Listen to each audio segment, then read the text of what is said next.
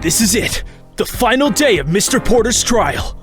We've come a long way from where we've started, haven't we? Yeah, there's no way we are letting Jack or Daddy down today. Here's hoping they get here soon. I'd like to have a quick chat with them before the trial. In the meantime, I should make sure the courts of steel are still in working order. You're not having a case of stage fright, are you? You're not usually this tense before trials. I'll admit, I'm a bit uneasy at the moment, and it doesn't help knowing there will be a huge number of people watching our every move. No use wallowing in self-doubt, Polly. Let's hear you say the magic words that'll dispel all those fears. Right. Here goes. My name is Apollo Justice, and I'm fine! Good! I could hear your conviction loud and clear. As could half the courthouse, I'd wager. I see you're getting warmed up for the show, Herr Justice? You'd be right about that. What did you want from us, Prosecutor Gavin? Oh, I'm just checking up on you. I'm glad to see you both going in with such high spirits, because I don't intend to hold back today. I hope you've managed to scrounge up whatever you need to distance Herr Wright from this crime. Otherwise, I fear that today's proceedings will come to a sudden stop for you. You and I both know that Mr. Wright is not the culprit in this case, Clavier! If only it were that simple, Herr Justice. Where is Daddy anyway? Can't we at least see him before the trial? Worry not, Fräulein. Herr Wright was just brought to the courthouse along with Herr Porter. However, because his role in the case is still contested, I can't allow you to speak with him just yet. We have to do things by the book, yeah? Off the record, I can say that he wishes you both the best. Guess we'll just have to clear both Mr. Wright's and Mr. Porter's names today then. Good luck with that, Herr Justice. You'll be needing it. I've got some preparations myself, so I'll leave you to fine-tune your cords of steel in peace. One more thing, Clavier. Why do you insist on calling me Hair Forehead during the trials? It's simply an endearing trait. Besides, I can't let the forehead force down at this point, can I? What's so special about my forehead anyway? It's one of your defining traits, Apollo. Every attorney needs one. For Daddy, it was his spiky hair. He always had people commenting on it. At this rate, I'll have to follow Mr. Wright's example and start wearing a beanie full time. I'll see you soon, Herr Justice. Right. Now, if only Jack would show up. You called, Polly? Just got off the stagecoach myself. Perfect timing. Looking lively for today's final showdown, I see. Gotta admit, I was hoping to chat with y'all again yesterday, but I hope with all the time you spent investigating, you managed to find yourselves a good hand. I'd say so. Enough evidence to show how the masked stranger escaped at least. There's a good way to start for sure. Nicky wasn't kidding when he said having you two as my defense was like drawing a pair of aces in Hold'em. Here's hoping the rest of what we're dealt today will follow suit. Look at you, Paulo, talking like a real poker pro. Anywho, don't suppose you stumbled upon anything mafia-related in House's safe? Yes, actually. Letters from one Viola Cadaverini, mostly reminding House of his debt, albeit there was this one mysterious statement. Take a look. Perhaps the king can yet be saved from the gallows, for his treasury may hold much more than gold. What do you make of it, Mr. Porter? Reckon the treasury would be referring to the casino's vaults where we store all the moolah. There's a ton of lockboxes, safes, and such down there, mostly reserved for the casino's revenue. However, thanks to House's brilliant business sense, many of those were left empty, at least according to the files I've been given. Now that I think about it, some of the private security involved in the transfers seem kinda off. Suppose that's something me and the boys should look into, since Purple Prose itself don't count as hard evidence of criminal wrongdoing. You didn't investigate further yourself? Believe me, Paulo, it's not as easy as it sounds. Even though I'm the head of security, I couldn't just grab the keys and start opening everything in the vault willy-nilly. Without probable cause and a warrant, or the casino owner's permission, anything I might have found would have been illegal evidence. Of course, I couldn't just ask House without alerting him that something was up, and we sure as hell can't ask him now. Guess all we can do now is wait for someone else to gain control of the royal flush. But by then, it may already be too late. How so? The only folks getting in and out of the casino vault on a regular basis are the private security folks in their armored transports. If those guys are on mob payroll, anything dodgy in our vaults will no doubt be gone for good after their next scheduled transport. And when is that? Unfortunately for us, that'll be tonight. Is there no way you can prevent that? No can do. Not without concrete evidence. Anywho, no use worrying about that before I know whether I'm in for a permanent residency in the big house. We've got your back. We're not letting that happen. Right. We'll do our very best to show your innocence. That's really all a man can ask for right now, ain't it? The trial will start shortly. Please take your places. The most important thing we should be focusing on at the moment is getting Jack free. There's no backing down now. It's time to go all in with everything we've got. Ready or not, here comes justice!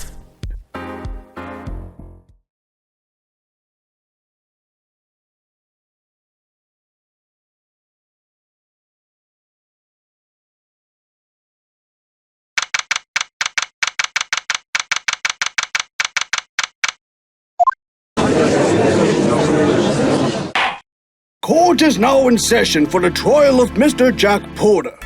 Are the prosecution and defense ready? The prosecution is ready to get this show on the road, Herr Judge. The defense is also ready, Your Honor. Very good. Let us get started. At the end of yesterday's proceedings, I asked you both to look into two things. First, how did the masked stranger leave the tournament floor? Second, how did their suit end up inside Mr. Wright's duffel bag in the backstage area? Prosecutor Gavin, have you found adequate answers to these two questions? Yes, Herr Judge, I believe we have. Something that casts heavy suspicion on the actions of Herr Wright on the night of the murder. We have Detective Skye prepared and ready to present our findings at a moment's notice. However, before we go any further, the prosecution has a request for the court. You do? Well, by all means. Thank you, Herr Judge. In the interest of giving the defendant a fair trial, the prosecution moves to remove Herr Justice as the acting defense attorney. You what? Why? We haven't even done anything! Order! Order in the court! Remove? On what grounds, Prosecutor Gavin? It's a simple matter of proper protocol, Herr Judge. Since Herr Wright, who happens to be Herr Justice's boss and mentor, is now directly involved in this case as a suspect, the prosecution believes there is now a conflict of interest too great for the court to ignore. As such, Herr Justice should be disqualified from acting as Herr Porter's defense attorney. Objection! What does any of this have to do with Mr. Porter's trial? Plenty. Usually there wouldn't be a problem. But this time, Herr Forehead himself has also been a witness to some of the key events in this case. As long as these facts remain, the prosecution considers the possible conflict of interest too great for the court to ignore. That's ridiculous! Mr. Wright is not the one on trial here! And that is exactly why I want to ensure your client gets a fair chance. As long as doubt remains of Herr Wright's role in the case, you could use your position as the defense attorney to protect him instead of defending your client. As if I would ever feed Mr. Porter to the wolves after 2 days of defending him! Yeah! What do you take us for, Clavier? Moreover, don't I get a say in this at all? I'm very much against the idea of Apollo and Trucy getting the boot. I understand your protest, but we're simply going to need more than your word, namely evidence. There are laws in place to safeguard defendants in case of sudden conflicts of interest arising, and we must abide by them. This is not a question of personal preference, but a solemn duty of the court to prevent doubt being cast on the application of justice. Prosecutor Gavin does make a compelling argument here. If we cannot guarantee a fair trial for the defendant, there's little choice for me in the matter. Mr. Justice, your impartiality has been brought into question, and thus, I must consider removing you as Mr. Porter's defense attorney. Your Honor! I strongly implore you to reconsider! Please listen to Apollo, Mr. Judge, sir. Daddy has nothing to do with this crime. Naturally, if the defense can prove that Herr Wright is not involved in the crime, I would naturally withdraw my request immediately. Then give us a chance to do just that! Of course.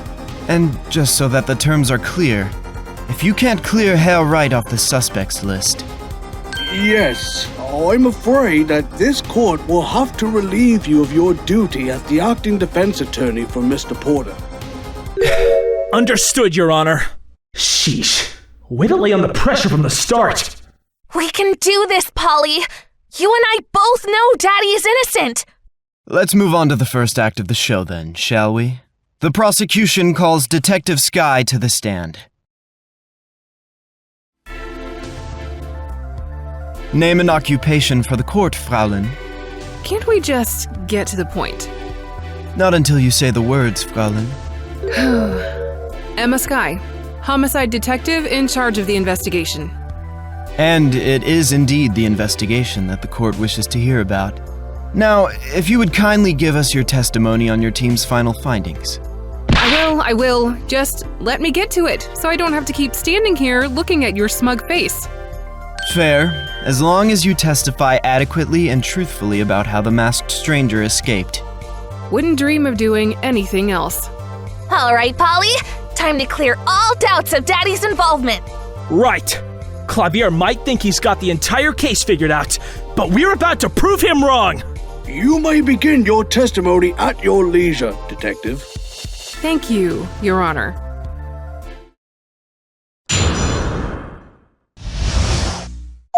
Turns out that there is another way to get downstairs from the tournament floor. A disused maintenance shaft inside the tournament room. The ladder inside the shaft connects the tournament room to the casino floor. We were able to find a single set of boot prints at the bottom. It's clear that the masked stranger escaped using this route. They ended up coming out at the maintenance hallway, which is connected to the backstage area. After entering the backstage area, the stranger dumped the suit in Mr. Wright's duffel bag inside Miss Garnett's dressing room while she was performing. Having gone incognito, the stranger could have easily blended in with the rest of the guests during the evacuation that followed. While Mr. Wright's role in the stranger's disappearance remained obscure throughout questioning, the evidence speaks for itself. So there was yet another exit after all. Yes, Your Honor. I'm just glad we found it before it was too late. Indeed. Though, I do have to wonder, how exactly did your team manage to miss the existence of this maintenance shaft for 2 whole days? Oh, I'll happily tell you why. The federal agents kept us from properly investigating the crime scene for those 2 days. As you can see, the instant we were allowed back on the scene, we were able to find this hidden escape route, which the feds completely missed. Just goes to show that the FBI investigators are no match to our team's superior forensics methods, scientifically speaking. Yeah, the tried and true method of letting the defense attorney find the critical evidence for you. I was quite impressed. The shaft in question had been disused for years and was very cleverly hidden by an unassuming hinged wall panel. It's very unlikely that anyone could have stumbled upon it by accident. It seems that even the casino staff, including Herr Porter, were not aware of its existence. Furthermore, this maintenance shaft was missing from the most recent floor plans. For all anybody knew, it did not exist until it was suddenly found again by our investigators. I suppose you can't help human error. I know I've handed down the occasional not guilty verdict by accident myself. Oh, how the court laughed. Somehow I doubt the defendant and their attorney were among those laughing. Either way, we should proceed with the trial. Mr. Justice, you're free to begin your cross-examination. Just remember, if you cannot show that Herr Wright wasn't involved, I'm going to have to demand that you step down. You heard him, Polly. First order of business is to clear Daddy of any doubt. That is, if you want to keep defending Jack. Not a whole lot of options left for us then. I could always take over if you fail. Frankly, I think you representing Jack would be an even bigger conflict of interest considering you're Mr. Wright's daughter. Not to mention you'd be practicing law without a license. You could always just lend me your attorney's badge. It's not the badge that makes me a lawyer, Trucy. It sure seems so based on how much you show it off to people. let's just get back to the task at hand. Proving Mr. Wright's innocence might be tough, but it's our only way to bring this through.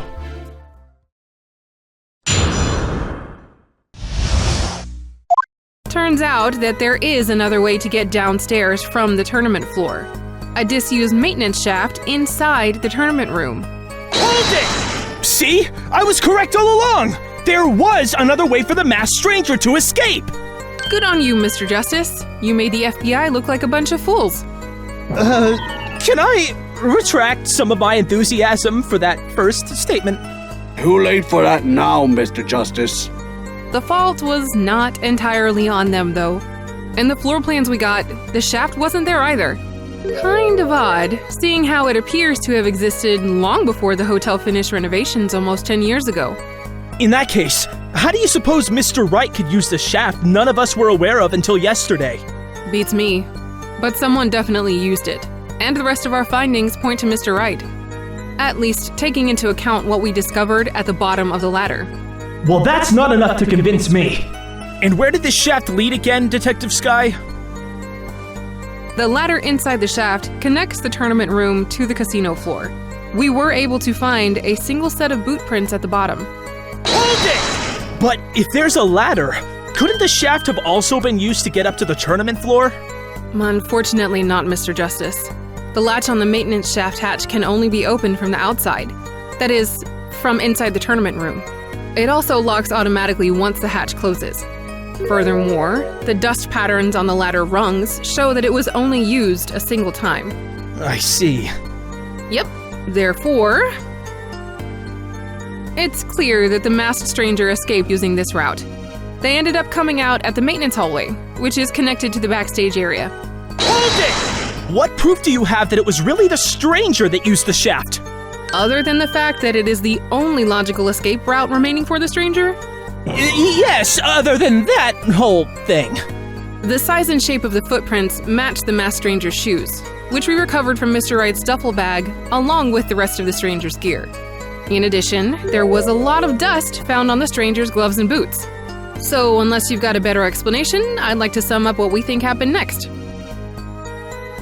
After entering the backstage area, the stranger dumped the suit in Mr. Wright's duffel bag, inside Miss Garnett's dressing room while she was performing. Hold it! First of all, how can you be sure that the duffel bag belongs to Mr. Wright? Mr. Wright told us that he left his bag in Miss Garnett's dressing room earlier that day. That and the big W on the side of the bag is a dead giveaway. After all, the bags were marked with letters corresponding to the players. That sure sounds like Mr. Wright's bag, but I can't let this slide so easily. Detective, I would like to see the bag in question. Oh, I'm certain the prosecution will happily oblige. Indeed, Fräulein Detective. The prosecution proudly presents the infamous duffel bag to the court. Examine it to your heart's content, Herr Forehead. Mind you, the stranger's suit and mask that were inside are still going through further forensic analysis. We have not been able to ascertain the owner yet, but curiously enough, the gear weighs quite a lot. That's fine. I'm only interested in the bag for now. We should take a closer look at it when we can.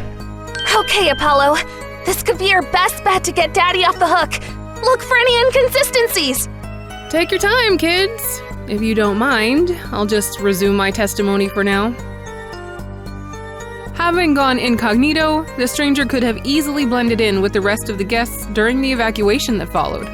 Hold it! And how exactly do you suppose the stranger knew that an evacuation was going to take place? Allow me to answer that for you. After the fire became relevant to the case, I filed for the arson team's report to see where the fire alarm had been activated from. Interestingly, the button used to trigger the alarm was located in the backstage area, yet no evidence of any kind of fire could be found there. You're free to draw your own conclusions about what that means. Oh, perhaps one of the backstage staff thought the show was, lit? Isn't that what the youth say nowadays? My implication was that it was the masked stranger who activated the fire alarm, Herr Judge.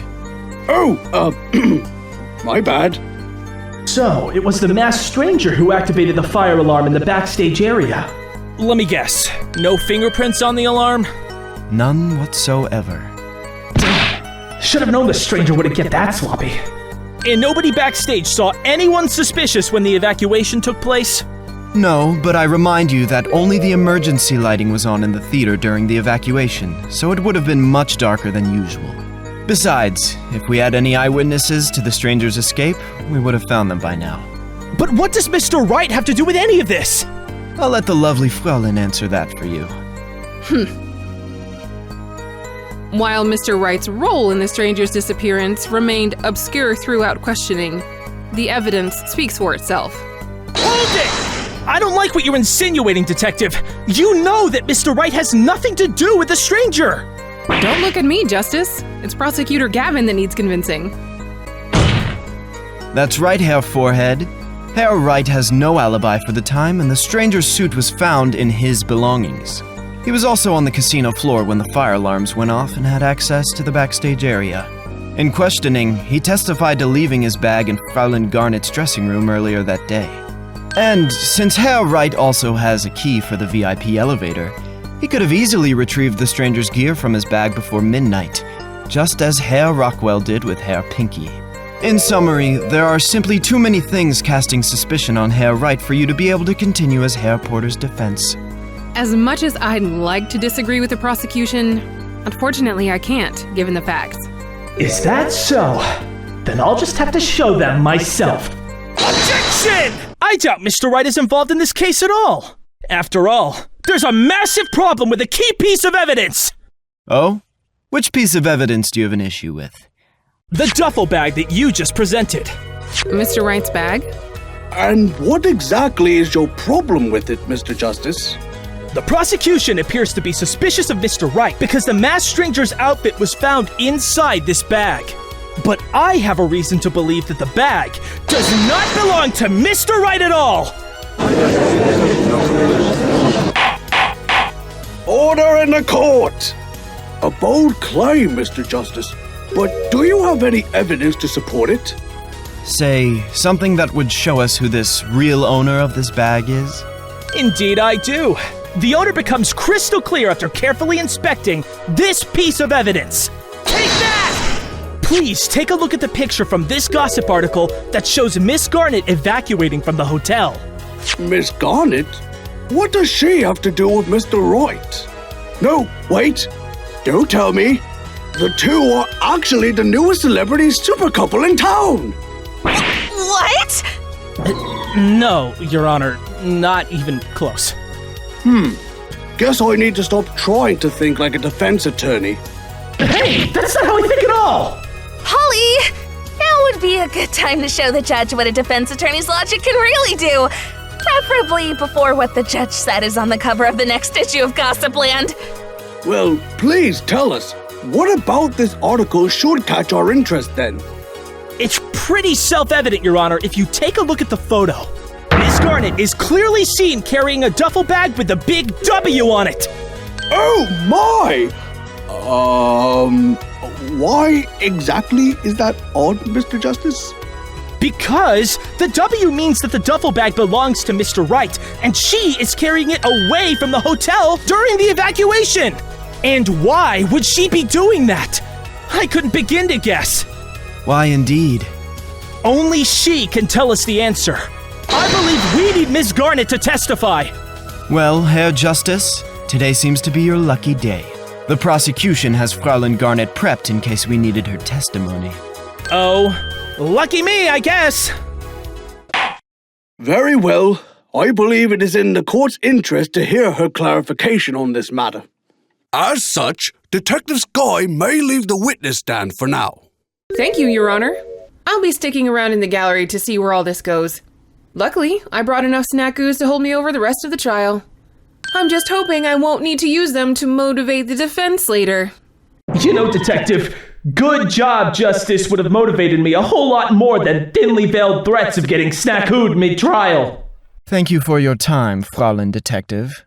We now turn to our next witness, Felicia Garnet, and thus the prosecution calls her to the stand. Looks like Lucky wasn't telling us the whole truth after all. Let's see if we can't finally make her sing, Polly. All right, time to get to the bottom of this. Please state your name and occupation for the court. Ms. Felicia Lucky Garnet, world-class entertainer. Although I believe I don't require a reintroduction.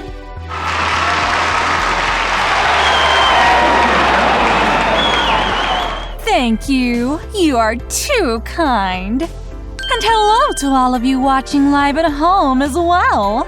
Yeah! I had almost forgotten about the live stream! I didn't expect that even the courts would want me back for an encore. Now, how can I help you lovelies out this time? We would like for you to explain some of your actions during the evacuation of the Royal Flush. By all means. What do you need me to explain? Ms. Garnet, would you please take a look at this magazine article? Gossip Land? Ugh. Are they making claims about me dating space aliens again? It may not be the pinnacle of journalism, but you can't deny that the photo on the front page raises some questions. I'm afraid I don't see how evacuating during a fire alarm would raise any questions, Mr. Justice. Isn't that exactly what you're supposed to do? Well, let me ask you this then. Why are you carrying Mr. Wright's duffel bag in this photo? I'm sorry? I'm afraid you're mistaken, Mr. Justice. That bag is very much mine.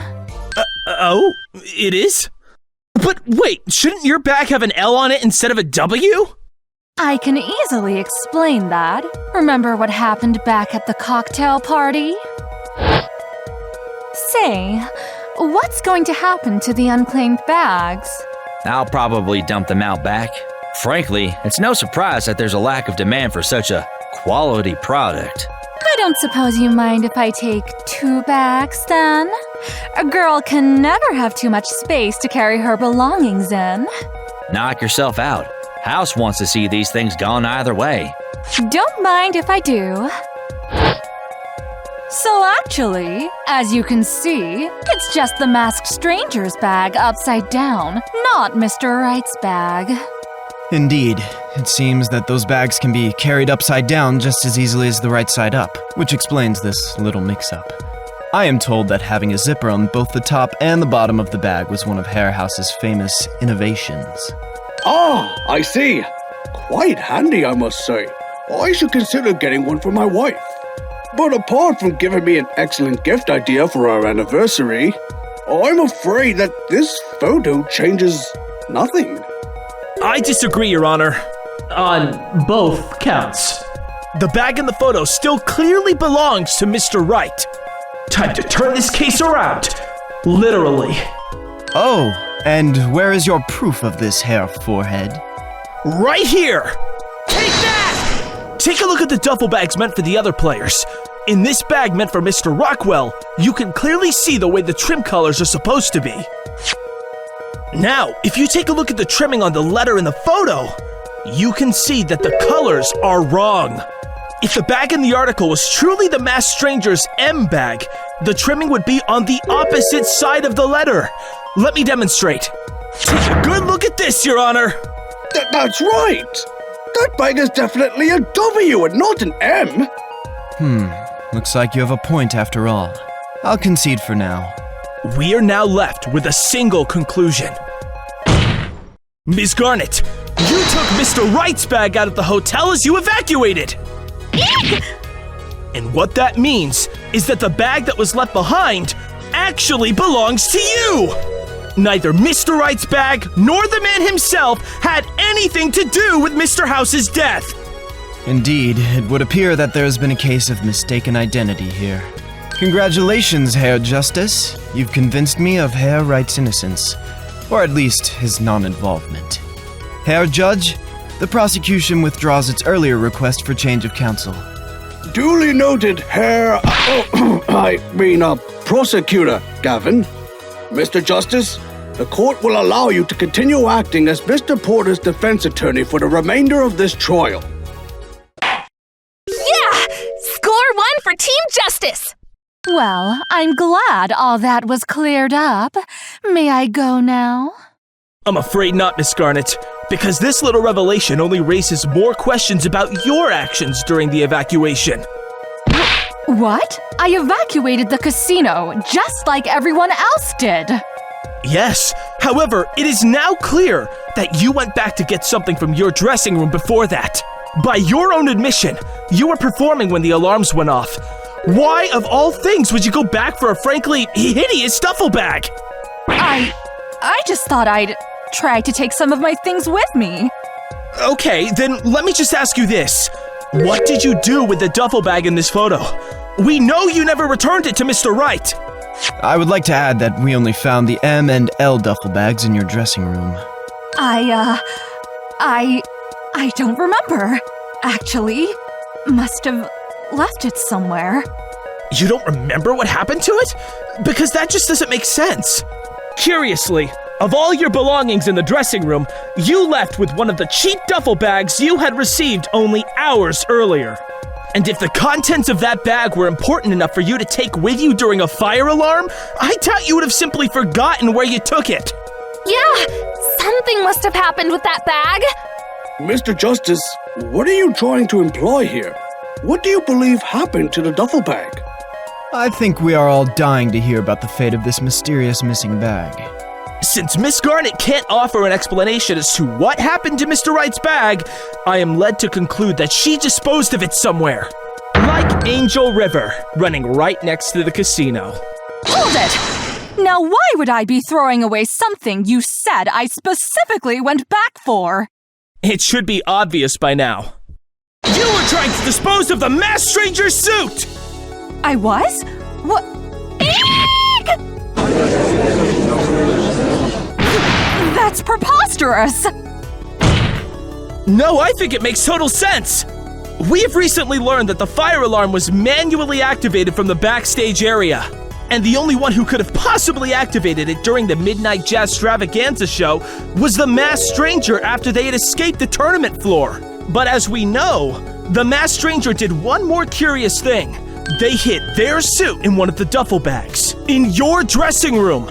Unfortunately for them, however, you ended up leaving with the wrong bag. And since all of the exits were being closely watched after the murder, you couldn't just dispose of the suit anymore.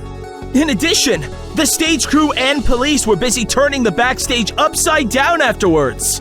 That's why you've kept the suit tucked away in your dressing room this entire time!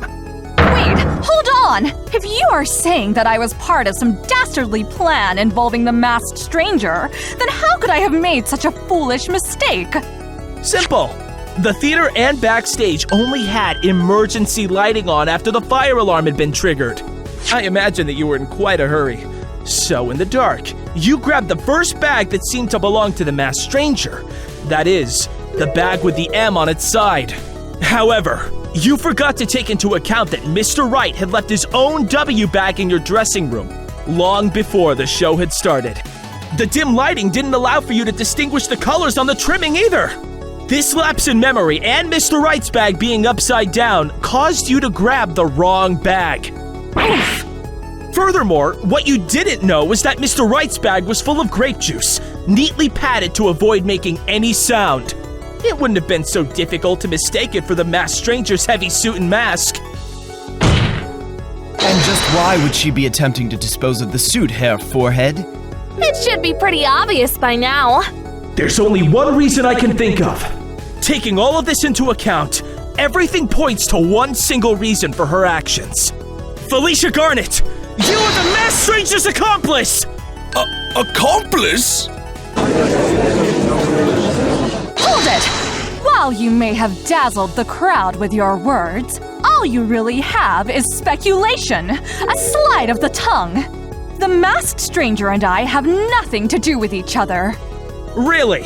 Then surely you won't mind testifying about your relationship with the masked stranger, or the lack thereof. All things considered, that would be in the interest of this court. What say you, Prosecutor Gavin?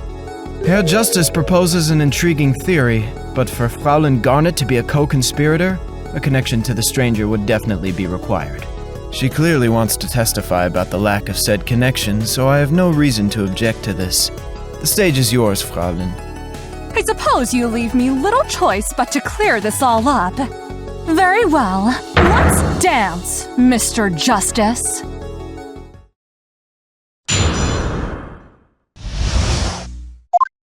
course, everyone in the poker world knows about the masked stranger.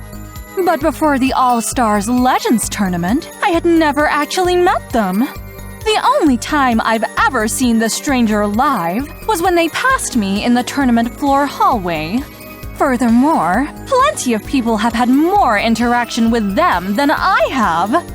Did you ever consider that they may have just been looking for any kind of place to hide their things? It's all just a coincidence.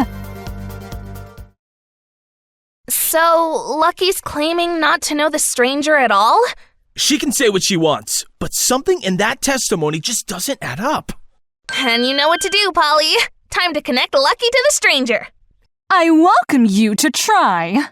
Mr. Justice, you may begin your cross-examination.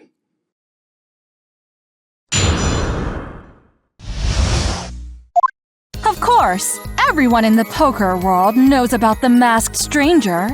Hold it! They are certainly considered a celebrity. How long have they been around again? I was only a teenager when the stranger began to make rounds. It wasn't until several years later that I could officially start playing in tournaments. Officially? Oh, I had been practicing in mock tournaments for years at that point. Practice makes perfect after all. She's right about that, you know. In fact, I'm a bit jealous I never got to take part. I can certainly appreciate it when young people put a lot of effort in mastering a skill. Kudos, Miss Garnet. Is he completely disregarding the fact that we're talking about teenagers playing poker? What happened to gambling being bad? I know what you're thinking, Apollo, but it's just a game of cards if no money's involved. As nice as it would have been to have the masked stranger show up to our practice sessions, we were hardly worth their attention. Many of us dreamed of meeting the stranger. But before the All-Stars Legends tournament, I had never actually met them. Hold it! And you haven't played together in tournaments then, for example? Feel free to check the records of every tournament I've ever played in. You'll find that the masked stranger didn't take part in any of them.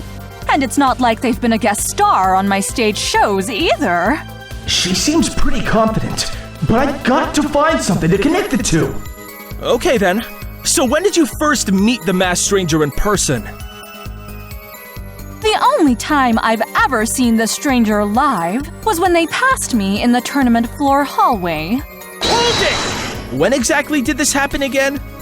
I'd imagine it was around the time when the stranger first arrived. It's common knowledge that they retire to their room upon arrival and stay there until it's time to play. So that would be shortly after we saw Mr. Rockwell take the elevator upstairs with a stranger.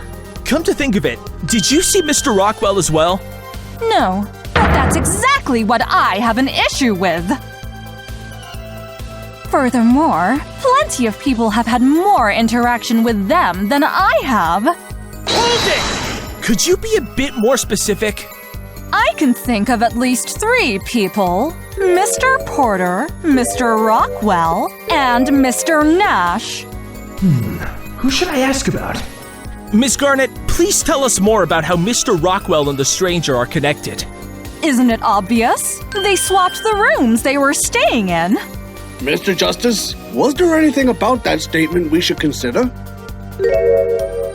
Your Honor, the defense asked that this statement be added to the witness's testimony. Very well, Mr. Justice. If you could oblige, Miss Garnet. Of course, Your Honor.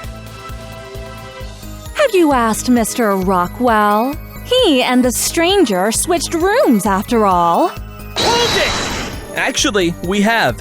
Rockwell claims that he didn't see the stranger after their elevator ride together. Unless, of course, we count the appearance of the Reaper later that night. The Reaper? Ah, right. Miss Garnet left before Rockwell testified. Never mind that. Mr. Rockwell claimed yesterday to have seen the stranger again later that night. See? That's already more interaction with the stranger than I've had. She has a point, Herr Forehead. Her connection to the stranger appears to be quite non-existent. And no connection means no conspiracy. Come on! You can't let that stop you! Push, Polly, push! Yes! Time to make the most of this opportunity!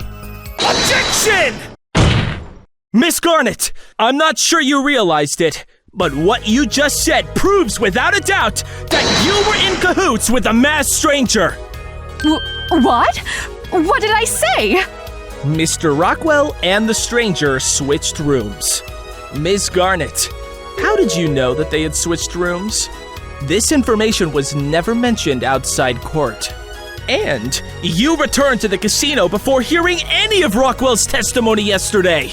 You also told us you had been too busy with other things to follow the developments of the case after you left court. You didn't even know about the live stream of this trial until yesterday. Well, I happened to pass by when all that happened. That's it. Interesting. Because Mr. Rockwell clearly said that the trade took place inside the VIP elevator. Mr. Rockwell, when did you and the stranger swap the room keys? Back in the elevator. Good spot to trade too. No one else saw. Stranger said they not tell a soul. Went separate ways after. There were only 2 people inside the elevator when the trade was made. So the only explanation as to why you would know what happened is that you were the masked stranger in the elevator! Objection! Hair Forehead, are you seriously claiming that Fraulein Garnet is the masked stranger? Do I need to remind you that she has an alibi for when the murder took place? Then it would certainly be impossible for her to be a culprit as it stands.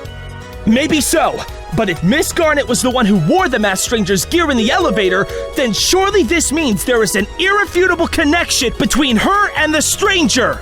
She is the charming assistant to the stranger's magician, and you can't deny that.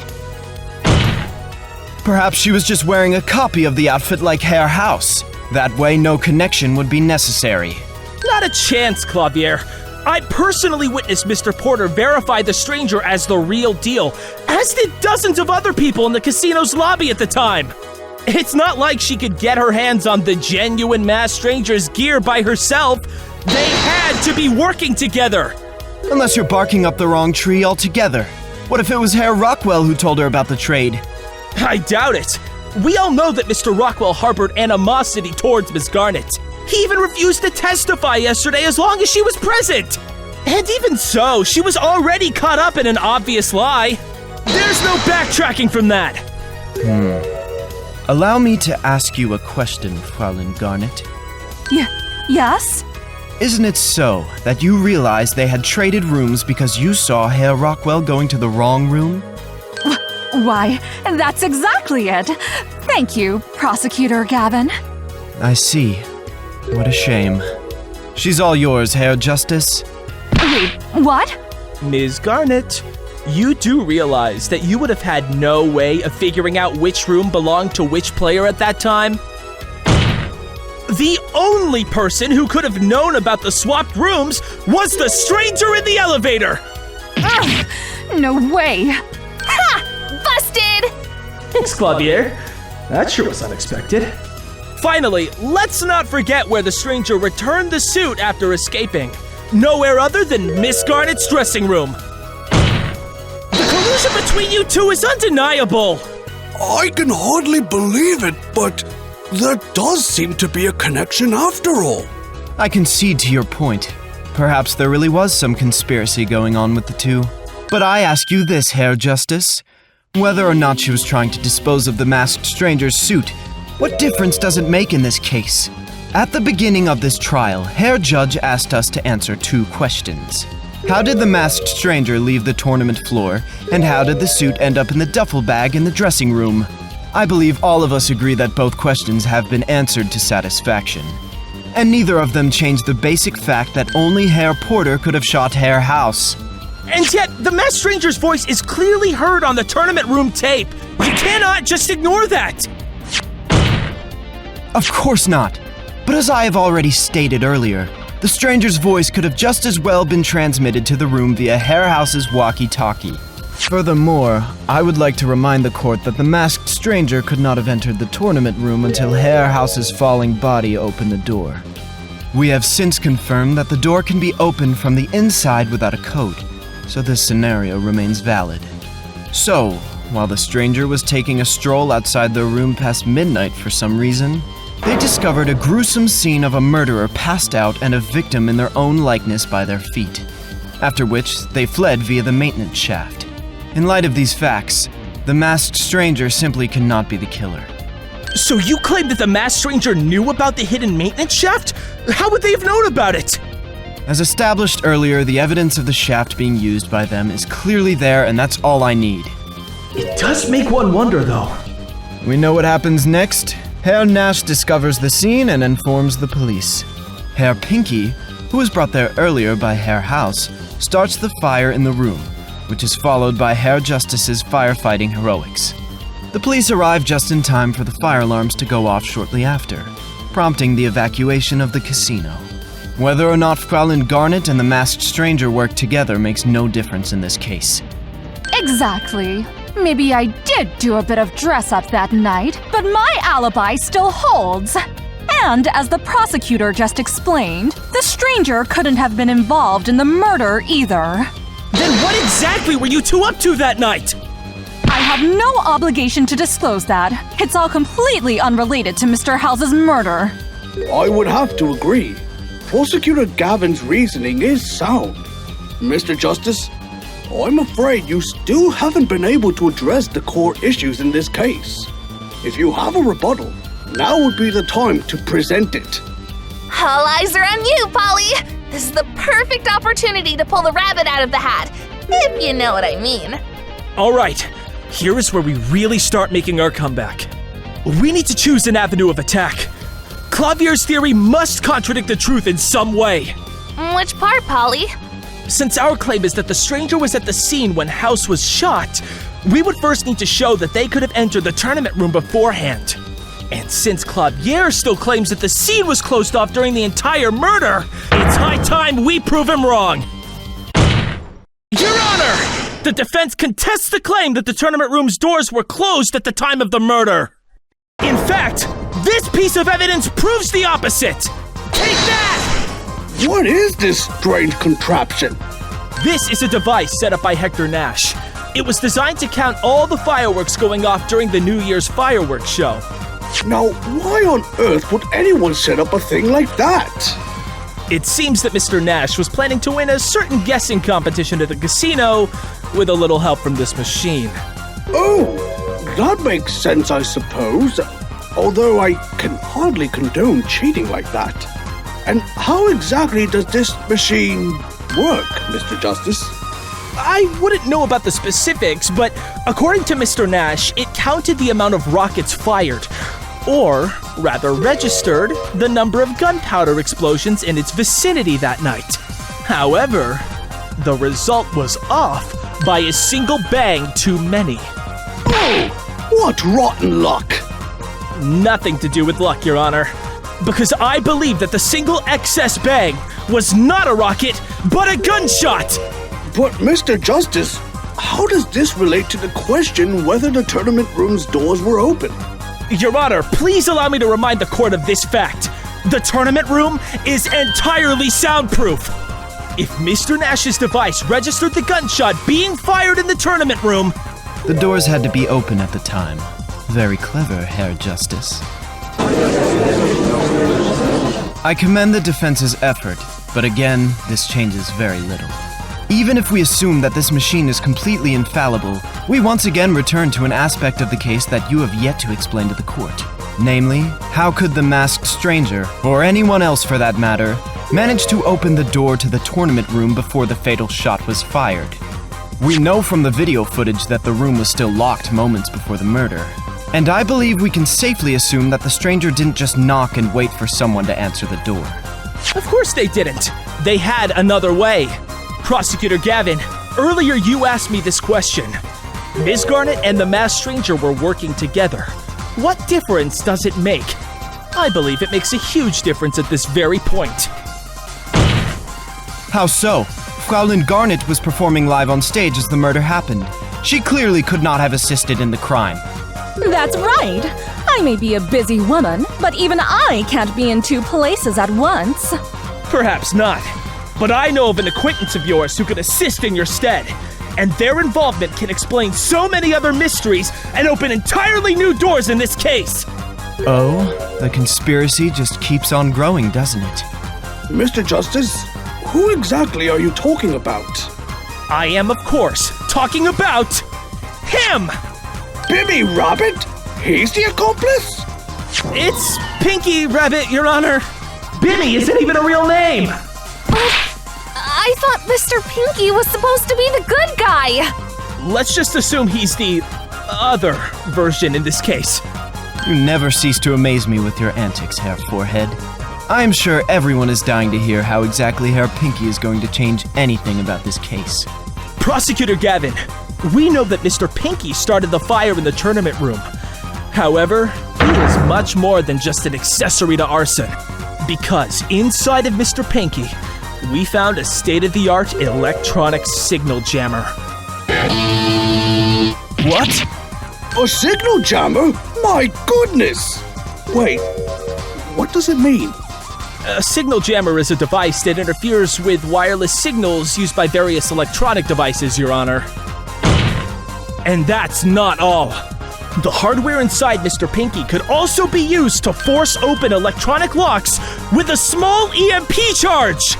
EMP? Oh, this one I know.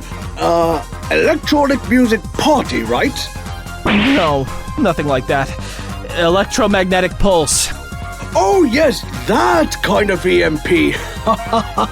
Silly me. I've had one taken at my local clinic, and I'm told my heart is in perfect condition. So he still has no idea what we're talking about. Interesting story, Herr Forehead. But can you prove that Herr Pinky is capable of all that? Because in his current state, I don't think he will be doing anything at all. Just think about it! The sudden failure of the wireless cameras at the crime scene, the poltergeist in Mr. Rockwell's room bypassing the locks to his safe, and the door of his room? They are all explained by the devices found inside Mr. Pinky! Furthermore, since the camera feed cutting indicates the signal jammer was being used during the murder, it would have been impossible for Mr. House's walkie-talkie to pick up the stranger allegedly screaming in Rockwell's room. Therefore, there can be no other explanation for the masked stranger's voice on the tape. The stranger was at the scene of the crime during the murder! This claim will naturally have to be verified. Who exactly is this expert that claims Mr. Pinky contained such things? If you doubt my claim, you can ask Mr. Hector Nash. He was the one who identified the jammer and its capabilities to us. Bah! Figures you'll be needing my help with this once again. Mr. Nash? Doctor, technically. But frankly, the honorific doesn't matter. Point is that I know my electronics. Huh. Seems you decided to come after all. Looks like our conversation yesterday bore fruit. Glad to have you with us, Dr. Nash. Yes, I've been in the gallery this whole time. And I heard what Mr. Justice said. Guess I should thank you for solving the conundrum with my counting device. As an engineer, I can attest that the defense is speaking the truth here. Hell, you can even sue me for perjury if you think otherwise. And I probably don't have to remind you how much I hate the courts. No hard feelings, Garnet. Just doing my civic duty. Guess today is just not your lucky day. You'd better stick to your day job with puns like that, Hector. I plan to.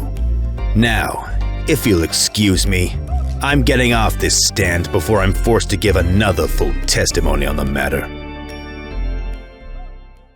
Thanks for your help, Mr. Nash.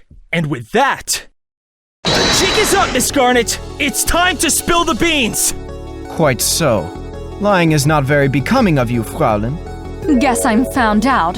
Very well, Mr. Justice. You're right about the jammer and the EMP generator. That was pretty painless. Too painless, even. But so what if Mr. Pinky had that stuff inside of him? Big whoop! It was purely to prevent any cheating from happening during the tournament. And how exactly did you acquire the signal jammer inside Mr. Pinky? I had a professional install it. And who is this professional? Now, I'm not the kind of girl to share all my secrets with the world. It's never good to show off all the cards you're holding. But... Besides, you're forgetting something important, Mr. Justice. If I was lending Mr. Pinky to the stranger as part of our conspiracy, why would I have turned the backstage area upside down looking for him? That's simple. You had to put on a show. A show? You couldn't just ignore the fact that Mr. Pinky went missing, so you had to start a search to avoid raising suspicion. After all, people would surely notice if you were missing your trademark mascot. Furthermore, it's clear that the stranger also knew of the other functions Mr. Pinky had. And how exactly do you intend to prove something like that? Because the stranger could obviously track Mr. Pinky's GPS signal as well as activate him remotely, which caused a paranormal activity in Rockwell's room. Incidentally, this is something Mr. House masquerading as the stranger would have been unable to do, since he had no way of knowing about Mr. Pinky's secrets. And there was a very good reason why the stranger had to liberate Pinky from Rockwell's safe. They needed to use the EMP generator inside to bypass the electronic lock of the tournament room. Then answer this, Herr Forehead. If the stranger knew the sensitive nature of Herr Pinky, why on earth did they decide to leave him behind at the crime scene? I'm sure they would have taken Mr. Pinky along if they could have, but they couldn't. And the reason for that is this! Take that! These pink beads. It seems that in the course of events, Mr. Pinky's arm fell off and he started bleeding these all over. There was no way for the stranger to possibly clean them all up. Taking the doll with them would have meant leaving a trail of breadcrumbs right back to Miss Garnet. If she had been seen carrying a gutted and maimed Mr. Pinky the day after House's death, people would have started asking some very difficult questions. Polly himself can attest that witnessing a beloved mascot gutted will not go unnoticed by the fans. Thanks for the support, Trucy, but I don't really think that helped strengthen my argument. Additionally, if Mr. Rockwell had told anyone about the theft of Mr. Pinky afterwards, it would have put the spotlight on Miss Garnet and not in a good way. Yet, the stranger couldn't leave Mr. Pinky just lying on the floor either. So, instead, they chose to hide him with the other Pinkies on the pile of cash. Whether or not the fire was planned, I cannot say at this time. But my main point is that Mr. Pinky had to be left behind. Very well. I'll play along for the time being. Now, how about you explain how the passing of the gear from Fraulein Garnet to the real stranger happened? Miss Garnet was wearing the masked stranger's suit when they first arrived at the casino. With both her own and Mr. Rockwell's keycard at her disposal, it would have been easy for her to leave the stranger's suit in either one of the rooms and emerge as herself. Then, with the stranger's suit stuffed in one of the duffel bags she got from the cocktail party, she could have easily enough taken it down to her dressing room without anyone being the wiser using the VIP elevator. Okay, let's say that the stranger followed Herr Pinky upstairs and successfully recovered him from Herr Rockwell's safe. What do you think happened next? The stranger certainly didn't enter the tournament room if Herr Rockwell is to be believed. After all, he claims that he saw the Reaper sometime between 11:20 p.m. and midnight based on the time of the message he left. We know that the stranger didn't enter the tournament room before midnight. So where were they during this time? Likely waiting inside one of the two VIP suites. Miss Garnet could have easily passed them the other keycard along with the gear. And what were they waiting for, pray tell? That, I can't say for sure. But it's not important at this time. Just consider the video signal being cut, the gunshot being registered by Mr. Nash's counting device, the masked stranger's voice on the tape. All this proves without a doubt that the masked stranger was inside the tournament room at the time of the crime. Intriguing. But riddle me this, Herr Forehead. The masked stranger used Herr Pinky to open the locked doors of the tournament room while the defendant and victim were inside. Then what happened? I cannot say for sure myself, but that doesn't mean we can't find out. Since the first day of this trial, there has been one key witness that we haven't heard from. The only other person in the tournament room at the time of the crime. The masked stranger. But therein lies the problem of this case, doesn't it? Our star witness is nowhere to be found. How do you suppose we get them to testify if we don't even know how to contact them? It's true that you or I might not have any idea where the stranger is currently lurking, Prosecutor Gavin. But there is someone who might know. Miss Garnet, you must contact the masked stranger for us! Now, why would I ever do something like that? Because their testimony could save an innocent man! We have to see justice done! And the only way to do that is for them to tell us what happened! All I've heard so far is you repeating the possibility of the stranger shooting Mr. House. So if I'm understanding correctly, what you are offering to them is a one-sided game of Russian roulette without any incentives. All I want to do is find out what happened that night so we can uncover the truth! You speak with such conviction about the truth, yet in the end, the stranger had to be tasked to bring Rick's house to justice when the court system couldn't. And regardless of what verdict your client gets today, it makes no difference. They've already failed in getting what they were after. I'm not quite sure I follow. What all of you have been ignoring is the reason why the masked stranger was there in the first place. The sole thing they were after was knowledge that would bring about justice. But in the end, Mr. House took that to his grave. And without it, the stranger may just as well fade into obscurity. Why should they go all in against you for a pot with nothing for them to gain? Even if they are innocent, why risk it all in a system where supposed guilt matters more than the truth? What are we going to do, Polly? If we can't get the stranger to testify... There's only one thing we can do at this point. Coax the stranger to the stand somehow. Any ideas on how to do that? Yes. Mr. House is dead, but this is not at all what the stranger supposedly hoped to accomplish that night. Rather, they were only after the truth. The truth about what? I think I have a pretty good idea. And in order to find it, we need to get to the bottom of it all. Miss Garnet! I must insist that the stranger takes the stand. In return, I offer them the information they so desperately wanted to learn that night. As if you knew what that was. Oh, I think I do. You claimed the stranger's goal was to bring Rex House to justice after the courts had failed to do so. Based on that, there's only one thing they could be after. The truth behind the AC3 case. Huh? Intriguing. Oh? What's all this about? I think you're bluffing, Mr. Justice. Empty promises won't cut it for me. If you have something to show, then let's see your hand. How about this? Take that! It's all here in these copies of the case files. What you may not know is that a certain witness was not allowed to testify due to a selfish plot of a corrupt attorney. His testimony could have very well changed the outcome of that case. It's not too late, Lucky. I have all I need to get to the truth. If only the stranger will take the stand. Yeah! The trial is being observed by thousands upon thousands of people. There will never be a better chance to broadcast the truth to the world. If the worst case scenario is that the status quo remains, what do you really have to lose? Let me consider this. Just allow me to contact them. That was quick. I guess the stranger is following the trial as well. Well, Miss Garnet, what did they say? You'll get your wish. The stranger will be arriving to testify for the court soon. You did it, Polly! You finally got the stranger to testify! Thanks, although we're not out of the woods yet. Well, well, well. Seems like Herr Justice had one final ace up his sleeve.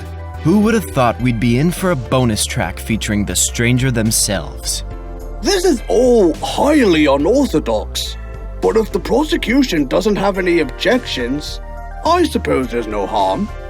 The prosecution certainly thinks it's important to hear their testimony, Herr Judge. To be honest, I'm quite interested to see where this goes. I'm sure you're all very excited. There are, however, certain terms the stranger expects this court to abide by. What are these terms? First and foremost, you will allow them to wear the masked stranger's suit which you've confiscated. I'll instruct you on the specifics of the delivery. As for the rest, I believe they will make them clear in time. For now, you should prepare for what's to come. I'm not too comfortable releasing evidence like that to a person we don't know, but I suppose it can't be helped in this case. The prosecution will agree to these terms. As does the defense. Very well. This court will take a short recess until the witness arrives. Your Honor, the prosecution would like to request enough time to have the original version of the AC3 case file and any related evidence be delivered from the police vault. I'm certain they will be of use to us later, all things considered. Granted. We will resume once you are ready. For now, court is in recess.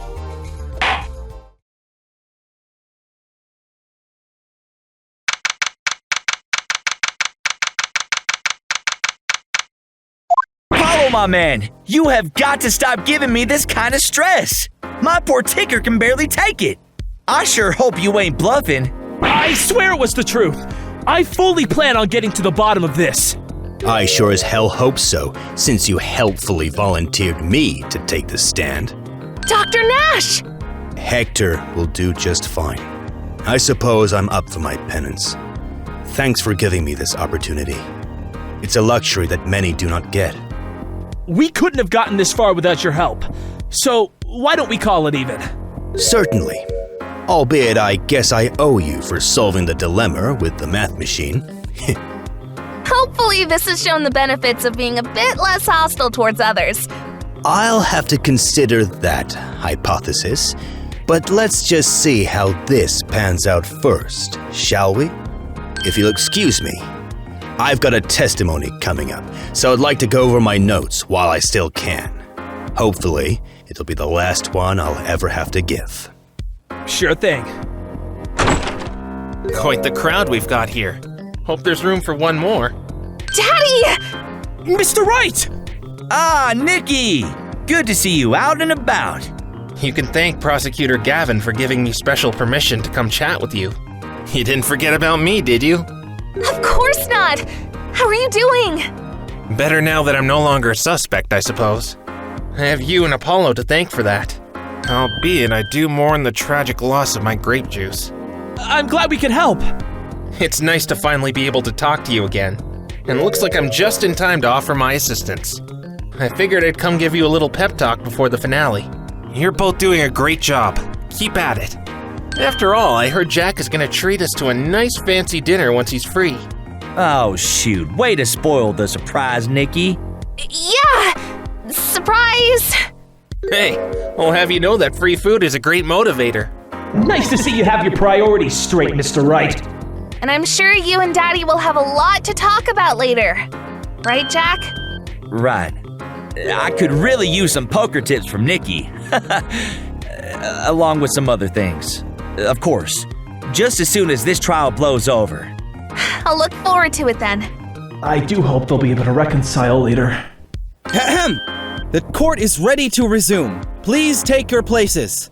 Okay, time for us to finally face the stranger. You've got this, Polly. We're at the home stretch. Just don't forget. Thousands will be watching, and I'd really hate for this case to bring bad PR for the Anything Agency. Or, have me go to jail for a murder I didn't commit. Daddy! If Clavier can stand in the spotlight without breaking a sweat, so can Polly. Is that so? Because it looks like he's sweating bullets at the thought. Is it that apparent? Then I guess there's only one thing left for me to do. Don't fret about me, Mr. Porter. I'm just fine! That's more like it, lad. See? You've got nothing to worry about, Jack. We're giving it all we've got! Now let's finish this thing! I don't know who will really be staring down at the witness bench, but it won't matter in the end. Mask or no mask, they cannot hide from justice!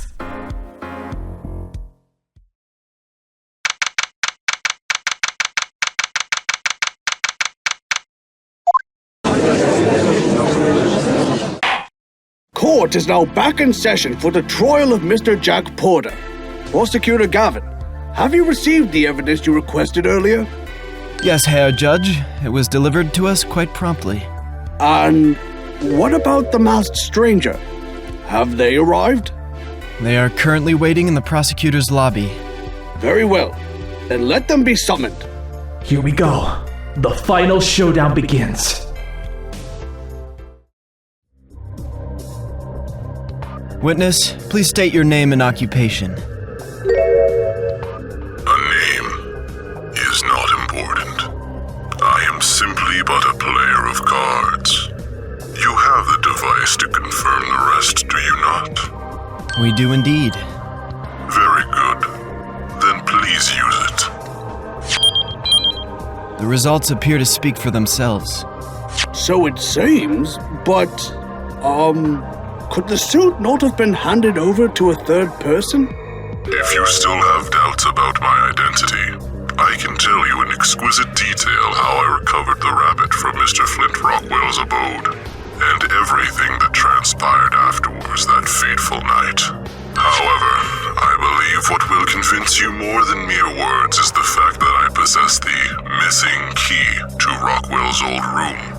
The prosecution believes there is no reason to doubt that this witness is indeed the true masked stranger. The same one who was present at the Royal Flush Casino on the night of the murder. Very well. The court then recognizes this person as the masked stranger. Witness, we need to hear exactly what happened in the tournament room that night. It's the only way to ensure a fair trial for my client. Fair? Mr. Apollo Justice, let me begin by saying this. The court system is broken. Has been for years. But I have learned the rules of this game and will play my cards accordingly. As you know, your client's fate relies entirely on what I am about to say. We both know that I hold the winning hand, so your only hope is for me to fold. The stranger is right, unfortunately. I've got nothing to prove that they pulled the trigger that night. And with that suit and mask, there's nothing I can perceive either. Damn it. As such, I refuse to testify about my actions that night. Huh? What? Then why are you here in the first place? Simply because you asked me to take the stand, Mr. Apollo Justice. However, you must remember that as a witness, I have a right against self-incrimination. I may have been trespassing that night, but that is all it was. I had no intention of taking anyone's life. Then why won't you tell us what you saw? Because you have not yet given me what I was promised. Therefore, I propose we play a game, Mr. Justice. A game? If it's a game of cards, the poker head of courtroom number 3 is always up for a challenge. That won't be necessary. This is a game I intend to play against Mr. Apollo Justice alone, and no cards will be required. The rules of this game are simple. You will get the truth for a truth, a fair trade. All you need to do is convince me, and this court, that the defendant in the AC3 case was innocent. So I was right. This truth is the single ace in the hole you claim to hold in your hand. The sole thing that can lead to your triumph. Fail, and I shall never divulge the information you seek. If there are any attempts to coax or intimidate me to do so, I will walk away. These are the terms for my testimony. I know I've heard of this case before, but I can't quite put my finger on what it was all about. Then allow me to give the opening statement, Herr Judge. The AC3 case was one of the most notorious cases of gambling fraud in recent history. 10 years ago, a certain poker tournament was held, which later became rather infamous. It aimed to promote a revolutionary new generation of electronic poker tables manufactured by Argine Systems. The company's founder, Herr Charles Argine, ultimately won the final game against none other than Herr Rex House. Wait, that's our victim, isn't it? Yes, Herr Judge, albeit Rex House went by a different name back then and was far from his poker legend status at the time. I see that Clavier has done his homework. However, after the tournament, an anonymous tip was made to the police and members of the press, claiming that the untamperable poker tables were actually very much rigged. Police investigation later confirmed that the table used in the tournament was clearly favoring Herr Argine. He was subsequently found guilty of gambling fraud in absentia, as he managed to disappear before his verdict could be passed. With Argine's disappearance and his reputation as a cheater, his company was driven to bankruptcy.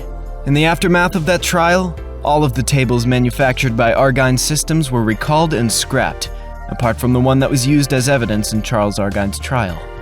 This court would certainly like to see all the evidence pertaining to the case, Mr. Gavin. While I would love to present said evidence, it seems that in the wake of Argyne's verdict, any and all physical evidence has also disappeared.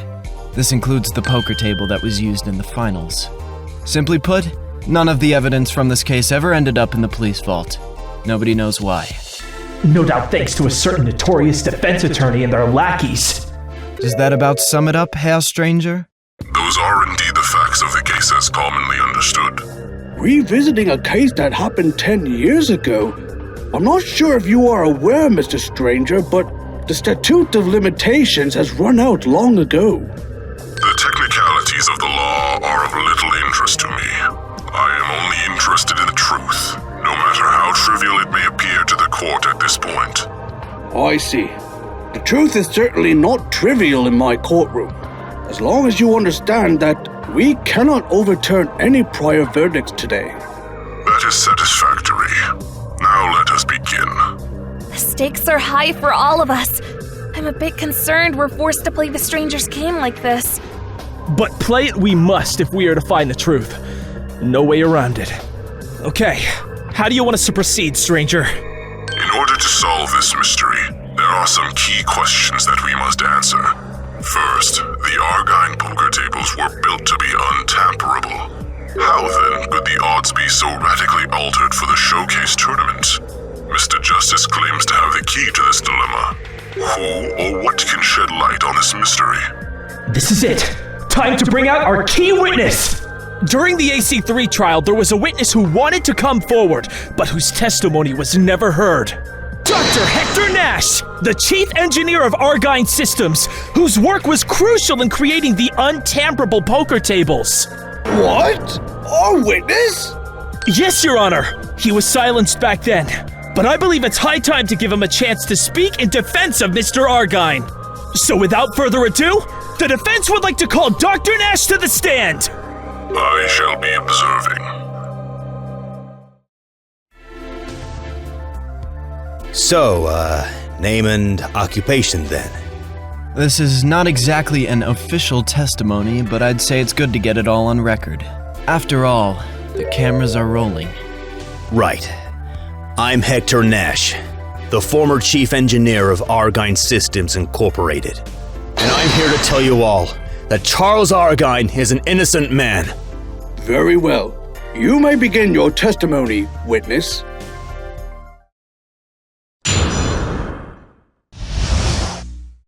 "10 years ago, Charles Argyne and I set out to create the ultimate fair electronic poker table to corner the market in the aftermath of the Japanifornia Gambling Act.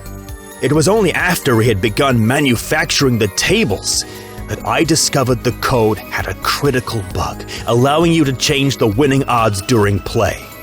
It could have allowed for rampant cheating, but at the time, only our debug device, the master key, could have been used to abuse this bug. Of course, it would only have been a matter of time before someone found out about it and created a way to exploit it. I take full responsibility for this oversight, but I couldn't come forward about my mistake, so I tried to keep it all under wraps. But trying to keep it a secret and trying to solve the issue alone was so taxing that I resorted to drinking, only to have the master key stolen from me. After that, I felt the situation was truly hopeless, and I didn't have the guts to tell Charles about my mistake. My point is that the master key was stolen before the tournament, and Charles Argyne never even knew about the bug. That proves his innocence. That was quite the testimony, Mr. Nash. It's something I've been waiting to tell the courts ever since that fateful day. The only reason I didn't testify about this 10 years ago was because Charles's scumbag attorney told me not to. Will you be cross-examining the witness, Mr. Justice? It's not like Hector would be lying after a decade of wanting nothing but the truth known. Right, but we should still proceed. The stranger will probably want us to get to the bottom of this. And frankly, so do I. The defense will cross-examine the witness. I suppose that was to be expected. At least this time, I'll be more than happy to answer your questions.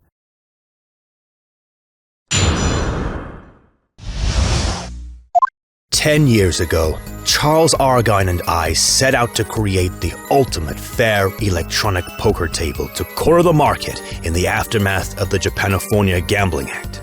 Hold it! What can you tell us about Charles Argine?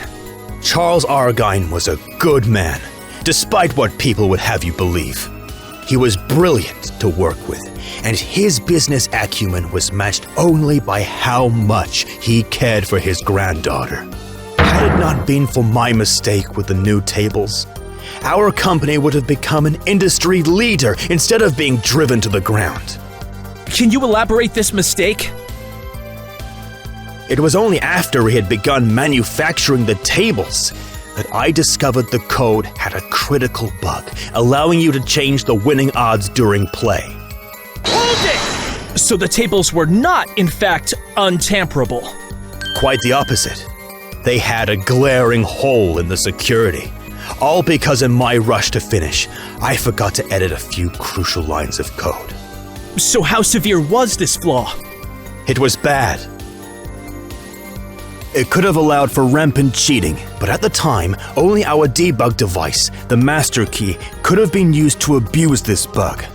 Hold it! Can you tell us a bit more about this master key? The master key is really the core of the entire project. It is how we transferred the code to the tables. By design, after the code had been transferred, it was locked down and could not be changed in any way, not even with the master key itself. The master key's initial role as a debug device, however, allowed it to change certain variables within said code, including the odds of winning. Since our tables were designed around the idea of untamperable, we would have had to practically rebuild each one to be able to fix it. That's why the loophole could not be removed with just a simple update. Needless to say, the recalls would have cost the company millions, and we would have lost our reputation to boot. Was the risk really that big? You had the only device which could be used for cheating, after all. You have to think about these things in the long term, Mr. Justice.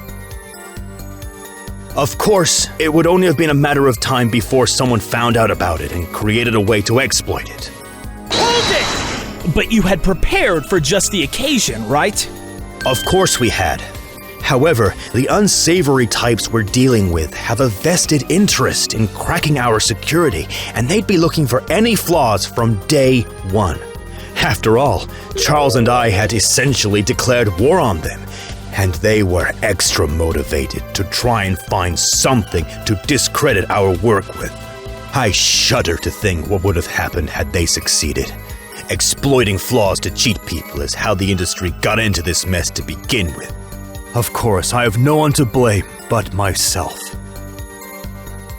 I take full responsibility for this oversight. But I couldn't come forward about my mistake, so I tried to keep it all under wraps. Hold it! So you admit that the mistake was in your code? Yes. Obviously, I made some terrible choices back then, but I was damned either way. I thought I could figure out a solution on my own if I just kept my trap shut. But trying to keep it a secret and trying to solve the issue alone was so taxing that I resorted to drinking, only to have the master key stolen from me. Hold it! The court needs to know the details, Mr. Nash. The pure facts are that the anxiety of the situation drove me to drink heavily, and I may have overshared to some strangers to get it off my chest. Not much I remember after that.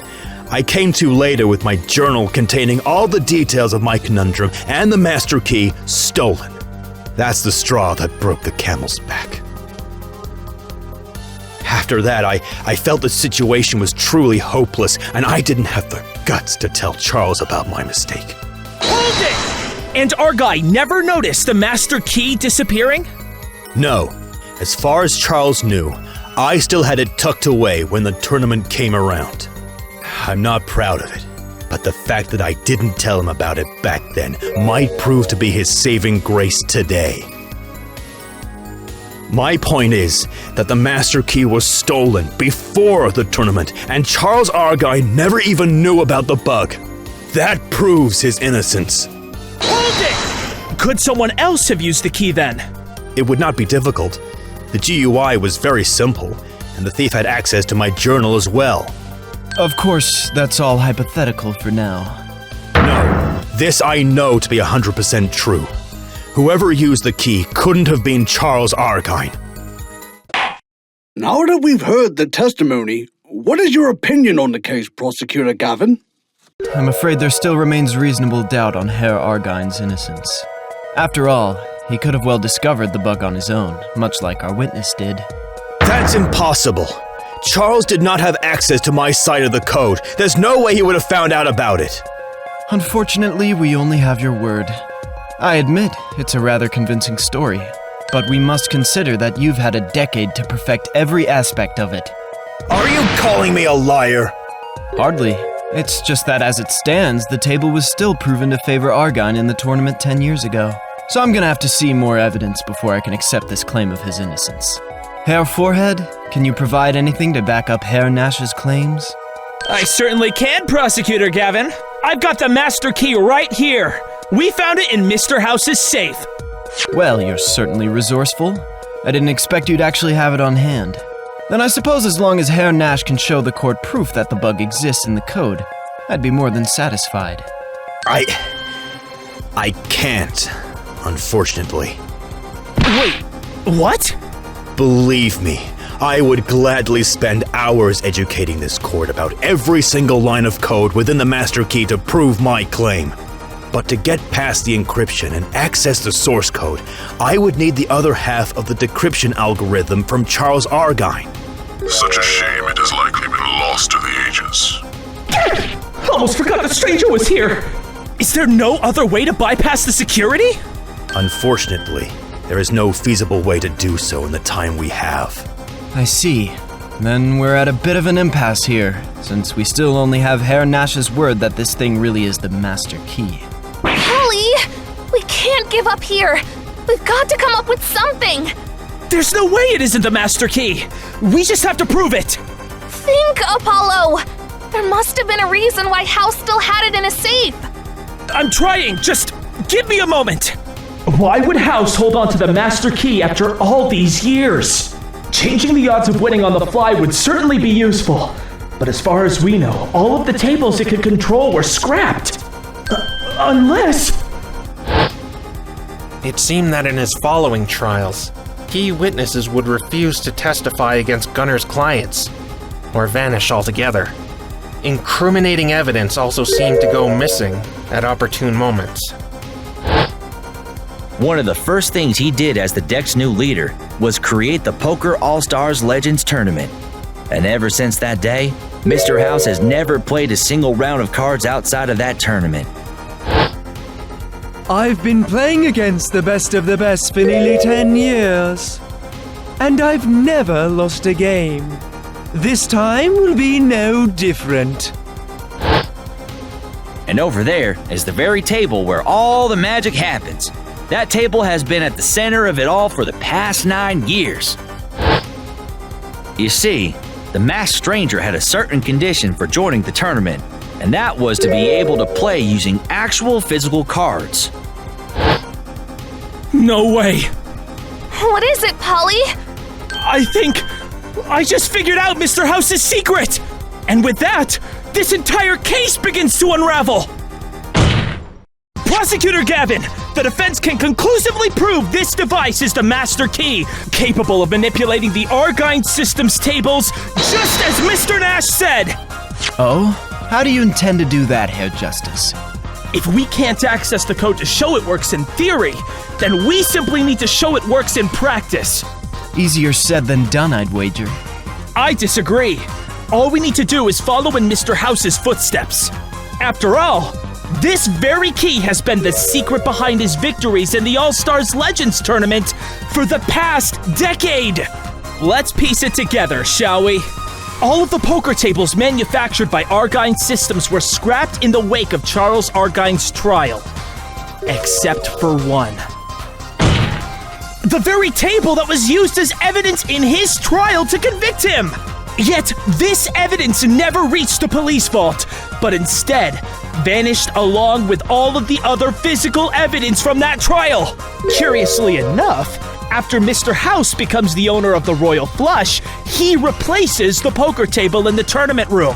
While the table in question is annually tested and assessed as fair, House proceeds to win the All-Stars Legends tournament 9 years in a row. Quite a coincidence, isn't it? Especially since we later discovered both Mr. Nash's missing journal and the master key in Mr. House's personal safe. This leaves us with just one conclusion. Mr. House has been using the master key to cheat in the All-Stars Legends tournament for a decade! And I suppose you have some evidence to show. Yes! I am willing to bet that if you test the tournament room table with this master key, you will find that it is the Lost Argine Systems table, the last one of its kind! It certainly wouldn't be the first time that evidence has been lost to the highest bidder. Black market auctions of evidence have unfortunately been recorded in the past. And for that reason, the defense demands that the table in the tournament room be tested! Mr. Justice certainly seems convinced. Any objections, Prosecutor Gavin? It's all good, Herr Judge. I'll send my people over to take a look. Guess that means it's time for the team to do some legwork then. This should be a fairly simple thing to verify. I should go with them. The master key is not difficult to use, but it's best I show them how. After all, I've said my piece. Sounds good to me. In that case, the witness may leave the stand. Oh, and Mr. Justice. Yes? Thanks for everything. Don't mention it! Go and redeem your friend! Come along, Mr. Nash. As for the rest of you, you can expect results real soon. Ah, it's Fräulein Sky. Allow me to put her on speaker. So what's the verdict? Mr. Justice was right. The table is doing exactly what Mr. Nash is telling it to. I see. Thank you, Fräulein Huh. She hung up again. So, everything comes down to a crucial flaw that was left in by a man too proud and yet too cowardly to set things right. That is one mystery solved, but not all. Indeed.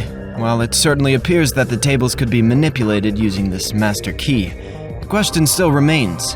How does this absolve Herr Argine? For all we know, the table got rigged by accident even before the tournament had begun! Well, Herr Forehead, I have in my possession some files related to that case. Namely, a copy of a report from the Japanifornia Gambling Board certifying that all the poker tables were rigorously tested and found to be working to standard just before the tournament began. If the odds of the table were rigged by accident, they would have noticed it. Ergo, the rigging must have happened during the tournament itself, and I find it quite unlikely that Herr House had anything to do with it. But he did! He was the one who played against Mr. Argine in the last round and had to win against everyone else to get to him. But he ultimately lost. If House had the means to win the entire tournament, why didn't he? That is a good question. We know House is not above cheating, so why would he let, or rather force, Argine to win? There's at least one reason I can think of. Because House's plan was more sinister than just cheating to win prize money. He also wanted to eliminate the biggest threat to his way of life. Back then, Mr. House's source of income was from running a shady gambling den, which was going to be shut down in the wake of the Japanifornia Gambling Act.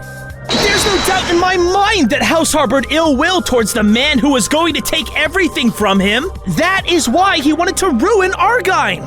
And how exactly would he enact this revenge, Herr Forehead? By framing Mr. Argine. I suspect Mr. House was the one to anonymously inform the police about the supposed gambling fraud. And all of us are aware of what happened to Argine afterwards. His life's work and influence on the industry was all but destroyed.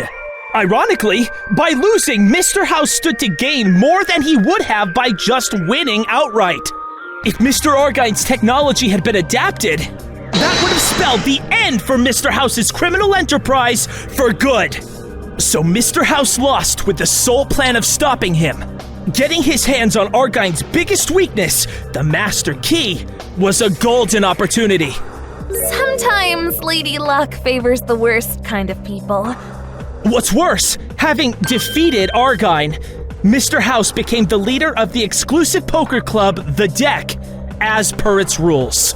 And that is how Mr. House came into the ownership of the Royal Flush Casino and the rest of the Deck's fortune. In the end, he was nothing but a usurper to the throne. However, even if the table could be rigged, you would need to know about this vulnerability and have the master key device.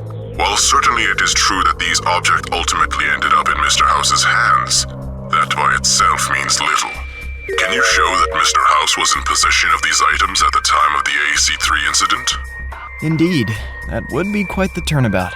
Maybe so, but when I said that I can show you the truth, I meant it. Back then, nobody knew what to look for. It is only now that we have all the pieces of the puzzle to prove who the true culprit of the AC3 case was. Mr. Justice, just what is this piece of evidence? This photo taken of the finalists just before they began playing. We can see Mr. House and, well, Mr. Argine without his face. What exactly am I supposed to be looking at here? Take a look in Mr. House's pocket. What do you see? That's the master key. Precisely. And as we know, the only person who could have rigged the odds was the one with the master key. Consequently, if it was in House's possession at the time, then it would have been impossible for Mr. Argine to rig the table. The verdict that was handed down was clearly wrong. Charles Argine was innocent all along, and the real culprit who eluded justice all this time was Mr. Rex House. And that is the truth of the AC3 case! Order! Order in the court! There can be no doubt about it. For what it's worth, I would have no doubt handed down a not guilty verdict for Argine based on this evidence. The prosecution agrees. Argine was clearly framed. Bravo, Herr Justice. You've won this case as well as your game with our witness, it seems. Verily, I concede you as the victor, Mr. Apollo Justice. I only wish we could have done this a decade earlier. It is a shame we cannot undo the past, but I hope this will help us avoid these types of false sentences in the future. For this reason, it is of paramount importance that we finish our current trial with no loose ends. At the moment, the truth of what happened inside the tournament room that night still eludes us.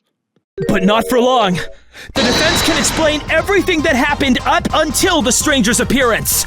Stranger, I have brought forth the truth behind the AC3 case like I promised. I intend to do the same with this one, but I'm going to need your help.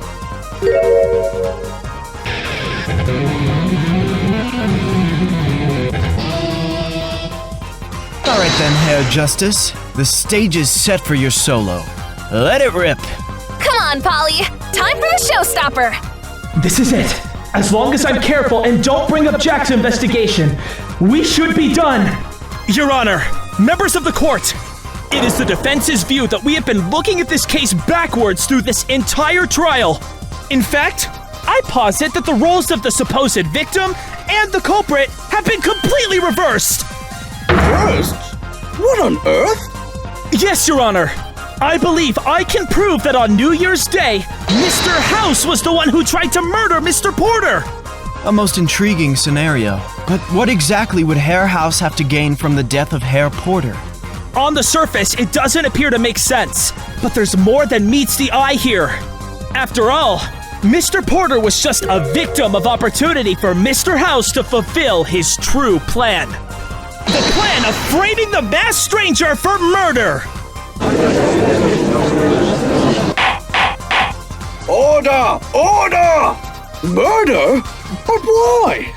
It all comes down to one thing, Your Honor. Money. Our investigation has shown that even though Mr. House liked to play the part of being extravagantly rich, in reality, he was only keeping up appearances.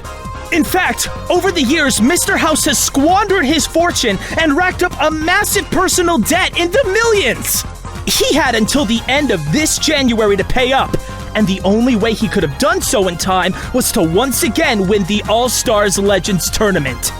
However, this year the tournament sponsors had insisted that the masked stranger had to participate, or the deal providing House with the prize money he so sorely needed would fall through.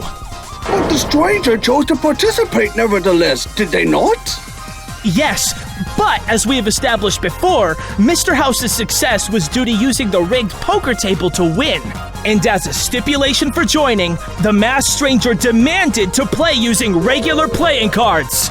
If House had allowed the tournament to take place like that, any of the players could have no doubt wiped the floor with him. But if the stranger was the problem, then why not just go after them directly and be done with it? Why include Herr Porter in this at all? Because the masked stranger dying was not an option. Killing them or any of the other poker legends would have raised too much suspicion and jeopardized the entire tournament. But if the stranger killed someone else, well, that would be entirely different, wouldn't it? Mr. Porter was the perfect victim. Removed enough from the tournament that his death would not risk its cancellation, while simultaneously having unrestricted access to the tournament room where the crime could take place in front of the security cameras. And that's why Mr. House built the plan around framing the stranger for killing Mr. Porter. It was the only way he could have eliminated his competition without jeopardizing the big prize. But wouldn't Mr. House have lost the prize money if the stranger didn't play in the tournament? No, Your Honor. The sponsors couldn't really blame Mr. House if the masked stranger removed themselves from the player pool by being disqualified. As stated in the tournament rules, any sort of physical hostility would lead to disqualification, and I should hope that murder would be included in that. True, but that does leave the issue of using regular cards in the tournament. Even if the masked stranger was out, House could have just as easily lost everything. Good point. However, had the masked stranger been removed from the player base, the organizers would have allowed the electronic poker table to be used for the tournament. At least, that's what reads in this letter they wrote to Mr. House about this very subject. That way, Mr. House could have just pulled off his old trick without a hitch to come out on top again. Failing that, House was known to go to extreme lengths to gain an upper hand against his opponents.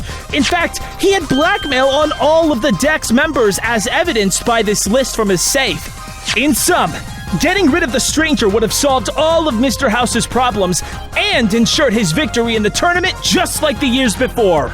So, Mr. House tried to do all this just to win at a game of cards? Ostensibly, yes, Your Honor.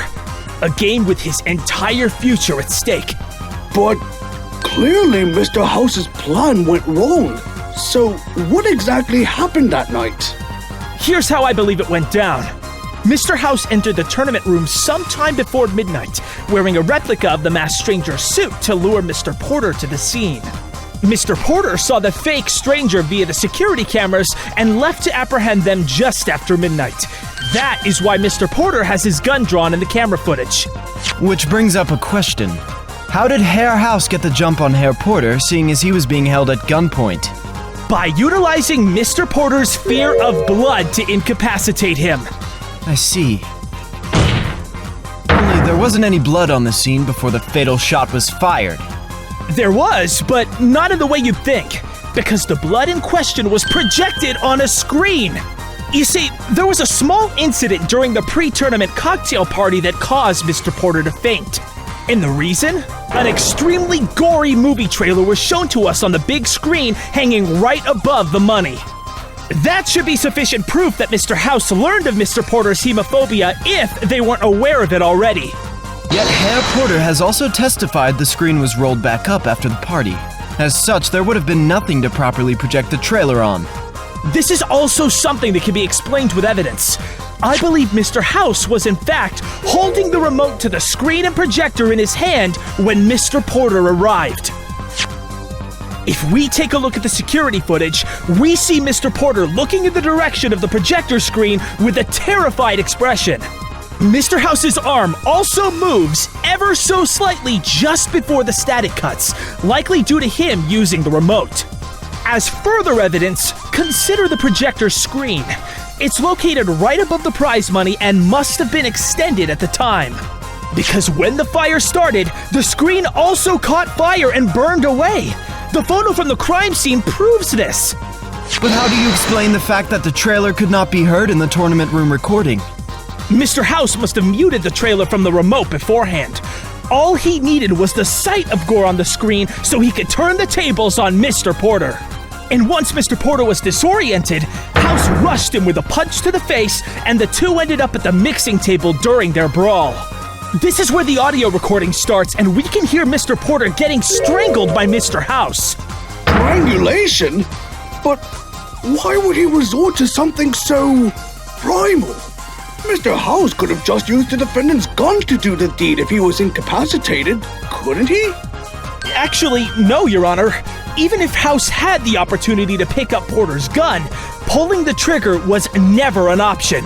Since the murder was to be blamed on the real masked stranger, House could not risk any potential blood splatter ending up on the fake suit on camera. If that had happened, the real masked stranger would have been off the hook as soon as they checked for blood residue on the gear and found nothing. That is why Mr. House had to resort to brute strength. And if things had gone according to his plan, Mr. Porter would have surely perished that night. The blackmail note Mr. Rockwell found was no doubt left by House to further incriminate the stranger by supposedly giving them means to access the tournament room with the included combination. And what about the meeting mentioned in the note? What was Herr House trying to accomplish with that? I can only speculate, but I believe that had the stranger attended this 1 a.m. meeting, the police would have been called to the scene by Mr. House to catch the stranger in the act.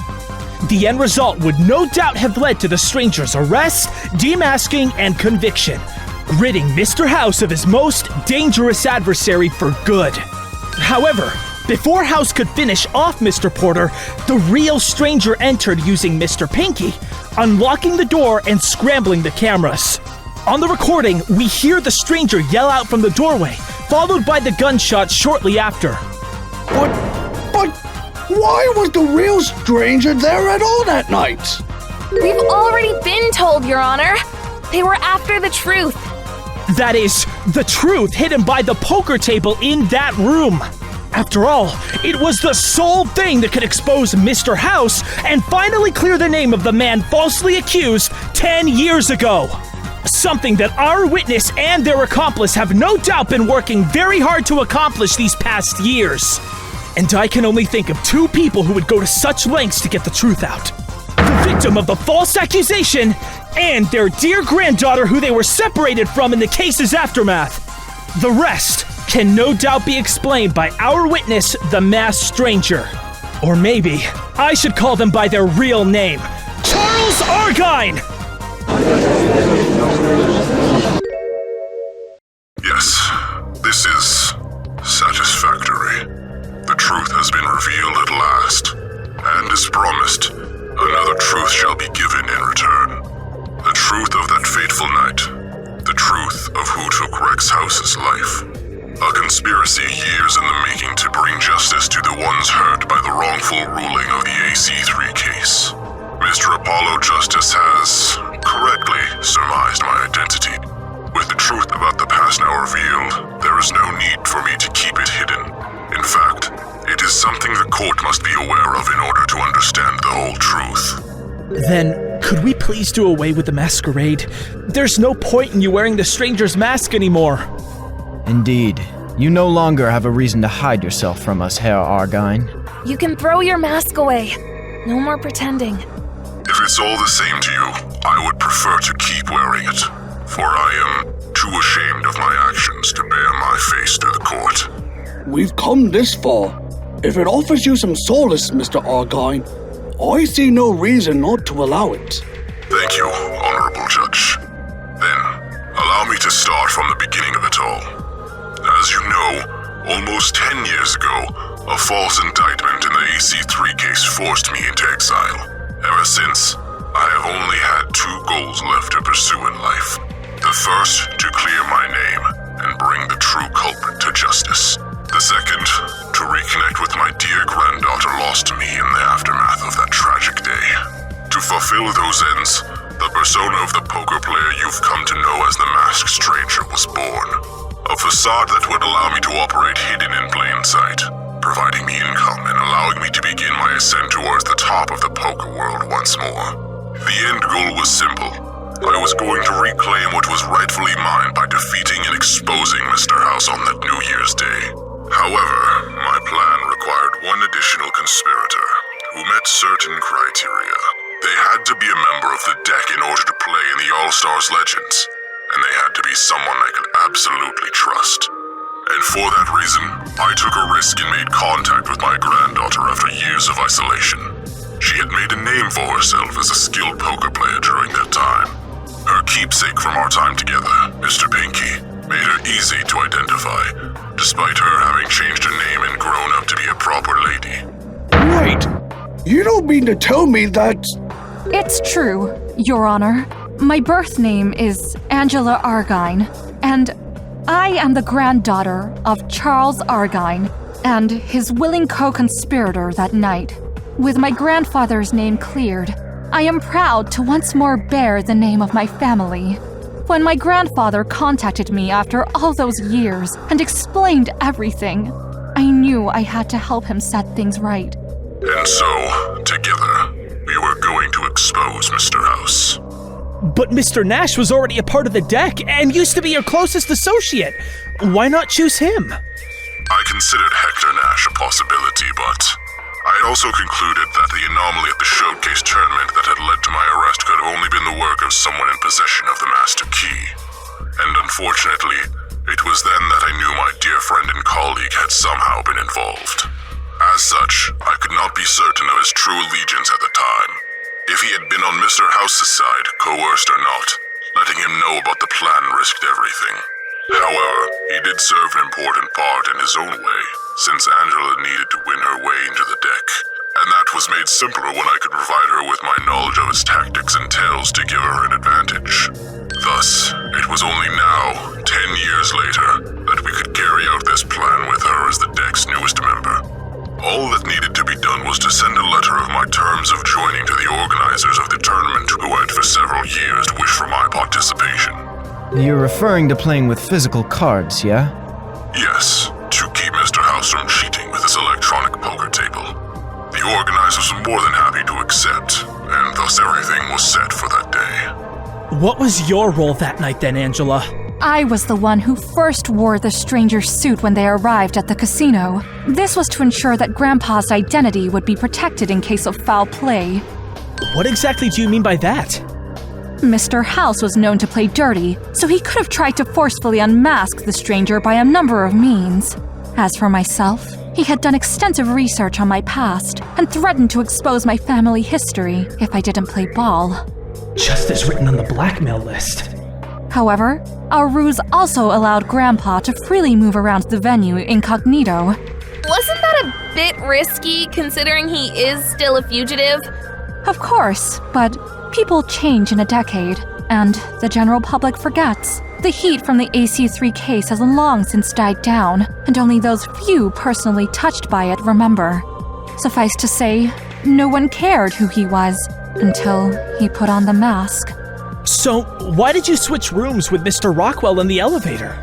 It certainly wasn't part of our initial plan, but I felt it would be the fair thing to do, since he seemed so upset about it. We were never going to use the stranger's room for security reasons. I just wanted Rockwell to be able to do their best at the tournament later. The cocktail party provided ample opportunity for on-site intel. I could check that the escape hatch was accessible and confirm the presence of the poker table for Grandpa. I suppose your grandfather must have known about the hatch, having been the owner of the casino before the big renovations. Isn't it so? That's right. We were blessed to know of such a perfect, clandestine escape route. The duffel bags given to us were also a lucky strike.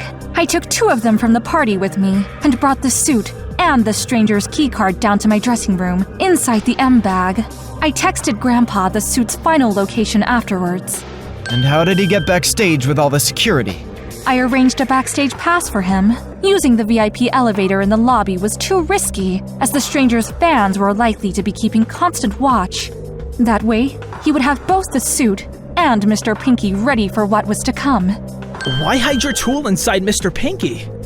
Mr. Pinky made it easy to hide everything in plain sight. The signal jammer was to be active during the tournament to prevent Mr. House from using other methods of cheating.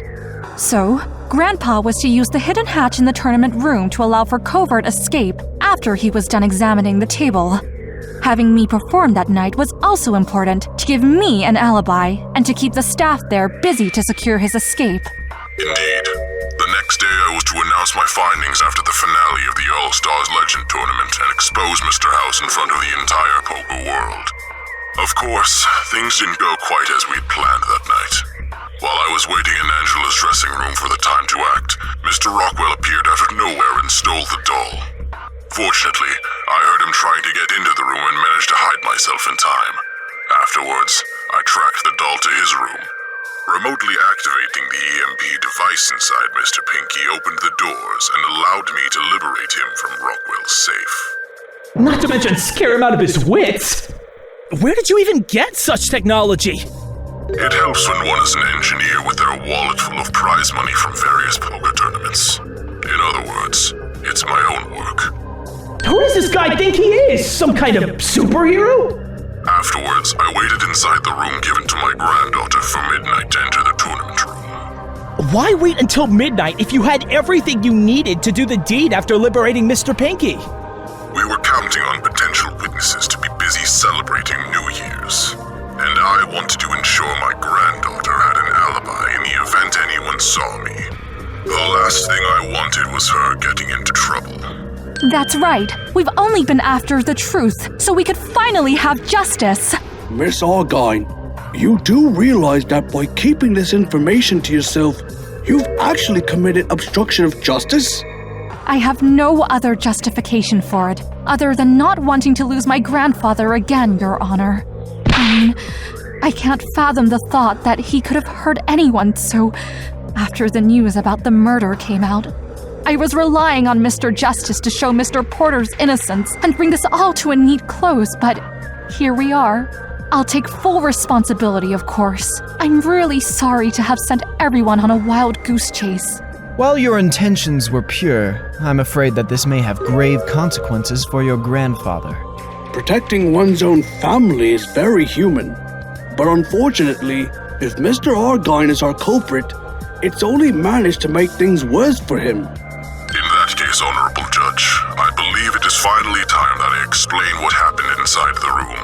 For everything is not as simple as it first seems. I assure you, my only goal was to get to the poker table to inspect it and confirm whether it contained the code Hector and I wrote. This was something only I was technically capable of doing. I used the device inside the doll to bypass the lock of the tournament room and blind the cameras momentarily to avoid being seen. But as the doors opened, I became witness to a most distressing sight. A doppelganger of mine strangling the security guard atop the mixing table. I cried out to the assailant to cease, but my plea fell on deaf ears. I had no choice but to take action. And then I saw it. A pistol by my feet. Like a sign sent from the heavens. I picked up the weapon and so my hand was forced to take the life of Mr. House to save that of Mr. Porter. Forced, you say? I find that hard to believe. Because of all possible places, you chose to shoot the victim lethally in the back of his head. My only concern at the time was Mr. Porter's survival. Had I shot the doppelganger anywhere else, I would have risked hitting Mr. Porter as well. Furthermore, I am not a trained fighter. Engaging in hand-to-hand combat with a person clearly intending to kill would most likely have only ended with myself as an additional victim. So to my great regret, I was unable to subdue the killer in any other way. I had very little time to act, as a man was being killed in front of my very eyes. The prosecution still believes it's not quite that simple. However, it is ultimately up to Herr Judge to decide. I deeply regret what I had to do, but I hope you understand that I had little choice lest I were to allow Mr. Porter to perish. During all this, Mr. Pinky's arm fell off, and his insides spilled everywhere. I suppose Mr. Rockwell had handled him a little too roughly earlier. Now unable to be returned to my granddaughter, he had to be moved out of sight. The first place I could see was with the rest of his kin atop the prize money. As to why he later caught fire, I do not know. Afterwards, I left via the hatch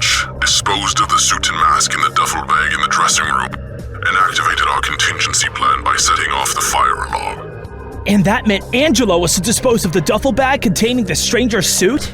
Yes. After the evacuation, I sent my granddaughter a message, telling her what had happened and told her to avoid contact with me until the situation had calmed down. That's correct. Sadly, I mixed up the bags and, well, the rest is history. I must apologize for staying hidden all this time. My earlier experience with the courts has left me quite wary. Understandably so. Finally, the confession we fought so hard for. So, Herr Judge, what do you think about the witness's plea? Taking another person's life is one of the most grievous deeds one can commit. However, in the eyes of the law, there are indeed rare circumstances where such actions may be justified. To protect the life of another, or of oneself, against such a deadly attack is one of them. It is unreasonable to expect otherwise. Although you were trespassing, it was by pure coincidence that you came by the scene, and the weapon you used. There was no premeditation on your part. It is therefore the opinion of this court that we can consider your actions that night to fall under these exceptional, coercive circumstances, and therefore absolve you of criminal liability. In light of this confession, we have also established Mr. Jack Porter's innocence beyond any doubt. Thus, I am ready to hand down my verdict in this case. If that is your opinion, Herr Judge, then the prosecution will respect it. I am grateful for your clemency, Your Honor. It looks like you've convinced the court of your client's innocence after all, Herr Justice. Congratulations. All you need to do now is concede that this is the truth you have fought so vehemently for, so that the verdict can be handed down. So, does that mean Mr. Argine gets to go free? I think so. As soon as the verdict is passed, he will effectively be declared not guilty of this crime as well. That's pretty crazy to think about. Crazy or not, that's how the law goes. So, what's with the conflicted look, Apollo? We've already won! So we have. Mr. Argine has admitted to shooting Mr. House. But this confession seems almost a little too convenient, doesn't it? Believe me when I say that I would like nothing more than to end the trial here and just celebrate our victory. But I can't help feeling that Argine doesn't want us to probe any further into what they've just said. Then you know what you have to do. You know you always have my full support. Thank you, Trucy. Time to shake things up a bit. Well, Mr. Justice, does the defense have any final remarks? Your Honor, the defense wishes to question the witness. What? Is that really necessary, Mr. Justice? Yes, Your Honor. It is the defense attorney's creed to defend not only their client, but above all, to defend the truth. And to that end, the defense invokes its right to cross-examine the statements that this witness has just made. Well then, Herr Justice, looks like you've got one final surprise bonus track to end this set with. The prosecution has no objections to this. By all means, go ahead and take the stage again. Which brings us back to you, witness. A truth for a truth. A fair trade. Those were your words, were they not? But of course. Although I find it difficult to understand why you would question their integrity. I am simply asking you to recount what you have already told us. If it really is the truth, then there is nothing to hide. Is there? Indeed. It's okay, Grandpa. Mr. Justice simply wants to make everything absolutely clear to everyone here. So then, witness, please tell us again exactly what happened after you opened the door to the tournament room. As is your wish, Mr. Apollo Justice. I better be prepared for anything. Our witness has one hell of a poker face. If you can even call it that.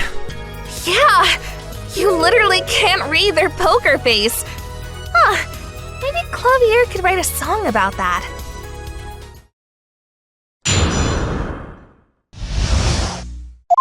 I used the devices hidden inside the rabbit doll to simultaneously unlock the tournament room's doors and to disable the security cameras.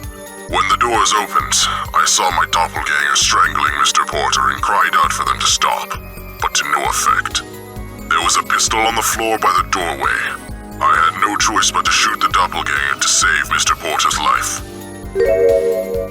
And that is all I did before escaping through the hatch. I'm sure you noticed it too, Trucy. Argyne began to hesitate. But why? That's what we're going to find out. Mr. Justice, you may begin your cross-examination. Thank you, Your Honor. But the defense does not need to cross-examine the witness to prove their testimony contains a lie. A lie? What? Mr. Apollo Justice, what do you think you will accomplish with this nonsense? Why are you compelled to question the truth that ensures the freedom of your client? Objection! I am going to get straight to the point, Mr. Argyne. You claim that you truly did nothing else in that room? Because that simply cannot be the truth. Could you please elaborate, Mr. Justice? Certainly, Your Honor. Let's not forget what the scene looked like when it was first found. Mr. House's body was found by the doorway, not by the mixing table where he had been strangling Mr. Porter. Furthermore, Mr. Porter's gun had been planted on the floor to the right of him, although it was placed on the wrong side. As we can see from the security footage, Mr. Porter is actually left-handed. Not to mention that the pink beads discovered under Mr. House prove he was moved after Mr. Pinky started leaking them. That is, after House was shot. And the only person who could have done all this is our witness. So, how about you tell us why you are trying to gloss over the fact that you very obviously tampered with the crime scene? Why indeed, witness. It was your actions that made the fatal shot appear to be the work of Herr Porter. And it seems almost deliberately so. Quite at odds with your previously stated desire to protect him. Please understand that I only meant to protect Mr. Porter's life. I naturally did not want my own involvement to come to light, which is why I staged the scene. I expected, perhaps foolishly, that the case would be considered a security guard having to resort to use of force in the line of duty. Again, my deepest apologies. Witness, it would seem that the heroic justification for your actions is quickly evaporating. I shall have to reconsider my offer of clemency. Then please, allow me to show you proof that I truly had no other choice than to take Mr. House's life. Huh? What kind of proof would that be? You see, I was not only defending Mr. Porter, but also myself from Mr. House's attacks. For before I shot him, I took a bullet from Mr. House's gun. What? What? He shot you? Why would you hide something like this from me? There's no way that's true! Objection! Herr Judge, this witness is clearly fabricating their story. The only gun found on the crime scene was the defendant's. Oh, are you perhaps looking for this? Another gun? I took it with me as insurance. There's no proof that this gun belongs to Mr. House. I imagine will be your next retort. Feel free to have it examined. While the serial number has been removed, I am sure you will find Mr. House's fingerprints to be compelling evidence of ownership. That's impossible! The witness is making obviously baseless claims. Well, there's only one real way to find out. Detective Sky! In the flesh, back from the scene with the rest of the team. Nothing of value left to investigate there, so we figured we'd come and see how the trial ends.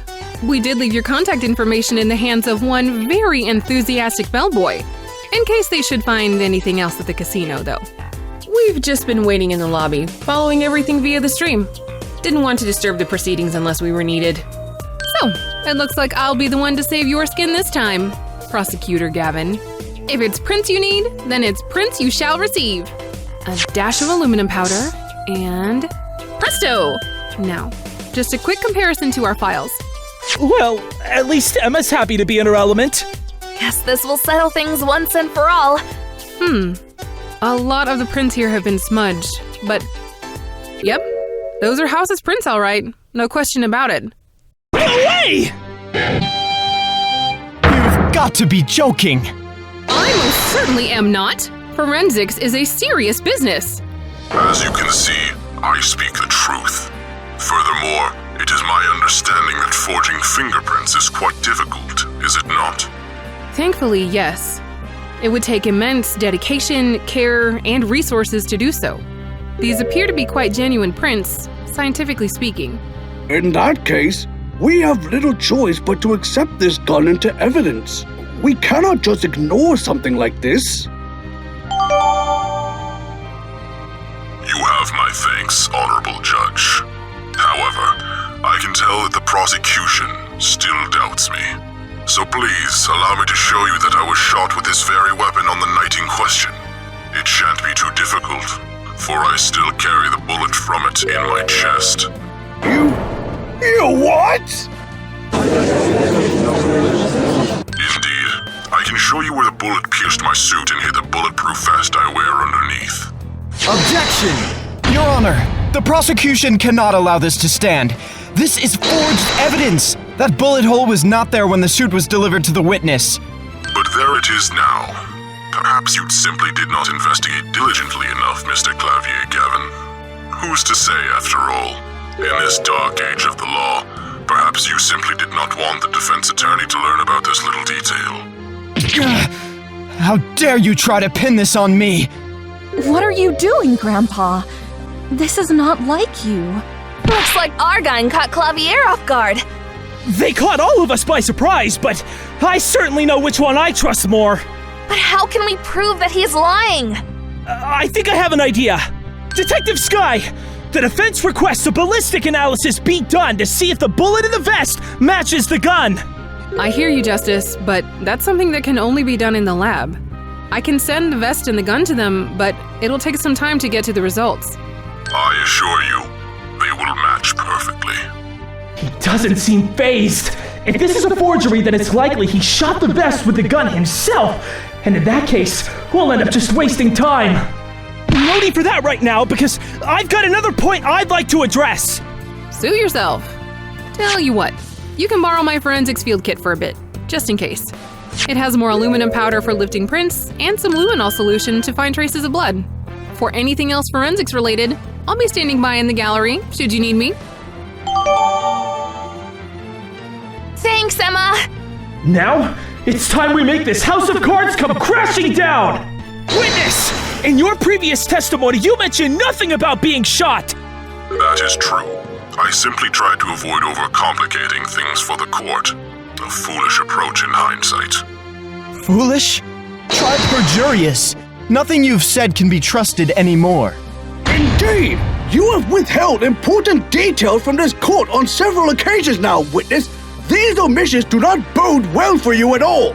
I see you are distraught, but please remember, whether Mr. House was trying to kill Mr. Porter or myself, the fact remains that I was justified in shooting him. If you are so sure about it, then let's hear you testify again! And this time, with all the details! Very well, Mr. Apollo, Justice. I shall give you all the information you seek.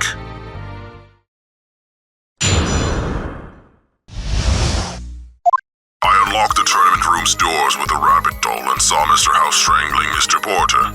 I called out for him to stop, and he did for a moment, only to turn himself around and fire his gun at me. I fell down to the floor. Had I not been wearing this vest, I would surely have perished that night. That's when I saw the pistol on the floor by the doorway. I immediately grabbed it and got back to my feet. House had resumed strangling Mr. Porter and didn't notice a thing as I took aim. So I shot Rex House, but I did so purely in self-defense. It was only after Mr. House fired his gun at me that I shot him back. Objection! This testimony is blatantly false and thus inadmissible as evidence. It really is too bad we find ourselves with such doubt, isn't it? The fact remains that we only have this prosecutor's word against my very real gun and bullet. And we all know what a prosecutor's promise is worth since the beginning of the dark age of the law. What say you, members of the gallery? No, damn it! This is not how this was supposed to go. Stop it, Grandpa! This isn't right! Order! Order! Order! Argine is trying to egg the gallery into anarchy! If that happens, it's game over! We We have to shut them down immediately before this gets out of control! You need to hit them hard, Apollo. You may only have one chance. Right. I've got to decisively show this court that our witness is full of it! One chance to turn this around. Time to make the most of it. Here comes justice! Objection! Members of the court, before we get carried away, let me ask the witness one more crucial question. You claim that Mr. House shot you and then you shot him back? In other words, there were 2 gunshots that night? That is indeed what I am saying, and what the evidence clearly shows. Really? Because I must disagree. I have proof that on the night of the murder, only a single gunshot was ever fired!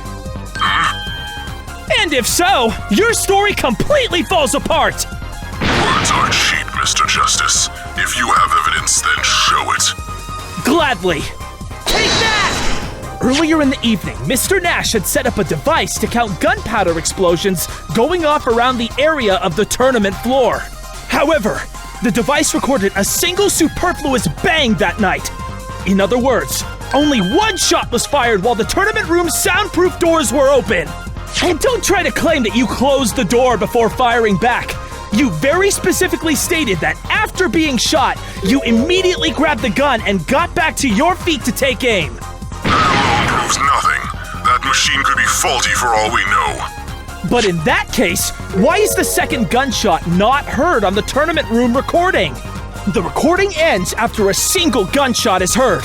If it is truly as you say and the first shot was fired by Mr. House, there is no reason why the recording would stop before the second shot that would have sent House's body falling down onto the mixing table.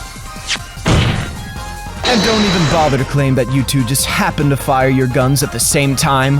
Herr House would have had to turn towards you to take the shot, and there is no way you could have hit the back of his head if he was facing you. Together, these 2 pieces contradict your story and reveal it as pure fabrication. You were the only person to fire a gun that night. Meaning the bullet shot into your suit is also nothing but a forgery. You promised us the truth, but all you've been spouting is lies. Why you? What the hell are you doing? I thought we had a clear understanding. You promised me you'd tell everyone the truth, and the truth alone. Lucky? Oh, she's going off. I thought I could finally count on you to keep your word. For shame! I didn't agree to help you after all these years just so you could turn your chance at redemption into a mockery. Please, there's no need to. Shut up! If you're going to betray my trust once again, then at least have the decency to take off that mask and look me in the eyes. How about you shut your mouth and let me handle this? I don't need some childish diva throwing a hissy fit at me. You want to talk about betrayal? Fine. If you had done the one thing that you were supposed to, I wouldn't even have to be here to try and fix your mistakes. So why don't you cry over your precious bunny and let the adults do the talking, Felicia? What? What did you just say? Felicia? Damned slip of the tongue. Who are you? Lucky, what is going on? My grandfather would never talk to me like that, and least of all, call me Felicia instead of my real name. This person, whoever they are, is not Charles Argine. They are an imposter! Imposter? Huh? What? What? Order! Order in the court! Oh dear. Well, that was fun while it lasted. This is no laughing matter, witness! This court demands that you unmask immediately! I see that I am left with no choice. Oh well. Happy now, everyone? Who is this guy? Whoever it is, I have a feeling we finally found our true culprit. Witness, you will identify yourself at once! Yes, let's take it from the top. State your name and occupation for the court. Don't tell me you've forgotten this pretty face, Your Honor. The name's Richard Gunner, attorney at law. Gunner? The one and only, baby. Been a while, hasn't it? I thought you were dead. Don't worry about it. So did everyone else. But as it turns out, the rumors of my death have been greatly exaggerated. It's a funny world, isn't it? The notorious mafia defense attorney Richard Gunner. A forgotten revenant back from the grave.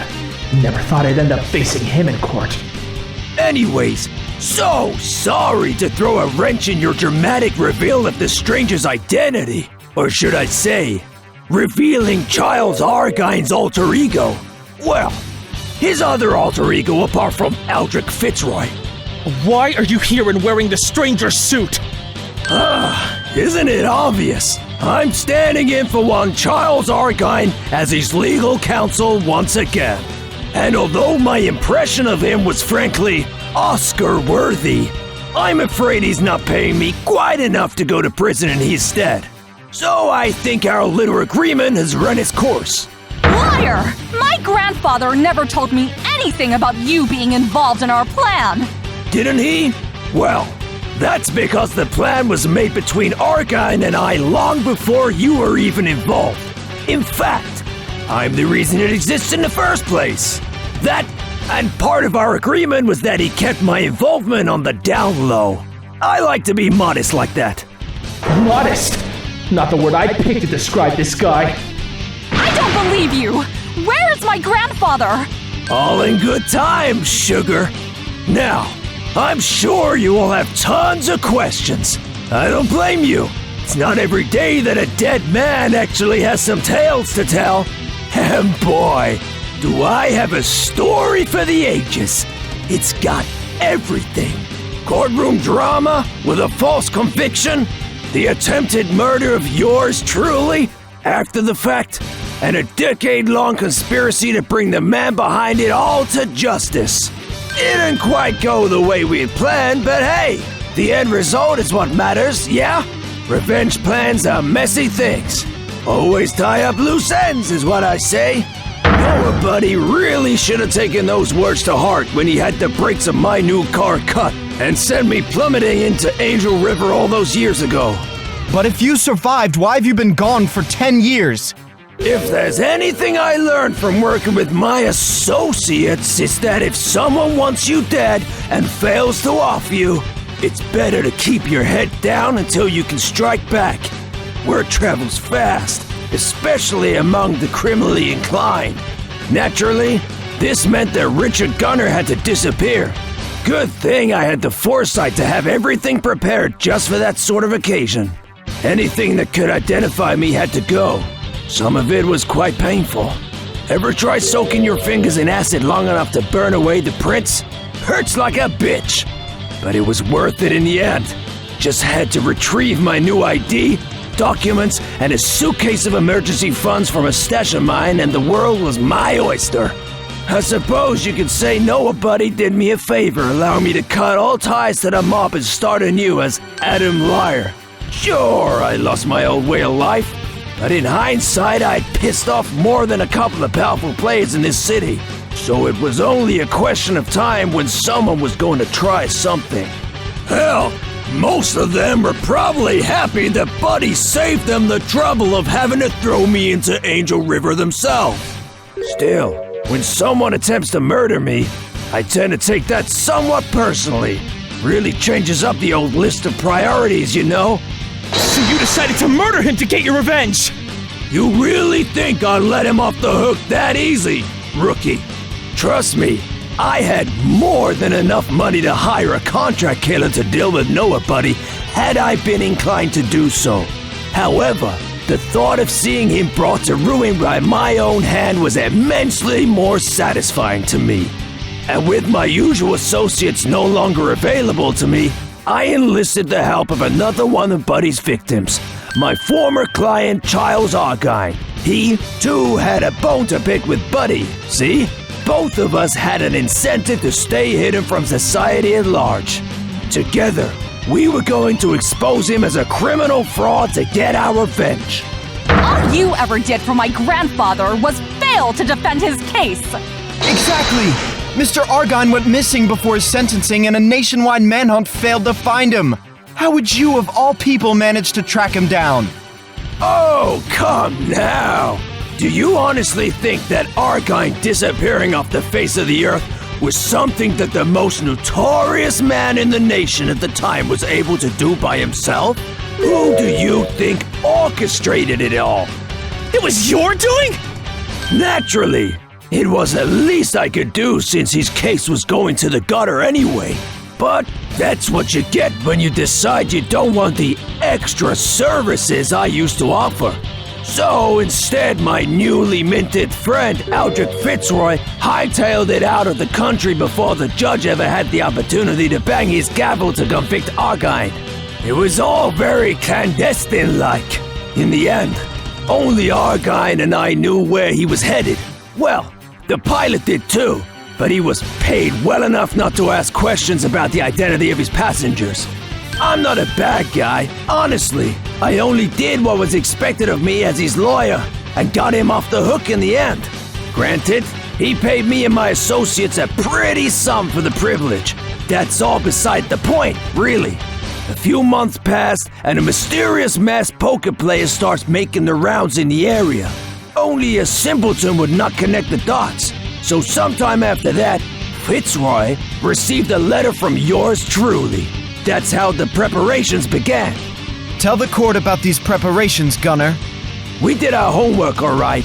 Kept constant tabs on nobody during these years trying to figure out our options, you know. Learned a lot of juicy tidbits from that. For instance, that a certain notorious loan company, Tender Lender, was putting the screws on him as a result of his so-called financial ingenuity. Now, had this been the good old days, I could have extracted a confession from him using the tried and true method of my associates, taking him for a ride and introducing his kneecaps to a tire iron. But that was not really an option after we found out he essentially lives under lock and key in that office of his up in the tournament floor. And I was certainly not going to stick my neck out any more than I had to.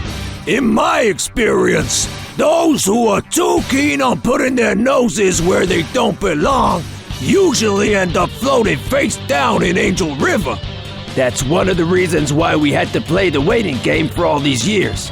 Eventually, Argine came up with an idea of using the All-Stars Legends as cover. The inside information about the inner workings of the casino proved to be a real asset to the plan. We went through it all a million times before we were satisfied. And as you saw, I can cite the plan in my sleep by now. It certainly helped him assume the cover of a longtime patron at the Royal Flush that night.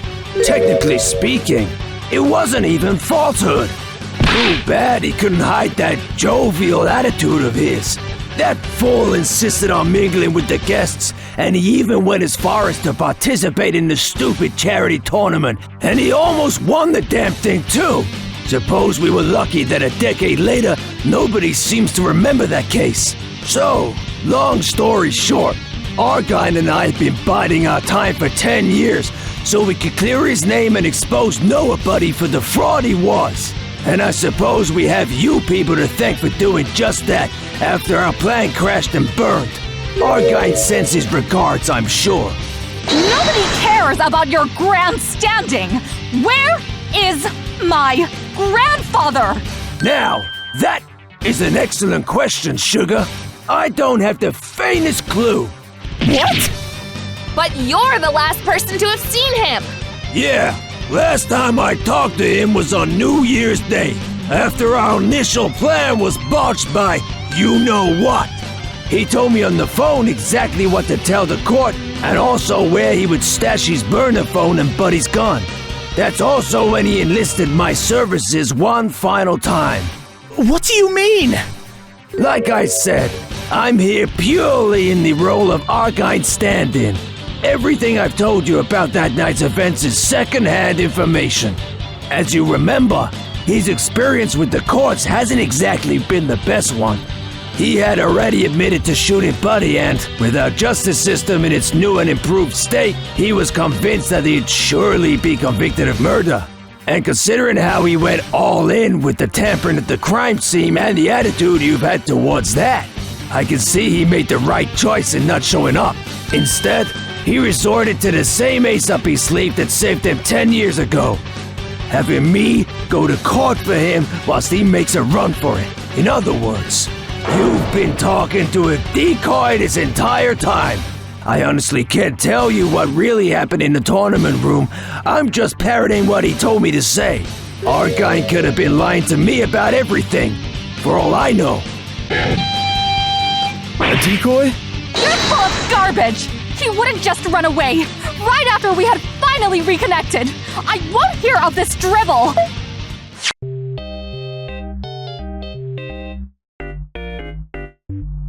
Looking for this, darling? Who do you think you were texting with all this time? No! This can't be true. I refuse to believe you! Didn't I tell you already? Argine wanted to disappear, and he has a 3-day head start. There's no way you'll find him now. Maybe he wouldn't have to resort to this if you hadn't failed him and actually disposed of the damn suit as planned.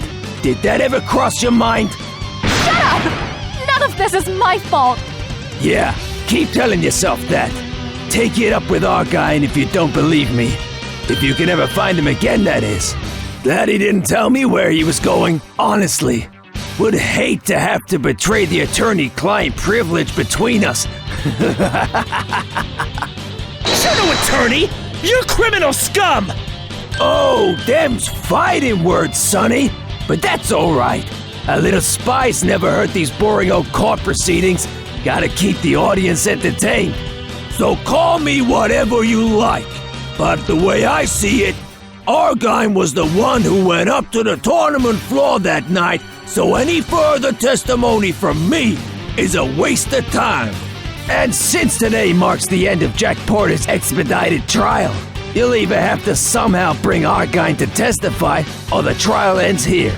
Not sure why the defense would want to prolong it, though. You've already got this in the bag with the full confession and the judge ready to bang his gavel. Just take the win, rookie.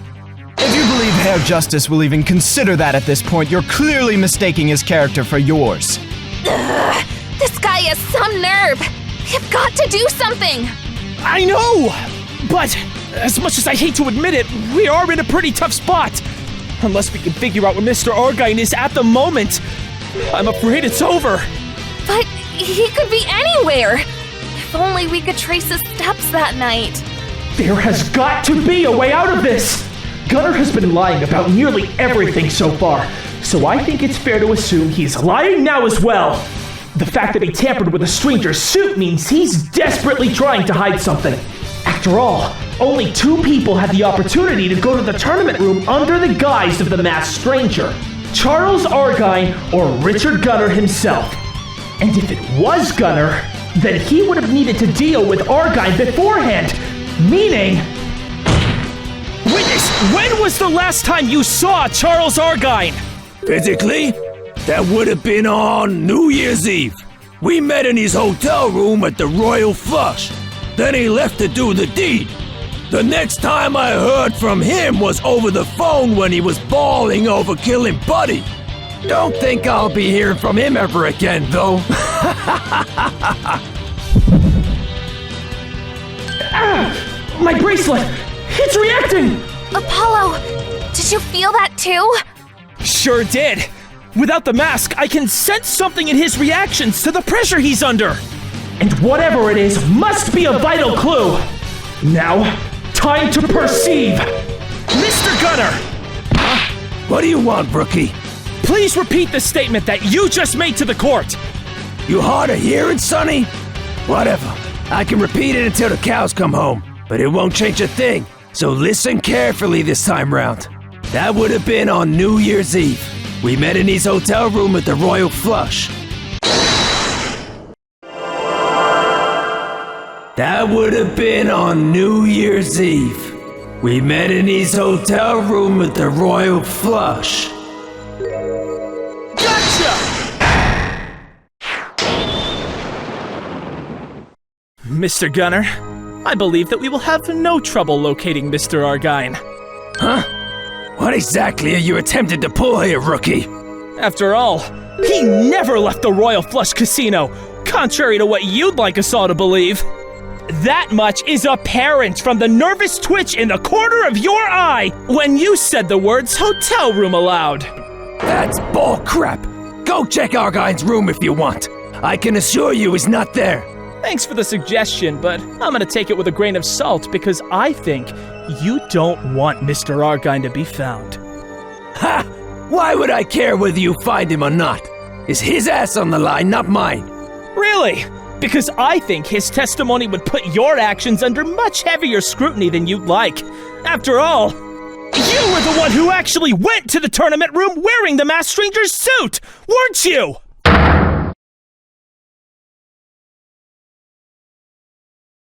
Objection! Your Honor, this rookie's claim is nothing but conjecture. I demand evidence. I must concur that the court requires something a little more tangible than just a nervous habit, Mr. Justice. Then how about I tell you exactly how we can find Mr. Argyne, and we'll get the truth straight from the source. Oh? And how exactly are you planning on doing that? Logical deductions, Your Honor. Charles Argyne had no good reason to leave the Royal Flush before his long-awaited plan for retribution had been carried out. If we assume that Mr. Gunner here was the one who wore the stranger's suit on the night of the crime, then he would have needed to deal with Mr. Argyne beforehand. After all, the plan you hatched required Argyne to be the one to enter the tournament room, and he would surely have blown the whistle on you had you stolen the masked stranger's suit. Only Charles Argyne had the intimate technical know-how to access the poker table's code. So how about you tell us why you went up there in his place? I don't have to dignify that claim with an answer until you put money where your mouth is. Tell us where Argyne is. I cannot give you his exact location right now, but I believe we can narrow it down enough to find him quite quickly. Please let the rest of the court know too, Herr Justice. In the end, it's a simple process of elimination. We can safely rule out him being in public or staff-only areas of the hotel, so the guest rooms are all that remain. Since the hotel is fully booked due to publicity from the murder and none of the guests have reported finding an older gentleman in their room, we'll no doubt find him in a room reserved before New Year's Eve that has not been serviced for 3 days. Forehead Fan 33, I know you're watching this! Please help find our witness! That sure was a sentence spoken in a court of law. See, Polly? I told you being famous has its perks. Go Forehead Force! Let's just hope I'm right so this won't end up a forehead farce. Really now? Isn't this all quite unnecessary? If you've hurt him, there will be hell to pay. Fingers crossed. That was some nice thinking, Herr Justice. Hopefully we'll be hearing from the casino soon. That was fast. Hello? You found him then. Perfect. Have him brought over to the courthouse. Schnell. Oh? That's very interesting. Thank you. Have it brought over with the witness. I take it Mr. Argyne has been located, Mr. Gavin? Yes, Herr Judge. It would seem that the defense's hunch was correct. A certain very enthusiastic bellboy has just informed me that they have found Mr. Argyne in one of the rooms. Handcuffed to a radiator, in fact. Incidentally, said room was originally reserved by a Herr Adam Liar. Yes! Great work figuring it out, Polly. That really puts Gunner in hot water. Even a broken clock is right twice a day, rookie. And yet, he doesn't seem too fazed. It looks like our battle's just begun. What is Mr. Argyne's condition? Can he testify? Herr Argyne seems relatively unharmed, but is somewhat malnourished and has sustained a broken nose. Furthermore, a suicide note in his name has been recovered from the scene. Curiously enough, Herr Argyne claims he did not write it himself. Taking everything into account, his testimony will certainly be of great interest to us all. How dare you hurt my grandfather, Gunner! We'll see you pay for this! Cut the hysterics, will you? Argyne is still breathing, isn't he? Besides, isn't he going to testify against me in a moment anyway? Just sit back, quiet down, and enjoy the fireworks. I know I will. I don't like where this is going. Gunner is acting way too relaxed for someone in his position. Can't let that get to me, though. He can act as cocky as he likes, but I'll be sure to wipe that grin off his face soon enough with Mr. Argyne's help. The court shall take a short recess to arrange Mr. Argyne's transport to the courthouse. Bailiff, ensure that Mr. Gunner stays with us for the time being. Are you kidding me? I would have missed this show for the world. Excuse us for not completely trusting your word alone, Mr. Gunner. As of now, the court is in recess and shall reconvene once our witness arrives.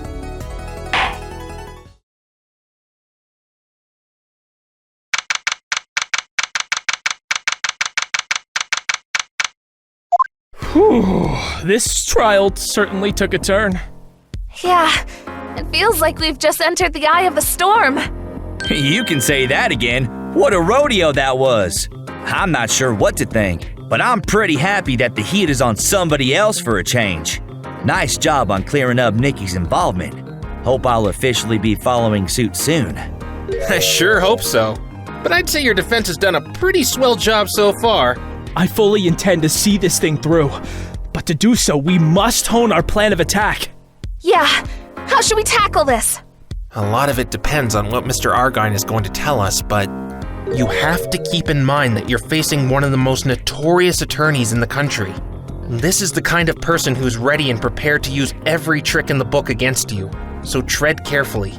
You give him an inch, and he'll go for the jugular. People like Gunner always play with a marked deck. Don't let him taunt you into playing his game. Duly noted. Anything else we should keep in mind? Yes!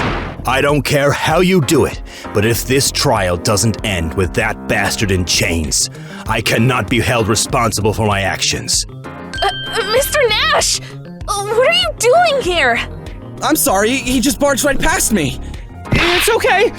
We would like to hear what he has to say. I don't plan to talk your ear off, so here's the deal. I will do anything that is necessary to bring this guy down. Whatever you need me to do or say, I will. The truth will be enough, Mr. Nash. It had damn well better be. I still fully intend to shove that cigarette down his throat. Perhaps that can wait, Mr. Nash. Fine, just remember what I said. At least I can be grateful that you have finally proven Argyne's innocence. I am hoping that things can go back to the way they were, or at least to what remains of what once was. Now that House has been outed as a fraud, the leadership of the deck has once again returned to Charles Argyne, at least until the next tournament. I'm not sure if he is even aware of this himself yet.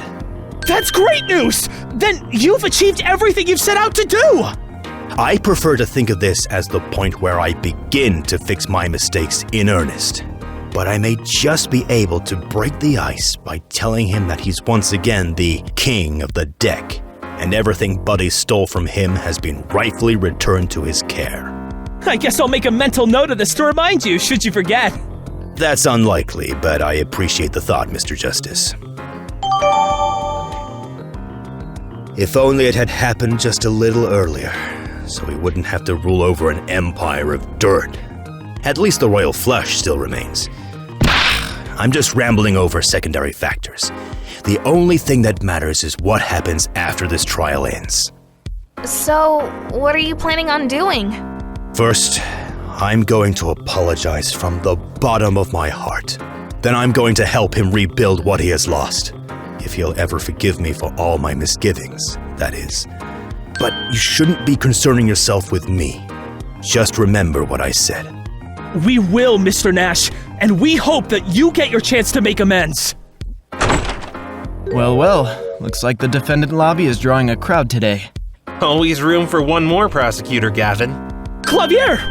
Jawohl, I just wanted to pop by to tell you Herr Argyne has been brought to the courthouse.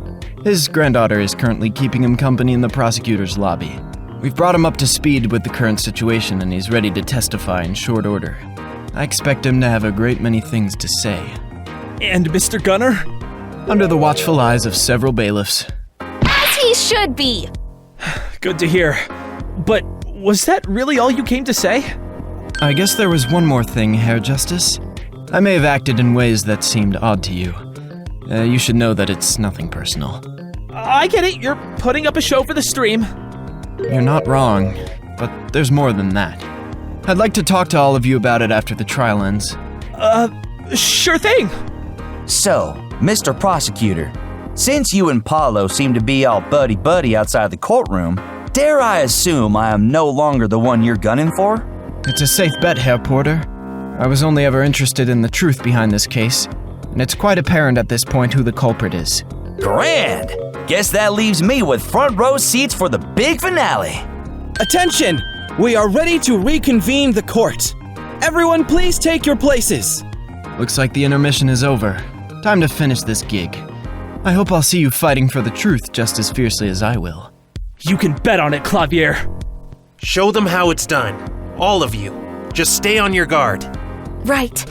Polly and I won't hold anything back! Thus, the final showdown begins. I hope that Mr. Argine is in shape to testify. We're not dealing with an average killer here, and knowing his reputation, Gunnar is more than likely to have dirty tricks up his sleeve. We're going to need all the support we can get to ensure that he is brought to justice for good!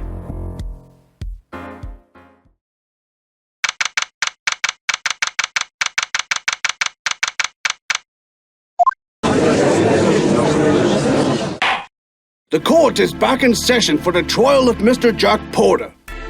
I see that the witness has already taken the stand. Yes, Your Honor. I am prepared to give my testimony. It's good to see that is the case, despite your recent ordeal. So without further ado, Prosecutor Gavin, if you would. Gladly. Witness, please state your name and occupation. My name is Charles Argyle. Engineer, poker player, and, I suppose, a fugitive. And as of recently, a prisoner of Richard Gunnar, that man over there. Oops, no hard feelings, I hope. Mr. Gunnar, you are not the witness being questioned at the moment, so I strongly advise you to keep your quips to yourself unless you wish to be held in contempt. Really? Judge, this second-rate melodrama must be boring the audience on the live stream to death.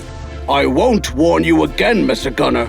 I have very low tolerance for nonsense from defense attorneys, practicing or not. Suit yourself, but you're missing out.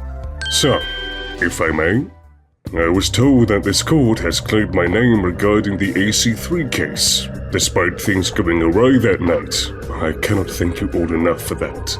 I am assuming that since I'm here, the court is already aware of what our plan concerning Mr. House was. Yes, they know. At least about the plan I was told about. Tell me it's not true, Grandpa. There is no way you would have conspired with a scumbag like Gunnar behind my back. Unfortunately, it's the truth, Angela. But why? Why trust someone like him? I had little choice in the matter. Mr. Gunnar was the one who first contacted me during my time in exile after I had adopted the persona of the masked stranger. Well, to be precise, the letter I received didn't have a signature, but its contents made it clear that the sender knew specific details concerning my disappearance. Details only Richard Gunnar would have been aware of as the one who arranged it. Of course, I had heard the news of his demise as well, so I was quite surprised when he actually showed up to meet with me, although he looked very different from when I had first met him. That day, he told me everything about Hector's role in the situation, the rigged poker tables and our buddy, and about his own exile. He was determined to bring Mr. Buddy to justice, same as I. Unfortunately, his brand of justice clearly differed from mine in the end. However, the fact Gunnar knew my true identity also meant that he could expose me at any time had I refused to cooperate. So, as part of our deal, I had to keep the fact he was alive and his involvement from everyone else. And what can you tell the court about the murder of Herr Rex House? Unfortunately, I have been imprisoned for 3 days, so I don't have a lot to add to the case at hand. I can, however, tell you about Gunnar's betrayal. That night, everything went exactly as planned, up until I was to don the masked stranger's gear hidden backstage. Before I could do so, Gunnar contacted me saying he wanted to meet in his hotel room. He claimed that something critical had come up. When I arrived, he threatened me with a pistol. A man of my years could do very little in this situation but verbally protest. And for that, he saw fit to strike me with the back end of that pistol and break my nose before stealing my burner phone, backstage pass, and handcuffing me to the radiator. Did you not try to escape at any point? Believe me, I wish I could have done something, but Gunnar told me that if I tried to make a racket, he'd hurt my little angel. And as a poker professional, I could tell he was not bluffing. I'm not certain if you find anything else I can tell you helpful. Grandpa, I'm so sorry. You had to endure something so terrible because of me. This is not on you, Angela. Mr. Gunnar alone is responsible for my ordeal. And we'll make him regret it! I am a bit curious about the short circuit in the devices that caused Mr. Pinky to catch fire. I don't suppose you included a self-destruction system? While I can assure you that no such systems were in place, if someone were to use the EMP more than once in a short time span, it would have definitely put some excessive strain on the circuitry, especially if the signal jammer was left active. I suppose that explains why Mr. Pinky eventually caught fire. What can you tell us about the note recovered from the room? Not much, other than the fact that I've never seen it before. The prosecution has the recovered note at hand. The contents are as follows. I, Charles Argine, choose to take my life as payment for my sins that include the willful murder of Noah Buddy on New Year's Day and framing Mr. Jack Porter for my crime. For this, no apology will earn me redemption. Yet my biggest sin is abandoning my dear granddaughter Angela once more. I hope she can find it in her heart to forgive me for being unable to shoulder the weight of this burden. It's signed by Argine and dated January 4th. But that's today! I can assure you that I did not write it myself, considering I have been chained up for the past few days. Furthermore, I have no intention of taking such a course of action. I believe the real author should nevertheless be obvious to the court. And if there's nothing else, I'd like to take a moment to rest. Thank you, Mr. Argine. The defense has no further questions at this time. Neither does the prosecution.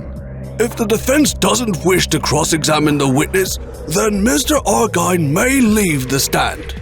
Thank you, Your Honor. I'll be in the gallery with my granddaughter. Come on, Grandpa. We've done all we can for now. And now, we once again turn to you, Herr Gunnar. So am I finally allowed to say a word or two in my defense? A little deprivation of liberty hardly even counts as a real crime these days.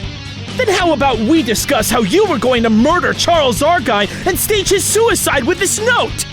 Hogwash! Sure, I wrote that bit of purple prose, but Argine is alive and well, isn't he? The only time I spilled his blood was when I smacked him and broke his nose. Bled all over my head, too. Old Coop must have been taking aspirin or something. Mr. Gunnar, you will show respect to your elders. Respect is earned, Your Honor. The only thing this tired old man has earned from me is a big yawn. And a broken nose? You just confessed to the aggravated assault of our witness! And what exactly is the problem, rookie? It's not like I'm your client, so I can confess to whatever I damn well please. Consequences be damned. Still, do us both a favor and stop embarrassing yourself by claiming I was gonna kill him. You're making our profession look bad. Look who's talking! He's got something up his sleeve. He knows full well how serious a crime that is, and yet he nonchalantly admits to it. No matter. I'm going to press on with everything I've got! Argine lives only because the trial didn't conclude yet. You couldn't kill him beforehand, because the supposed time of his suicide wouldn't have matched the condition of the body in the autopsy. Objection! That's nothing but conjecture and hypotheticals. How about you accuse me of an actual crime? If aggravated assault isn't enough, how about the fact that you openly lied to this court on several occasions? Perjury smurgery. A slap on the wrist. More like a slap on the knee, am I right? A stern talking to from the judge? That's the way it's gonna be, huh? Alright then. Since you imprisoned Argine, the only person who could have worn the masked stranger's gear on the night of the crime was you, Mr. Gunner. And you have already confessed to shooting Mr. House and manipulating the scene afterwards to shift the blame towards Mr. Porter. There's only one scenario where your actions make sense. I think you were in fact out to kill Mr. House by hijacking Charles Argine's plan. As such, the defense indicts you for the murder of Rex House! Ha! That's as predictable as it was banal. Frankly, I'm not impressed, rookie. Oh, sure. Since Argine was a bit preoccupied at the time, I guess I'll admit to being the one who shot Nobody to save Mr. Porter's life. No. Don't tell me you forgot about that tiny little detail. And in case it slipped your mind, murder requires premeditation. You did pass Criminal Law 101, right? Pretty basic stuff. Don't let this guy get to you, Apollo. Focus on what matters. My academic record is not the issue at hand. If you weren't out to kill Mr. House, why did you go through so much effort to enter the tournament room that night? Isn't it obvious? It all comes down to money. I was after my biggest payday yet. Namely, the $100 million. 10 years is a long time to stay under the radar, and my emergency funds have worn thin in that time. Couldn't exactly risk applying for a job at the Lordly Taylor's pastry shop, you see? We're going to rob him? Sure, the original plan was to expose Buddy. But when he in his vanity decided to have all those dollars neatly laid out for the public to gawk at, it presented a golden opportunity for me to line my pockets. And I've always fancied myself an opportunist. I knew he needed all that money to pay his debts to Tenderlender. So I figured stealing enough to bring his downfall would suffice as revenge.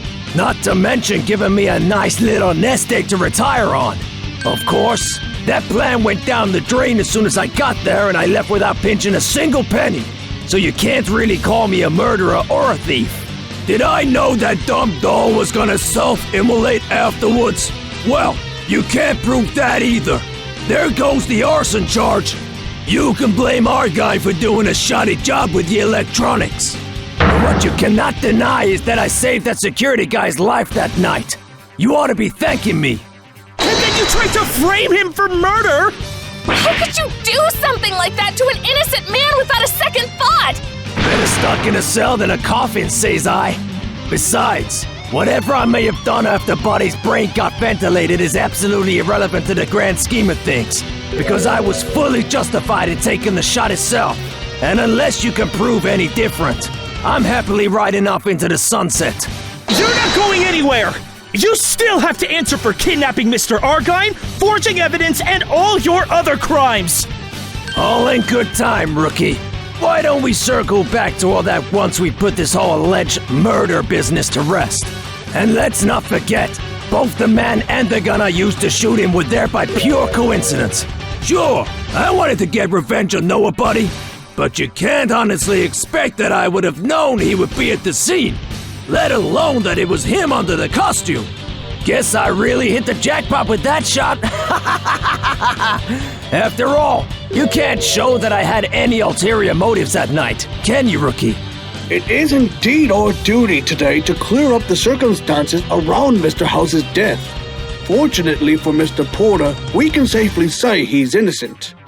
And while I do not condone Mr. Gunner's attitude, unless there is evidence of a premeditated murder, there is little else this court can address within the context of this case. You can't just let him free after all the crimes he's confessed to, Your Honor! Don't worry about it, rookie. I've got this covered. The way I hear it, you can get some excellent results within the justice system with the right amount of greasing these days. I'm certain that any trial held for my so-called crimes will absolve me of any guilt. Richard Gunner is back, baby, and ready to make the most out of this wonderful new age of law. Not if we can help it. Mark my words, you won't get away with this, Gunner. There is no way Gunner wasn't out for Mr. House's blood that night. If only we could somehow prove his murderous intent. and bring him down. It may be a long shot, but I think I have just the thing. Objection! So, Mr. Gunner, you maintain that all of this was simply happenstance? Of course! As I said, there was no way I could have expected Buddy to be there. I had a motive, I give you that. But the means and opportunity? I don't think so. I beg to differ, Gunner. How can you honestly claim murderous intent if I didn't even bring a weapon with me? Do you think I just expected to find a gun on the floor when I arrived? No, but I can show that you did bring a weapon to the crime scene with you. What the hell are you talking about? The gun that you claim belonged to Mr. House, of course. I believe it actually belongs to you! So I guess I magically share fingerprints with Buddy then. The scientific community must be thrilled. How rude of you to just dismiss the good detective's findings like that. There's no magic trick here. You could have easily added the fingerprints to the gun after House had been shot as part of your fabrication of the scene. Of course, since House was wearing gloves, you also made sure to smudge the prints afterwards. There's no way you could prove any of that, rookie. Maybe not. But what I can prove is that you had this gun in your possession long before you ever entered the tournament room. Huh? Earlier, Mr. Argine stated that you threatened him with a gun and even broke his nose with it. You yourself even stated that he bled quite a bit. And in that case, if we were to spray a bit of luminol from this kit on that gun, we'll be sure to find residue of Argine's blood on it! And if that's the case, then the gun must be yours! That sounds like forensics to me. Clever boy! Fire away, Mr. Justice. With these goggles, I'll have the results ready for you lickety-split. Here goes nothing then! And what's the verdict, Detective? There's definitely some minor blood residue on the handle. Of course, to confirm it belongs to Argine, we need a more in-depth analysis back at the lab. You think this scientific charade proves I was out for Buddy? Because my gun or not, it's not like it was ever fired on that night. You could check. You already proved that earlier, rookie. You didn't forget about your own theory, did you? That's of course because you used Mr. Porter's gun to shoot House instead. You got quite lucky in that regard. Objection! All right, let's get the record straight on this subject. Rookie, maybe the lab concludes the blood is from Argine and thus that the gun belongs to me. Big deal. It is a big deal. You had a freaking gun on you. I'm just gonna claim that I had it with me purely for self-defense, just like the bulletproof vest. Which is blatant forgery. Objection! Relevance? This is unrelated to the question of premeditation. Right, Judge? Don't bother answering. You know I'm right. And speaking of defense, I still maintain the only reason your client is alive is because I shot the person who was in the middle of killing him. You can't prove any different. Objection! Oh, I believe I can, Gunner.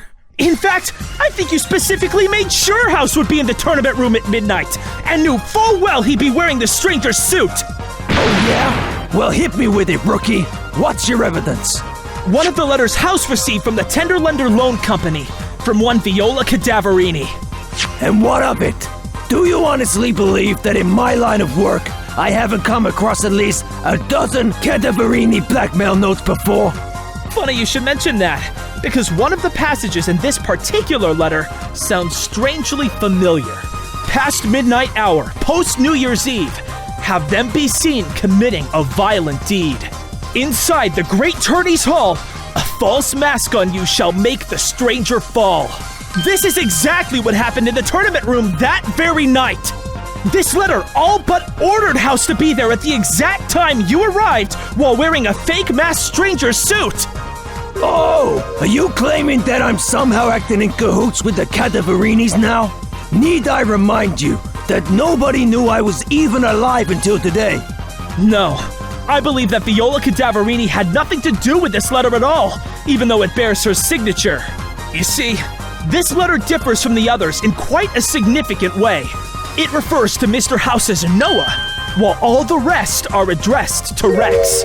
And I believe this is because it was written not by Viola, but by you! You have already gone on record about knowing House was pressured by the Tenderlender Loan Company.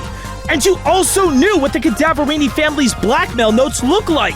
Forging notes and letters is clearly something that you feel comfortable doing, as evidenced by the suicide note you had already written for Mr. Argine. Furthermore, you are the only one who has constantly been referring to Rex House as Noah Buddy during this trial. That's right. It makes sense you would thus use it in writing as well. So I posit that you, under the guise of Viola Cadaverini, used a fake letter to feed Mr. House the idea that if the masked stranger harms someone on camera, they will surely be disqualified from the All-Stars Legends tournament for good! Preposterous conjecture! How do you intend to prove that I wrote anything of the sort? I'd say we settle this by taking a look at the fingerprints with the help of our old friend, the forensics kit.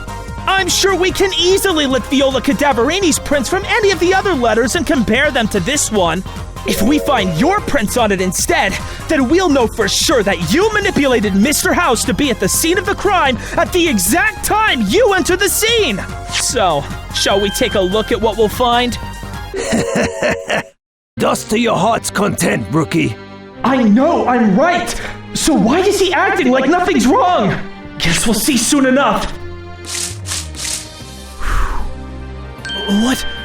What is this? Is something wrong, Polly? There are definitely clear prints on the other letters, but the ones on this one are all flat and grooveless. How is that possible? Let me take a look, Justice. Very curious indeed. From first glance, one would think these were glove prints, but none of them have the usual small deviations that would be evident in that case. The aluminum powder is clearly sticking to the oil left by the fingertip. What are you saying, Detective Sky? Essentially, as strange as it sounds, whoever left these has no fingerprints. And that's all I can tell you based on a cursory examination.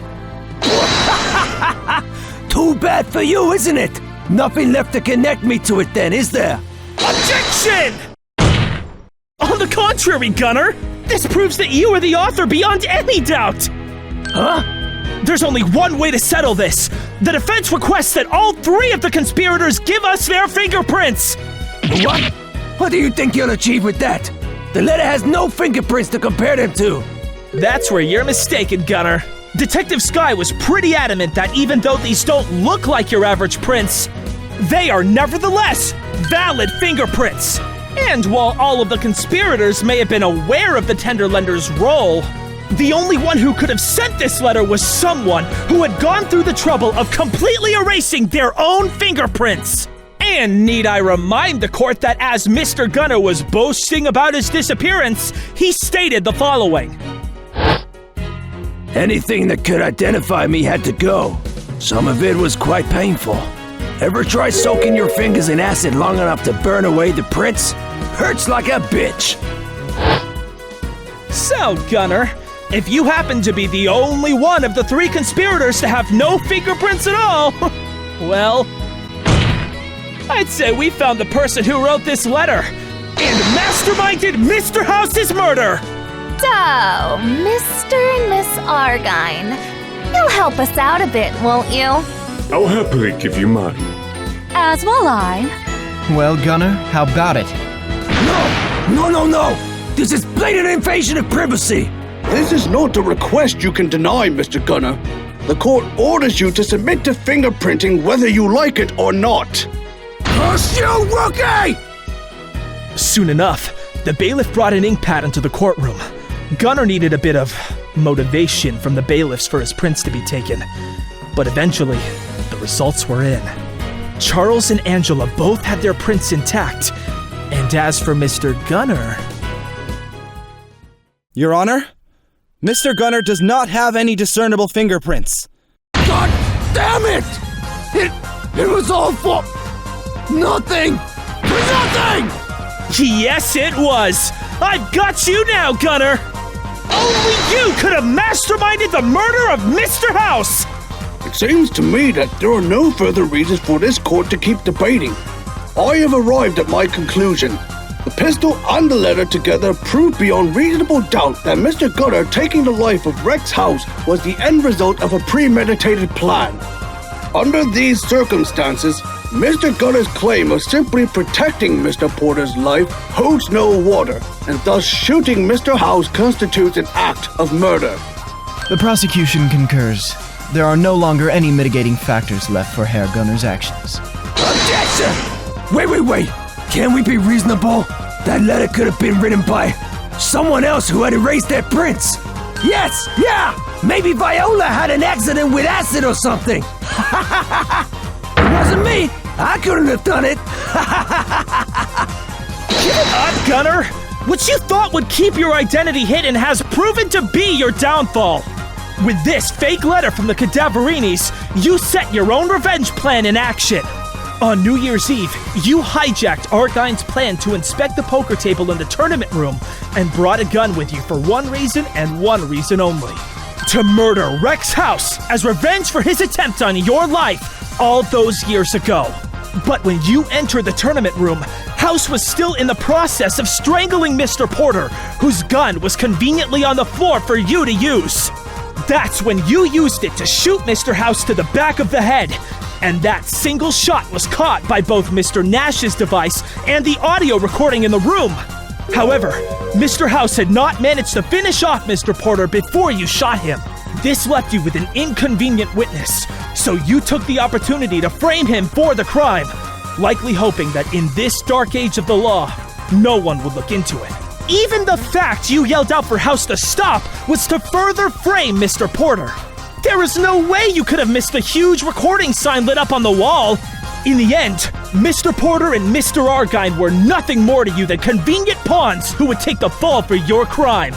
The fake suicide note and everything you did in the tournament room proves that. What a joke! Why? Why would I risk leaving potential witnesses alive when I could have just offed them then and there? I must be a saint among killers. If you're not gonna tell us, all I can do is speculate. However, I know for a fact that once you yelled out as the stranger and shot House, you could no longer kill Mr. Porter. Any fatal injuries on Mr. Porter after House was shot could have only been caused by a third person. Especially since Mr. House was shot in the back of his head from a distance. That meant you could no longer make the scene look like they had shot each other. So instead, you opted to hide your own involvement and distract the police by framing Mr. Porter. As for Argyne, the fake suicide note proves that you intended to wait until trial had concluded, so Argyne's suicide could be accurately staged. You expected Mr. Porter to be found guilty for the murder you framed him for, and then use that as an excuse for Argyne to take his own life. For the past few days, you have just been waiting for this trial to come to a close so you could deal with the final loose end. The only person who even knew you were involved. Also that he would never reveal that you were alive, and to offer a believable explanation for his sudden death to his granddaughter. The plan to cover your tracks was pretty extensive, and you caught so close to getting away with it. But with Mr. Argyne's rescue, your plans have fallen apart, and the truth about your decade-long conspiracy to murder Mr. House is as clear as day. That's means, motive, and opportunity, and it's everything this court needs to bring you to justice. Game over, Gunner. You lose! Lose?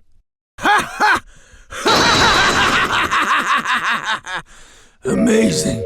Simply amazing. You tried to do everything right, but it simply isn't enough! You goddamn sanctimonious amateur! I'd give you an easy win, but no! Let's pick things apart for no reason! Let's look into the stupid little details nobody cares about! 10 years. 10 goddamn years! And you have the audacity to treat my work like a joke! But I tell you an even better one. This trial! You had to ruin everything, didn't you? That's enough, Mr. Gunner. I'm going to pass my verdict now. Oh no! I guess it's the curtains for me! Farewell, cruel world! It was fun whilst it lasted. But I really have to take my leave now. I'm done playing with you. Mr. Gunner, one more joke and it's contempt of court for you. Oh, you want me to get serious? Well then, let's get serious. Dead serious, in fact. I knew you people would love to convict me for the murder of Nora Buddy and other assorted mischief. But alas, you are already too late.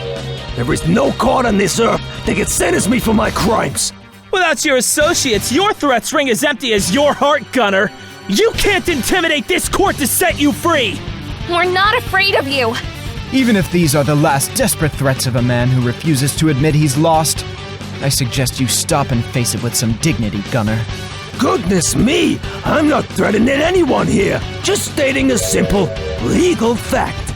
After all, I'm being accused of murdering Noah Buddy as revenge for causing the car accident almost a decade ago that killed Richard Gunner. What are you getting at? You're obviously not dead! You are, of course, entitled to your opinion, rookie. However, the government disagrees with you. You see, it has been quite a few years since the infamous defense attorney Richard Gunner drove his sports car into Angel River and disappeared. Long enough to have one declared dead in absentia. Wait! He can't possibly be doing what I think he's doing! I've read the paperwork that made it official some years ago, you know. Everything's up to par. I even framed a copy of my own death certificate on the wall. So, to put it into legal terms, you're talking to a man that's officially as dead as a doornail. I hear you can even visit my grave at the local cemetery.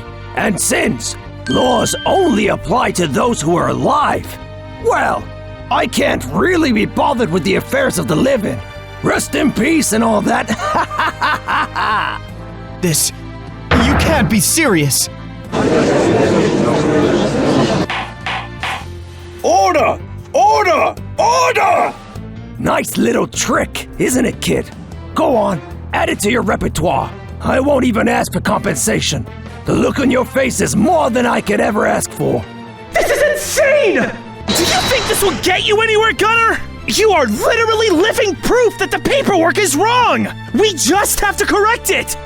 Oh, rookie, your naivety brings a tear to my eye. As a budding attorney, you do well to remember that in court, only the official truth matters. Fun fact, anything I've done after having been declared dead cannot be used to prove I'm alive. Which is why I can stand here and tell you all this without a care in the world. That's just plain wrong! Sure, it may be, but it's the law of the land. And in court, you better respect that.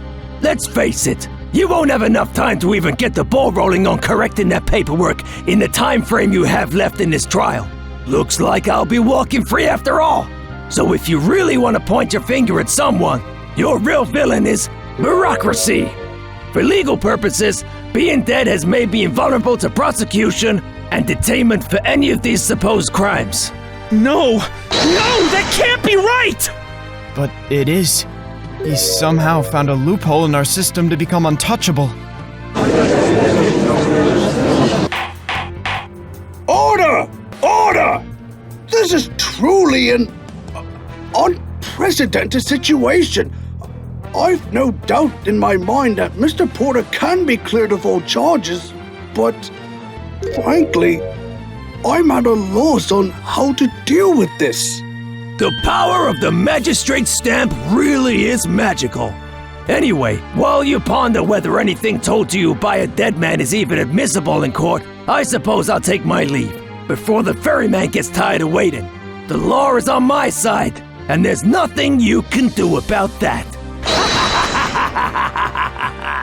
We can't let this slime ball get away with it! We must stop him, Polly! Somehow! I don't know! He's just abusing a loophole in the law! What can I even do about that? Is that it? What a disappointment. I was expecting you to make an ass out of yourself one last time for the public's enjoyment, rookie. Well, c'est la vie. Looks like I'll be the one having the last laugh. Ha ha ha ha! I feel like there's a lesson to be learned here. How about this? When law and justice collide, the law always wins. No, I can't let it end like this! Objection! Mr. Gunner, the defense is not finished with you. Daddy? Mr. Wright? What's this? A guardian hobo for the defense? Now this I've gotta see. Looks can be deceiving, Mr. Gunner. Phoenix Wright, former defense attorney and the mentor to Mr. Justice. I don't give a rat's ass who you are. Are you thinking of taking over the case without a badge, now that the rookie has dropped the ball? Oh, nothing of the sort. I'm just offering a quick consultation to ensure that the letter of the law is followed in this court by everyone, including you, Mr. Gunner. What? What is that supposed to mean? You'll see soon enough, Gunner. Sorry for butting in, Apollo, but I think I know how you can get out of this. I'm just grateful for the helping hand, Mr. Wright, but what can we even do in a situation like this? Gunner thinks he's found a loophole in the law that lets him get away with murder and all the rest of his crimes on a technicality. So we beat him at his own game and throw the book at him. Well, we obviously can't change the law itself. All we need to do is offer conclusive proof that he never met the criteria to be declared dead in the first place. Sounds good, but how can we do that? The criteria for missing people to be declared dead in absentia in general is easy to understand. Simply put, there must have been no communication from the person in question with those people most likely to hear from them during the period the person has been missing. So if we can show Gunner had contact with such a person after his accident... Of course! I think I know exactly what to do next! Thanks, Daddy. I think this makes us even for having bailed you out earlier. And then I'll leave the rest to you two and return to the gallery. You're near the finish line. Show this man the true power of justice. This is it! Time to pull the final nail from your coffin, Gunner!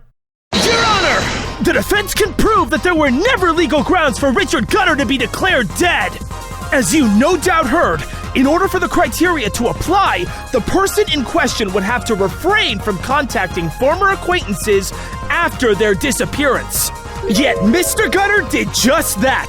Mr. Argine has told this court that he received a letter from you after your supposed death that started this entire conspiracy, with details only you, Richard Gunner, would have been aware of.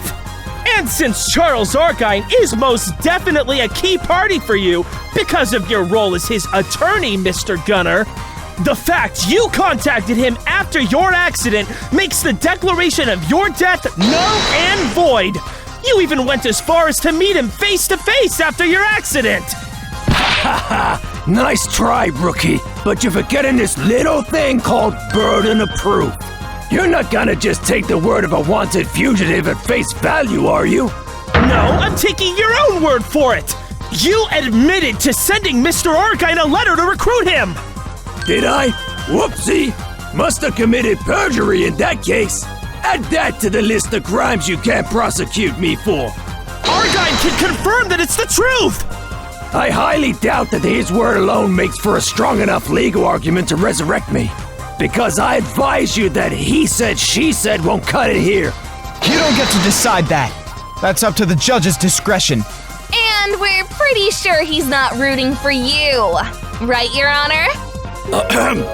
While I can't say that Mr. Gunner is even remotely in my good graces, things are not quite as simple as that in a court of law.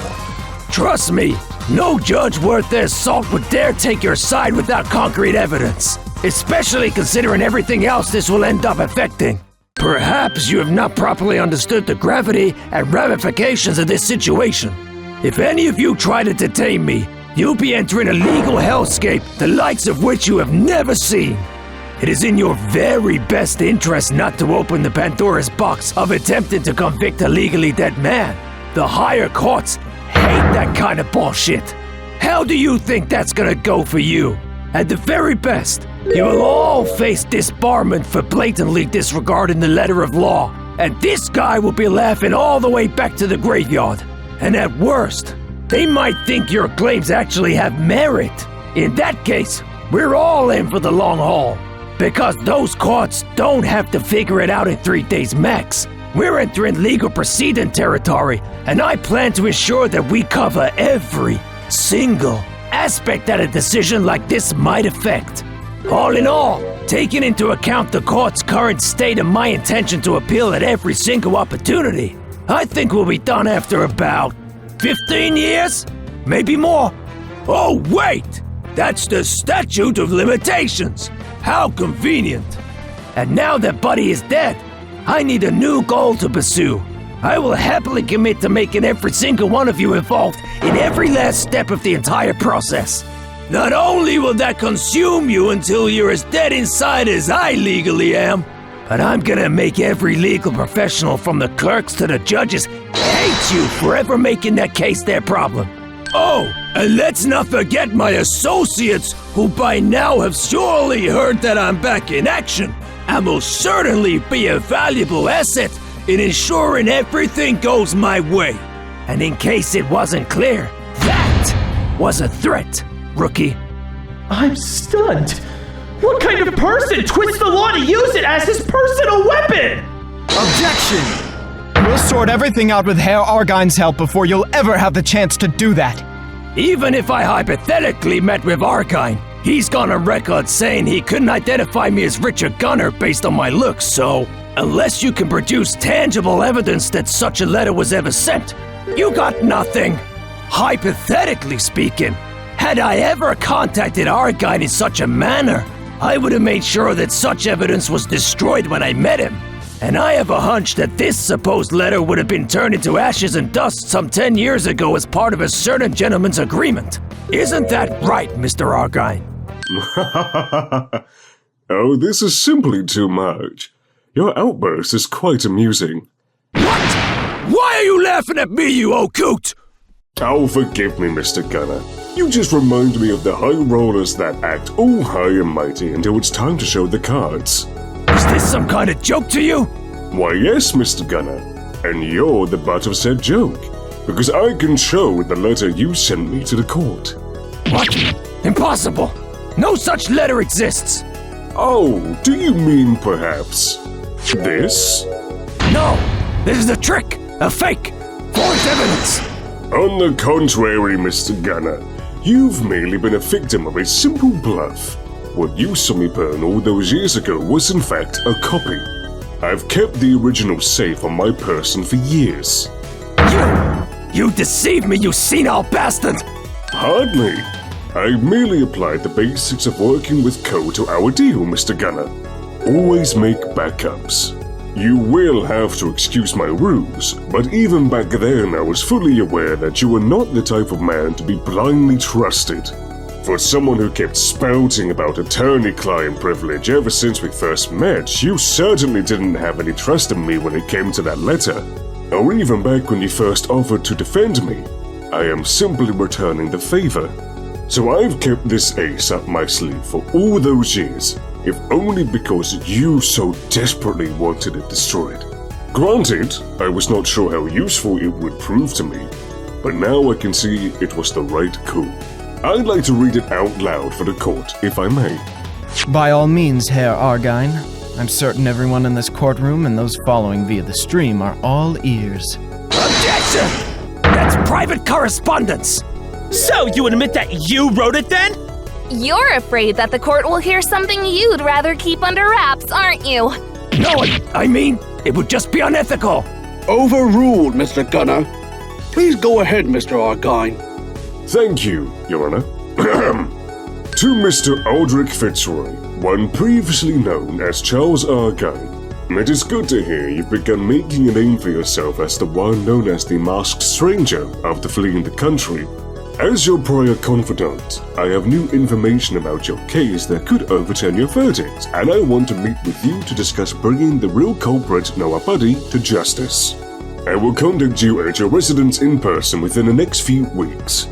Hold on to this letter. I will use this to identify you when we meet, after which it must be destroyed if we are to work together. There's no signature here either, but the contents make it clear it was sent by none other than Mr. Gunner. And with that, I've played my hand and will be returning to the gallery.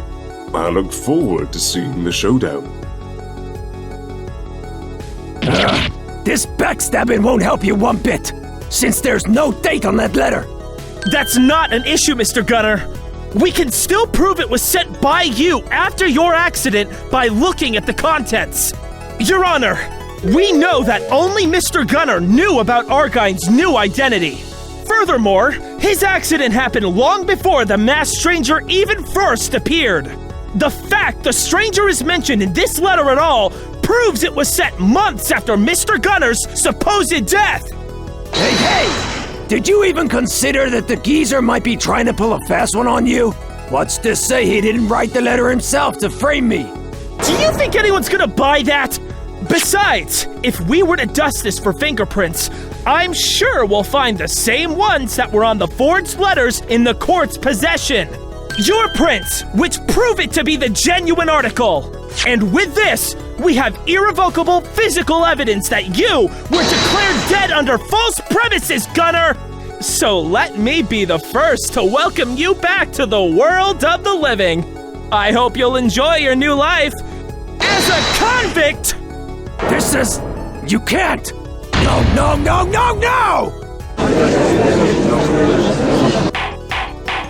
Order in the court!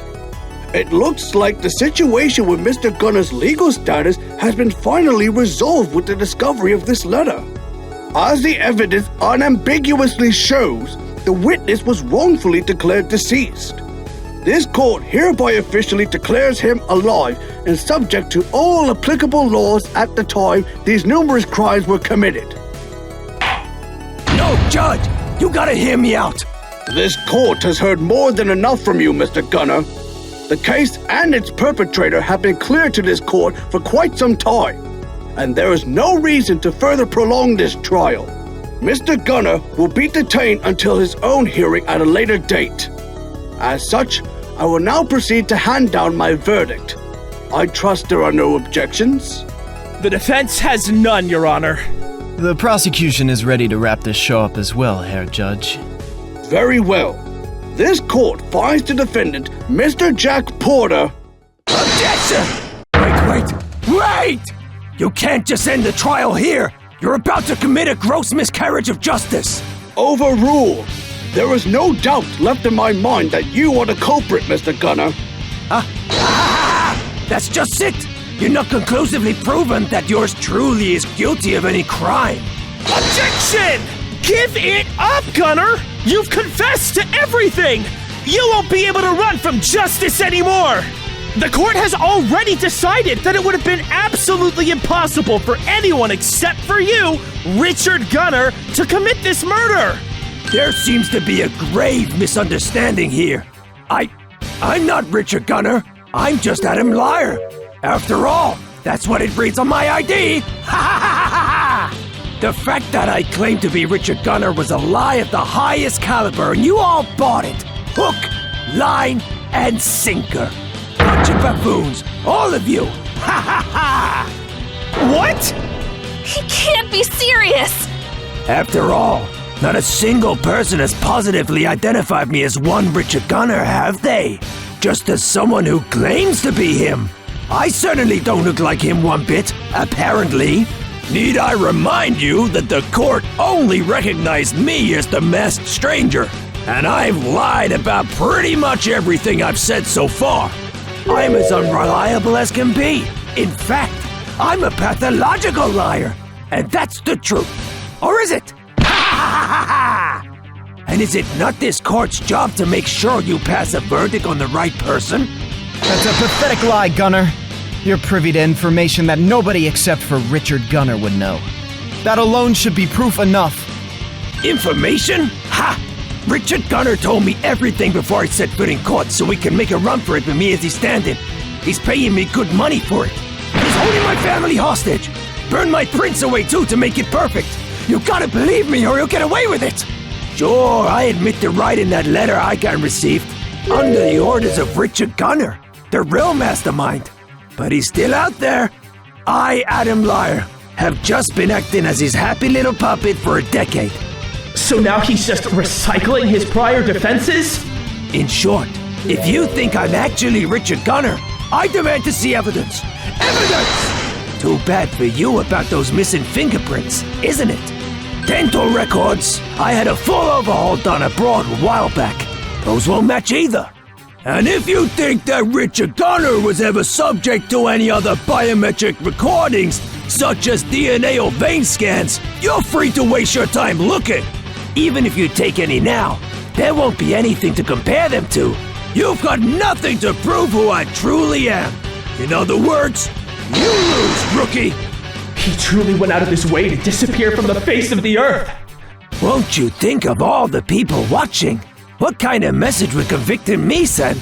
I'll tell ya, it shows that kangaroo courts like these can arbitrarily sentence anyone on a whim. My court is definitely not for kangaroos or any other marsupials. Then prove it by letting me walk. Isn't the fact that you didn't accidentally send any innocence to the slammer the best takeaway here anyway? This will not sway my judgment, Mr. Gunner. I am fully prepared to pass my verdict at the time. Albeit for the sake of the public, I would much rather have all this sorted out before adjourning the court. I believe all that remains then is to prove the identity of our witness. I welcome you to try. Look at him! He's on his last legs, Polly! Let's finish this! All right, time to take this guy down for good! There must be another way to prove that this man is Richard Gunner! Either a piece of evidence or a witness. We could easily get his DNA for analysis, but we need a point of comparison. Luckily, I think I know exactly where we can get such a thing! You want to do it the hard way, Gunner? Very well. Your Honor, I wish to call a witness to the stand. Someone who can help settle this once and for all. Who exactly is this person, Mr. Justice? Dr. Hector Nash! Incidentally, he's waiting just outside the courtroom. No doubt watching this trial. Oh, I'm right here now, and ready to assist in bringing this bastard down. Long time no see, Gunner. Remember what I said to you after Charles's trial? The thing you were looking forward to me doing? I have no idea what you're talking about. It's your word against mine, my good man. Mr. Justice, how will Mr. Nash help us identify this witness? Dr. Nash has a certain memento, don't you? Exactly. That cigarette of yours, Mr. Gunner. Ring any bells yet? The what? Oh, don't tell me you've forgotten. I vowed to cram it down your throat once the truth was out. What? So is your plan to let this pencil neck feed me a piece of trash whilst I'll cry, uncle, and confess my sins? Far from it, since that cigarette is much more useful as evidence that proves your identity. Because as the story goes, Dr. Nash smacked it right out of your mouth just as you were going to start smoking! What? No! I see you've realized where we're going with this, Mr. Gunner. You left your saliva and thus your DNA all over this cancer stick 10 years ago. The sample you left on it is still valid even after all that time, you know. Objection! That could be any old cigarette. There's no proof it ever belonged to me. Then why don't we check it for fingerprints? If the story is true, then we'll also find your real prints on this cigarette before you destroyed them in the aftermath of your accident. Wait! You can't do that! We can and we will. All we need is a sample of your prints from another piece of evidence before your identity becomes clear as day. And that final piece of evidence is this! Take that! The AC3 case file! Namely, the handwritten document signed by you, Mr. Gunner, requesting the withdrawal of Mr. Nash as a witness. Having personally written this document, your fingerprints must be all over it, Gunner. Like it or not, you've signed your own death warrant all those years ago without even knowing it! And since Prosecutor Gavin had the foresight to request the original case files earlier, all we need to do now is to make a simple comparison of the lifted prints. Here they are, Herr Justice. Time for our witness to face the music. Looks like forensics will be saving the day once again. Ready to begin when you are, Mr. Justice. And here's the cigarette. They say smoking kills. Only this time it was your odds of getting away with it, Gunner. No, this can't be. So, witness, looks like that to clear this up, all you have to do now is to give us a saliva sample. After all, if you are not Richard Gunner, this will prove it beyond the shadow of a doubt. So, what do you say to that, witness?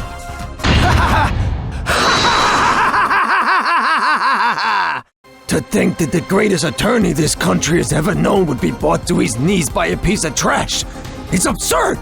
Great attorneys can admit defeat upon the face of the truth, Gunner! All you ever did was abuse every dirty trick available to you! But today, in this court, we have exposed you as the despicable criminal you are! And now, it's time to pay for all of your crimes! I tire of this, rookie. I bet all of you feel like $1 million for beating the bad guy. Guess there's no way around it. I can't win this game against you people anymore. So the only thing I can do is change who I'm playing with. What's that supposed to mean? Shush, rookie. None of this concerns you anymore. Since you people are obviously blind to any bargains when you see one, I'll just sort this out with people who are more reasonable about this. In fact, I've stopped caring about this trial. All of this will be sorted later between me and the feds, who have no doubt been keeping an eye on us. Bang the gavel already, old man. I've got deals to make. The feds? What is he on about? What do you intend on doing? Oh, I'll no doubt be detained pending trial after this. I'll be having lots of time to negotiate how much what I know about the Cadaverini's criminal operation at the Royal Flush will affect my sentence. It's all relative, you know. Who cares about some crook I shot dead? If you can take down an entire mob family instead, it's a seller's market. I'll tell the feds what I know and promise to testify against the mob, and they'll see it that my final sentence is a big joke. Hell, they'll even put me in one of those cozy witness protection condos instead of prison, since I pissed off the Cadaverinis. And the best part is that none of you will be invited to ruin it for me. So, you may have won the battle today, but I will still end up winning in the end, just as I always do.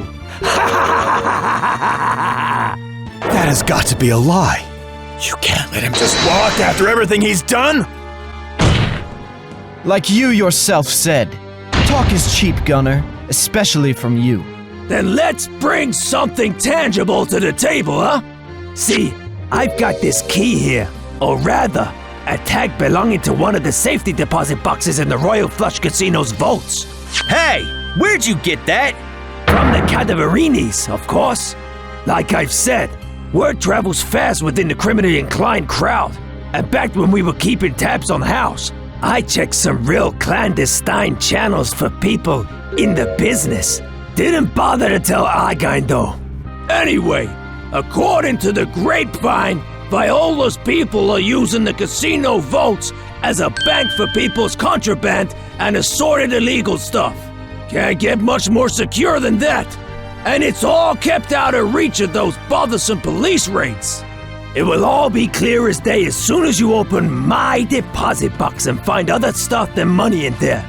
That'll give you the legal basis for going through every single box and safe in there and give the boys in blue everything needed to bust them for good. Of course, the only way I'll be telling you where the actual key is if we agree on a deal. Otherwise, it will all be fruit of the poisonous tree. The poisonous tree? It's the doctrine of law stating that any evidence discovered as a result of an illegal investigation is inadmissible in court. The evidence would be permanently tainted and simply stop existing in the eyes of the law. Precisely. The cops can't go in and start opening random safes without permission. The only way you're gonna keep all that precious evidence nice and legal is with my help alone. And how do we know you aren't just lying once again? Hey, I'm screwed already. I'm about to be found guilty of murder, and I just pissed off an entire mob family live on air. What more do I have to lose? Trust me, if anything, I know the lore on this. Oh, but you better act fast if you want in on this. I'm sure that after all that, Viola's gang will be emptying everything illegal from the vaults faster than you can spell Wiener Schnitzel. This court is not interested in the affairs of the Cadaverinis. So bang the damn gavel and let's get this over with. I'm sure the feds will be more than happy to help the higher court see reason later. Gunner's gone for one last desperate all-in. He's guilty as sin, but I fear he's offering a bargain that is worth taking. I have to stop that from happening! Not so fast, Gunner! There's one more thing I would like to clarify before we wrap up. You said the police require permission to look through the safes, Whose permission is that? The casino owners, of course. Too bad Buddy kicked the bucket a few days back, huh? Don't think he's willing to give you his. Like I said, the only way to get the evidence in time is through me, unless you're willing to let the Catavarinis get away with it. And there's absolutely nothing you can do. It all comes down to this. This gambit is Gunner's last desperate defense. So if we can break it, there's nothing he can fall back on. And while Gunner may not himself have realized it, he's already dug his own grave with what he just said. All I have to do now is to give him a final push with this final piece of evidence. Objection! Richard Gunner, you and your tricks are as unnecessary to the FBI as you are to the entire world of law! What are you gonna do? Hold a seance and ask Buddy nicely for permission to ransack his place? Nothing of the sort. We'll just follow the letter of the law and ask the owner of the Royal Flush Casino for permission to investigate. The current owner, that is. What? The hell does that mean, rookie? Answer me! I see you've completely let one crucial thing slide by you, Gunner. The fact that as of a couple of hours ago, the deck has had a new leader. Ever since we proved the truth behind the AC3 case and outed Rex House as a cheater, the leadership of the deck has returned to the hands of Charles Argine. Huh? And in case you weren't aware, as per the club's rules, the leader of the deck also gains ownership of all their assets, including the Royal Flush Casino. What? No! No! I see you finally realized it. You thought you could hold the truth hostage, but I don't think the police will have any difficulty getting Charles Argine's permission to search the vaults. For the record, as the owner of the Royal Flush Casino, I hereby give permission for any law enforcement agency to search the vaults to look into the allegations that have been made. They have my full cooperation. No! Shut up! As your lawyer, I'm ordering you to retract that statement right the hell now! I suppose you are technically correct about still being my lawyer, so it's better that we make one last thing clear. You are fired, Mr. Gunner. This is where we part ways. Our business has concluded. I have nothing more to say to you. Looks like you've outlived your usefulness, Herr Gunner. All your scheming. It amounts to nothing! And I bet you're regretting snitching on the Cadaverinis right about now. It's over, Gunner! You should have folded when you could! Because you never had a chance of winning against the truth! Over? All over? My life is over. I'm a dead man walking. Dead man walking. Dead. Dead. Dead. Dead. Dead. Dead. Dead. Dead. Dead. Dead. Dead. Dead. Dead. Dead man walking.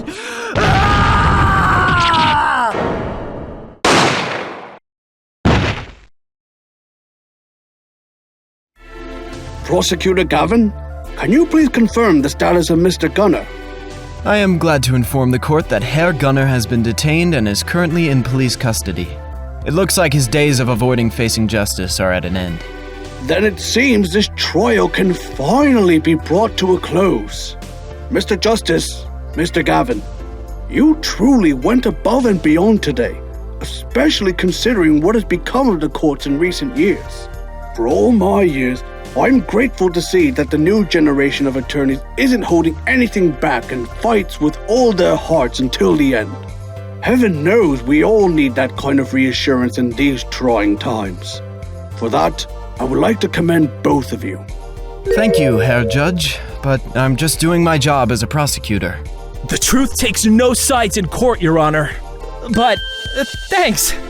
I'd like to extend those thanks to everyone who supported Team Justice. Right. I believe we should be thankful to everyone who tuned in to ensure the transparency of these proceedings. For the courts should be for the people, and it is the people watching today who definitely care about the way justice was carried out today. Now, As the issues surrounding this case have been cleared in their entirety, I shall now hand down my verdict. It's finally over! I can hardly believe it! This court finds the defendant, Jack Porter, not guilty. That is all. This court is adjourned.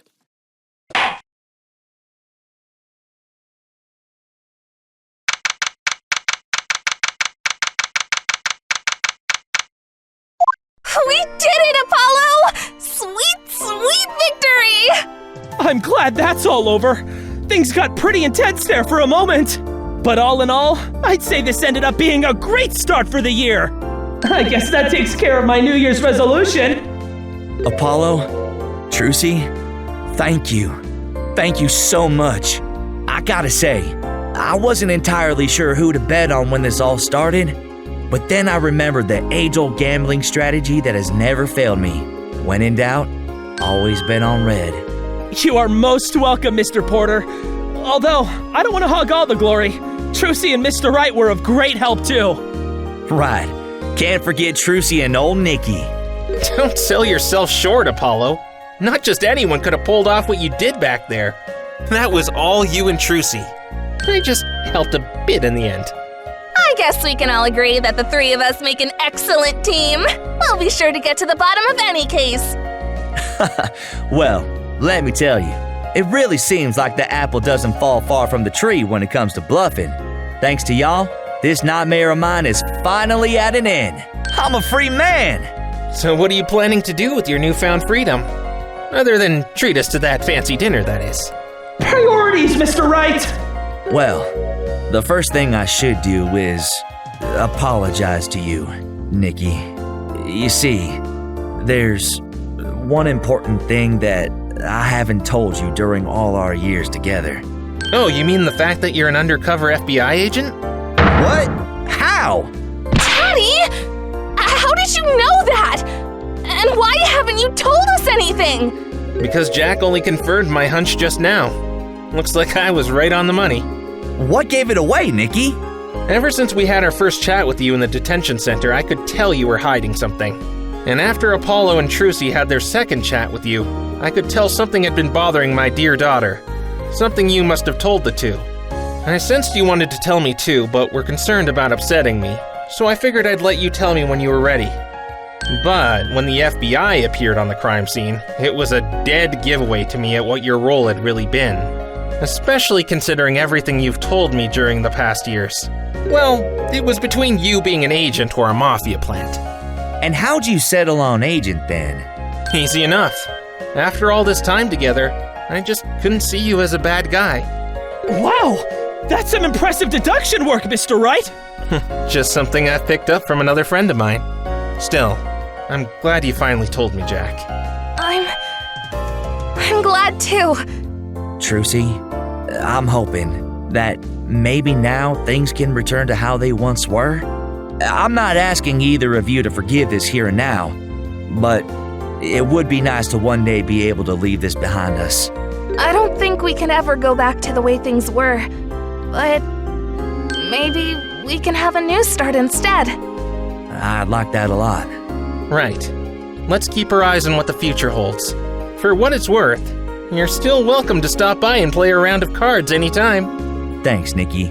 Only way we can go is forward, I guess. And speaking of things to come, I reckon that with the case here solved, the Bureau's going to be assigning me to other duties. Although, I guess we gotta finish our business with the Royal Flush first. Going to have to clean house, if you get what I mean. That, and the poker world is still looking forward to the All-Stars Legends. But what about the bird prize money?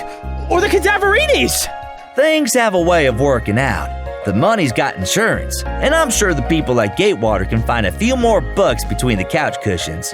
With all the free advertising, the ratings are bound to go through the roof.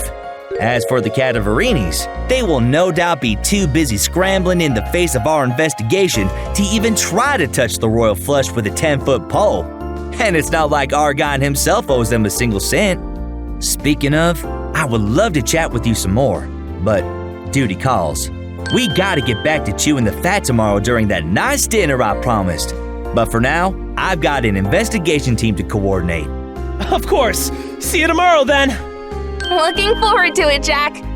At the usual joint then? You can bet on it. Leaving so soon, Hail Porter? I was hoping I could still find all of you here. Guess I can stick around for a couple more minutes. Clavier! I did promise to see all of you after all this was over, yeah? That you did. What do you want with us, Clavier? First of all, I believe congratulations are in order. I dare say we gave the people a show they won't soon forget, exactly as I planned. Maybe it will give them a glimmer of hope for the future, in the hands of a new generation of attorneys. It certainly wasn't easy, but I'm glad we kept going until the end. I'm glad you were there with us, Clavier. Likewise. Sorry about giving you a hard time. It was imperative that people get to see an example of a defense attorney turning down temptation and committing to finding the truth, no matter where it may take them. Although in the future, I strongly advise you to read things before signing them. Consider that lesson learned! I appreciate the effort you've put in trying to fight the distrust the public have on our justice system, Mr. Gavin. After all, these times seem to require more unorthodox methods to bring about change. That's the least I can do. After all, I am partially responsible for causing the way things are now. And on that note, yeah, right, it occurs to me that I have not had a chance to say this to you in person, but better late than never. I am deeply sorry for what happened to you after our first and last trial as opponents. I shouldn't have been so quick to question your integrity as an attorney. Still, the alternative was too terrible for me to fathom back then. You're absolutely right, Clavier. I lost a lot because of you.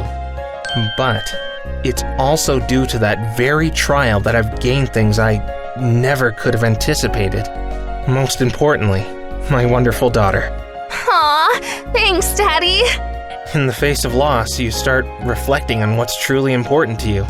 During the last 7 years, I've come to the conclusion that for me, it's the pursuit of truth.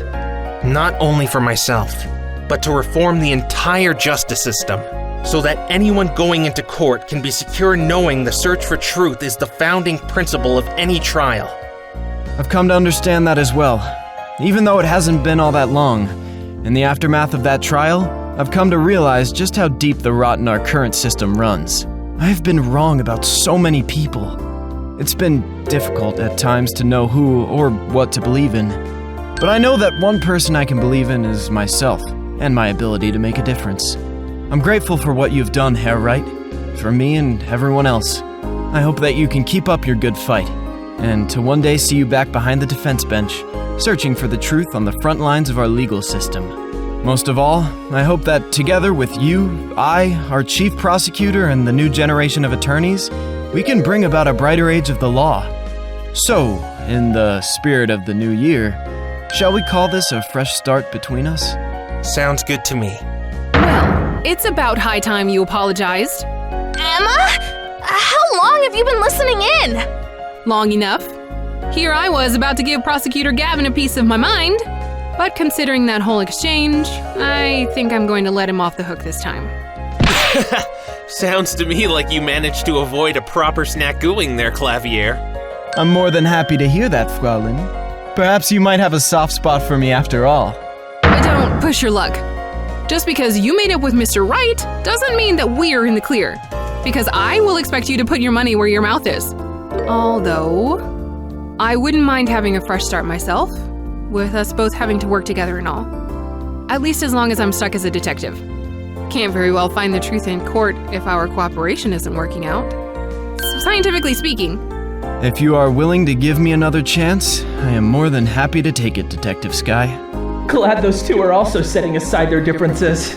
Eventually, she may even start preferring him for target practice with her snacks. Well, well. Looks like there's already a crowd in here. Guess that explains things. Mr. Nash! Indeed, your eyes are still functioning.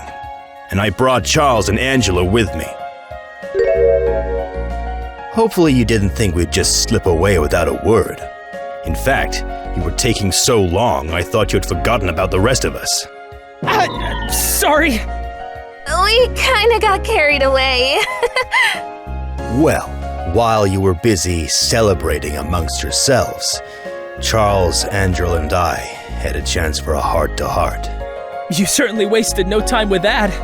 No time like the present, Mr. Justice. None of us are getting any younger, and the sooner we can settle things, the better. I'm just glad that we could have this opportunity to reconcile. The air feels so much clearer now. I won't be getting sappy on all of you for a second time, but I suppose I may admit to pouring my heart out to these two earlier. Surprisingly, it felt good to have it all out there. He's not kidding. Old Hector was nearly crying his eyes out. Must have been a sight rarer than a blue moon. So what? It's a free country, isn't it? Believe it or not, I do actually have a heart, Angela. Of course, Hector. I didn't say it to belittle you. In fact, I thought it was brave to show what you had been holding back. It's not like you two weren't crying as well. Fair enough, old friend. Aw, that's sweet. You've all but made up then? I prefer to call this a good start. No more secrets between the three of us. Either way, we all did actually have something to say to you. Thank you, Mr. Justice. What you have done today matters more to the three of us than you could imagine. A decade's worth of remorse, desperation, and sorrow will finally get its chance to heal. And while we all made grave errors in judgment during that time, we were ultimately able to forgive each other. However, forgiving ourselves may take some time. Mr. Justice, Mr. and Miss Wright, I feel like we also need to apologize to you. I'm sorry that I hid my grandfather's involvement from you all that time. It was all in an attempt to protect my closest family, but I know I still should have been able to trust you with it. Instead, my actions almost led to Mr. Wright being accused despite being innocent. The pain of that is something me and my grandfather know all too well. I hope you'll be able to forgive us. I am truly sorry. As am I. If there's anything we can do to make amends, just let us know. Don't worry about me. I'm just glad we managed to get everything sorted out in the end.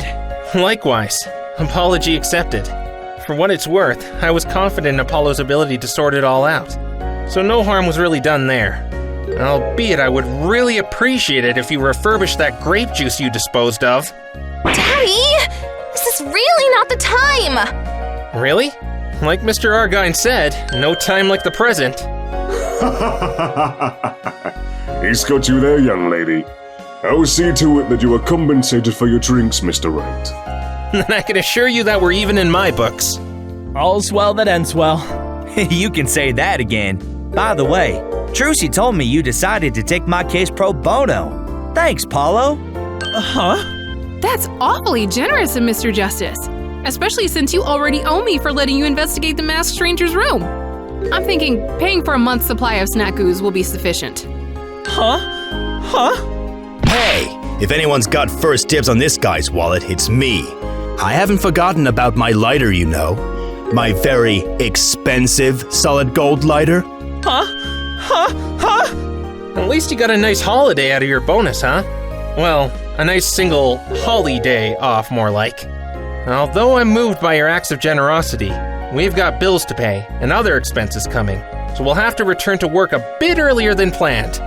The publicity from this trial means we'll no doubt have a massive influx in clients, so I expect you to show up at the Anything Agency at 7 a.m. tomorrow. There's only one thing that I can say to all that. I think we can all agree. There's no better time than this to say it. Yeah, that's right. You sure do love saying it. Sure, why the hell not? It's only appropriate, I'd say. Let's hear it with feeling. Well, Paulo, let those chords of steel ring. Ready? Everyone together. Objection!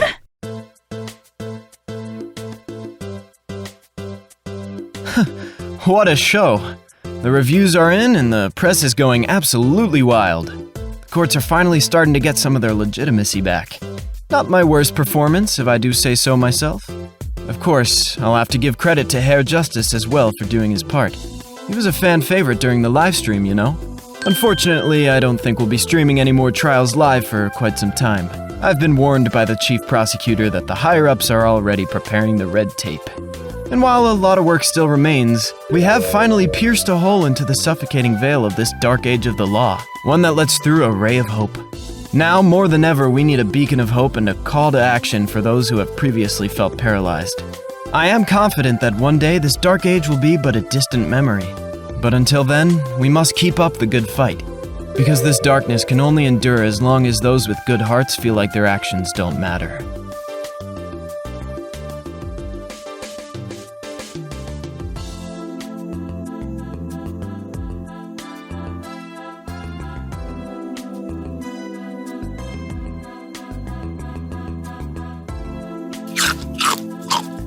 Well, that's another case done and dusted.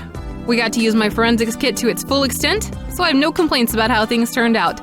Just goes to show the power a proper forensics investigation has in finding the truth. And for what it's worth, I no longer have to roll my eyes whenever I see Prosecutor Gavin after he and Mr. Wright reconciled. Glad all that's finally over. Being a detective is still not exactly my dream job, but I'll take whatever makes it a bit more bearable for the time being. At least until I finally become a real forensic investigator. Just you wait!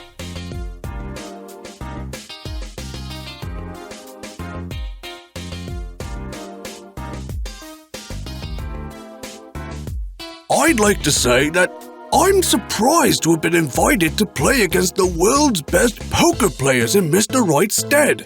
Oh, you didn't hear? Mr. Wright had to be replaced because he helped the dealer of the All-Star Legends tournament be found not guilty. Something about conflict of interest. Technically I did too, but I suppose it's only natural that my reputation precedes me, and thus I have an obligation to heed this call of duty. They also promised a private screening of the new Pinky Rabbit movie for me and my granddaughter for my troubles. I'm sure she's going to love every minute of it. The poker head of courtroom number 3 is ready to take the world by storm. Here's just hoping I don't get accused of murder next.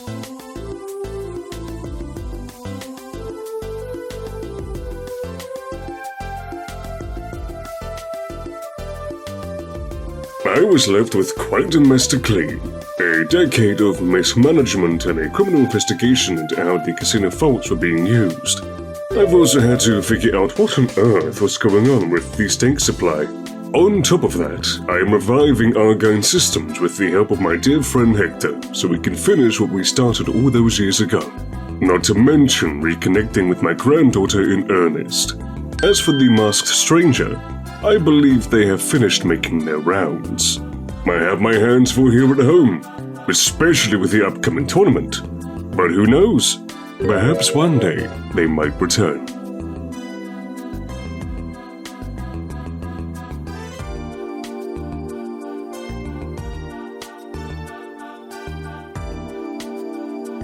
How am I doing? Just fantastic! My family name has been cleared, and my grandfather is once again a part of my life.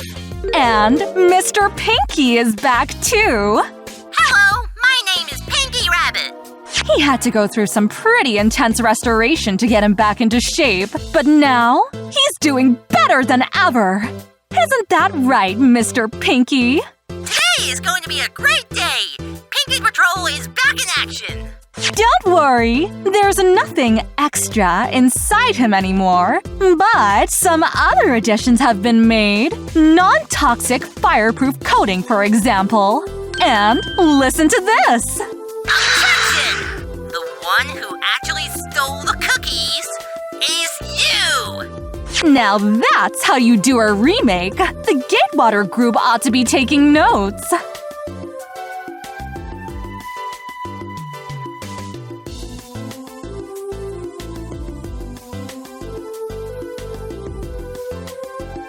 Well, turns out my lighter wasn't solid gold after all. I'm sad to say, I got duped. But in the grand scheme of things, I think I can deal with it. I've decided to quit smoking anyway. Figures I have some new reasons to hang around a little longer on this earth. On the positive side of things, the deck has received an influx of potential applicants. Charles has me working on doing some background checks before they get to try their hand against us. I'll gladly do so. Heaven knows I've got amends to make, not to mention reviving the technology that never got to see the light of day on top of that. The deck will no doubt return to its former glory in time, and Argine Systems is going to be better than ever.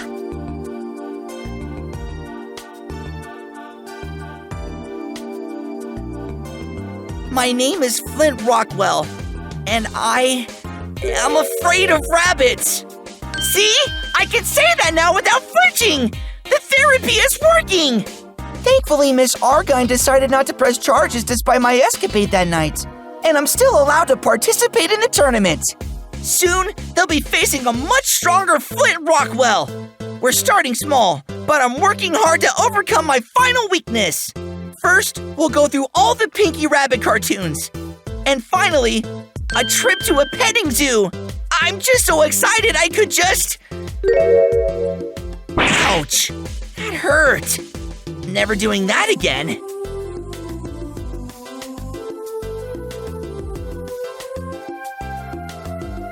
Ah, greetings, honored guest.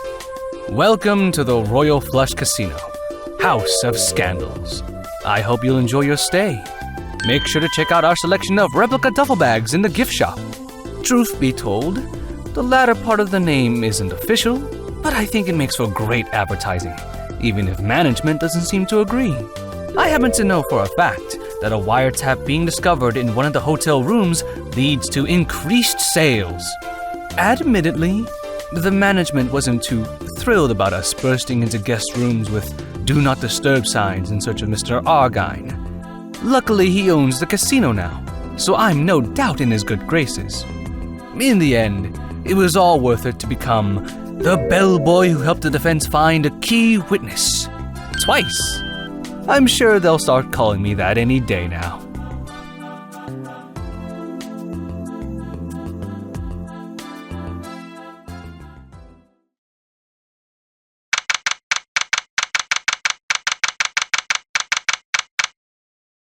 And there you go, y'all. Burgers for everyone. Is this what passes for a nice dinner?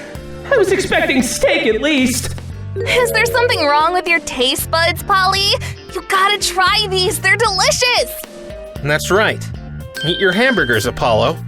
Sorry about the lack of frills. This was the best I could manage on a quick schedule. I, for one, find it nostalgic. My assistant and I always used to go for burgers after finishing a trial. You used to have an assistant? She's abroad now completing her training, so it's been a long while since I last saw her. I hope to change that soon. But speaking of changes, there's something important I need to ask of you two. Yeah? What is it, Daddy? I've been planning this for rather long, but now that I've seen that you two can fend for yourselves, I believe it's finally time to move ahead with my plans. You see, I'll be leaving for an extended trip to Europe for a few months. I need you two to take care of the agency while I'm gone. Can do, Daddy. I just hope you won't be gone for too long. Do remember to bring us some cool souvenirs when you return. To Europe? Why? Thinking of finally starting your international poker career? Or are you maybe taking the musical world by storm? Not quite. My intention is for it to be a study trip. What will you be studying then?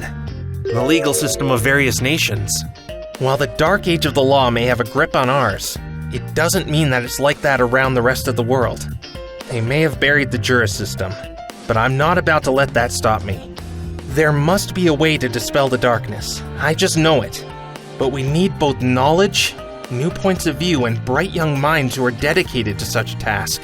And after I return, I think I just might try my hand at the bar exam again, to return to the front lines of the law to do my part. That'll be a sight to see! I look forward to that day!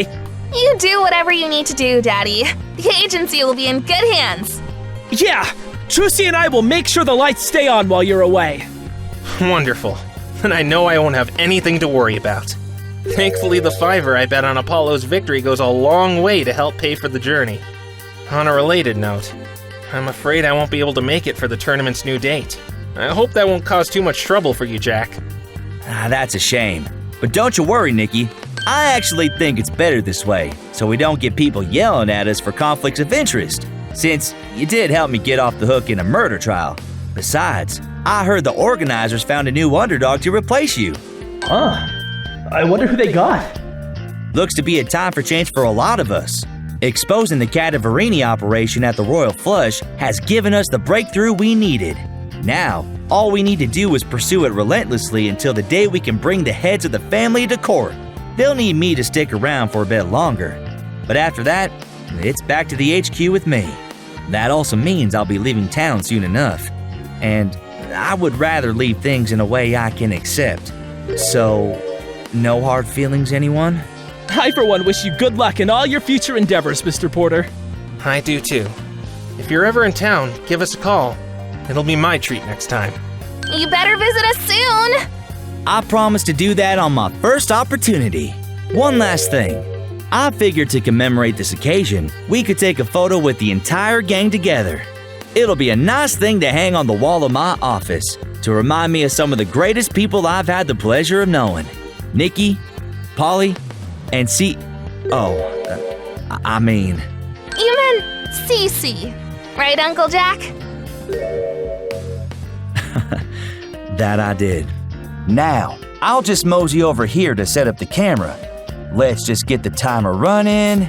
Get ready to say cheese, everyone! Oh, look out, Jack! Your shoelace has become untied! Say whoa!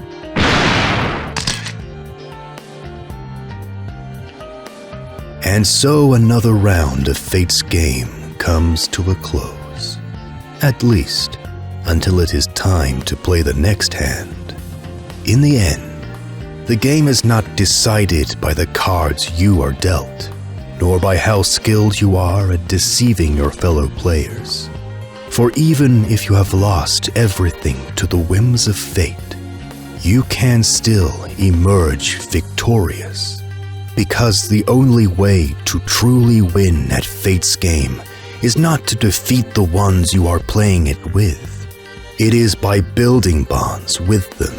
Through this game we all share, so that together we can break the chains of fate and become something much more than just the hands we have been dealt.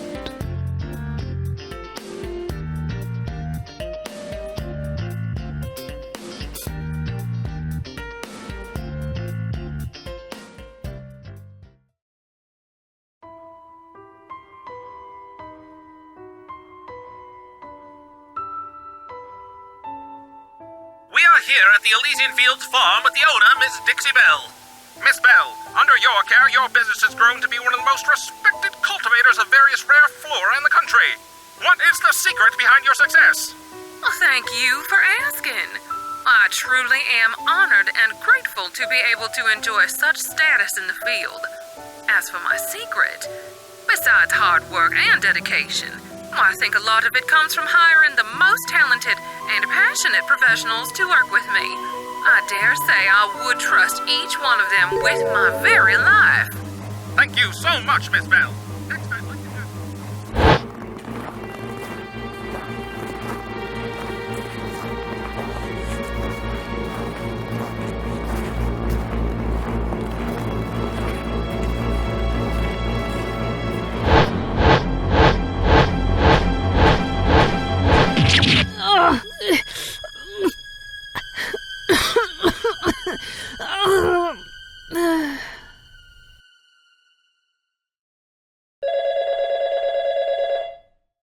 Ride Anything Agency?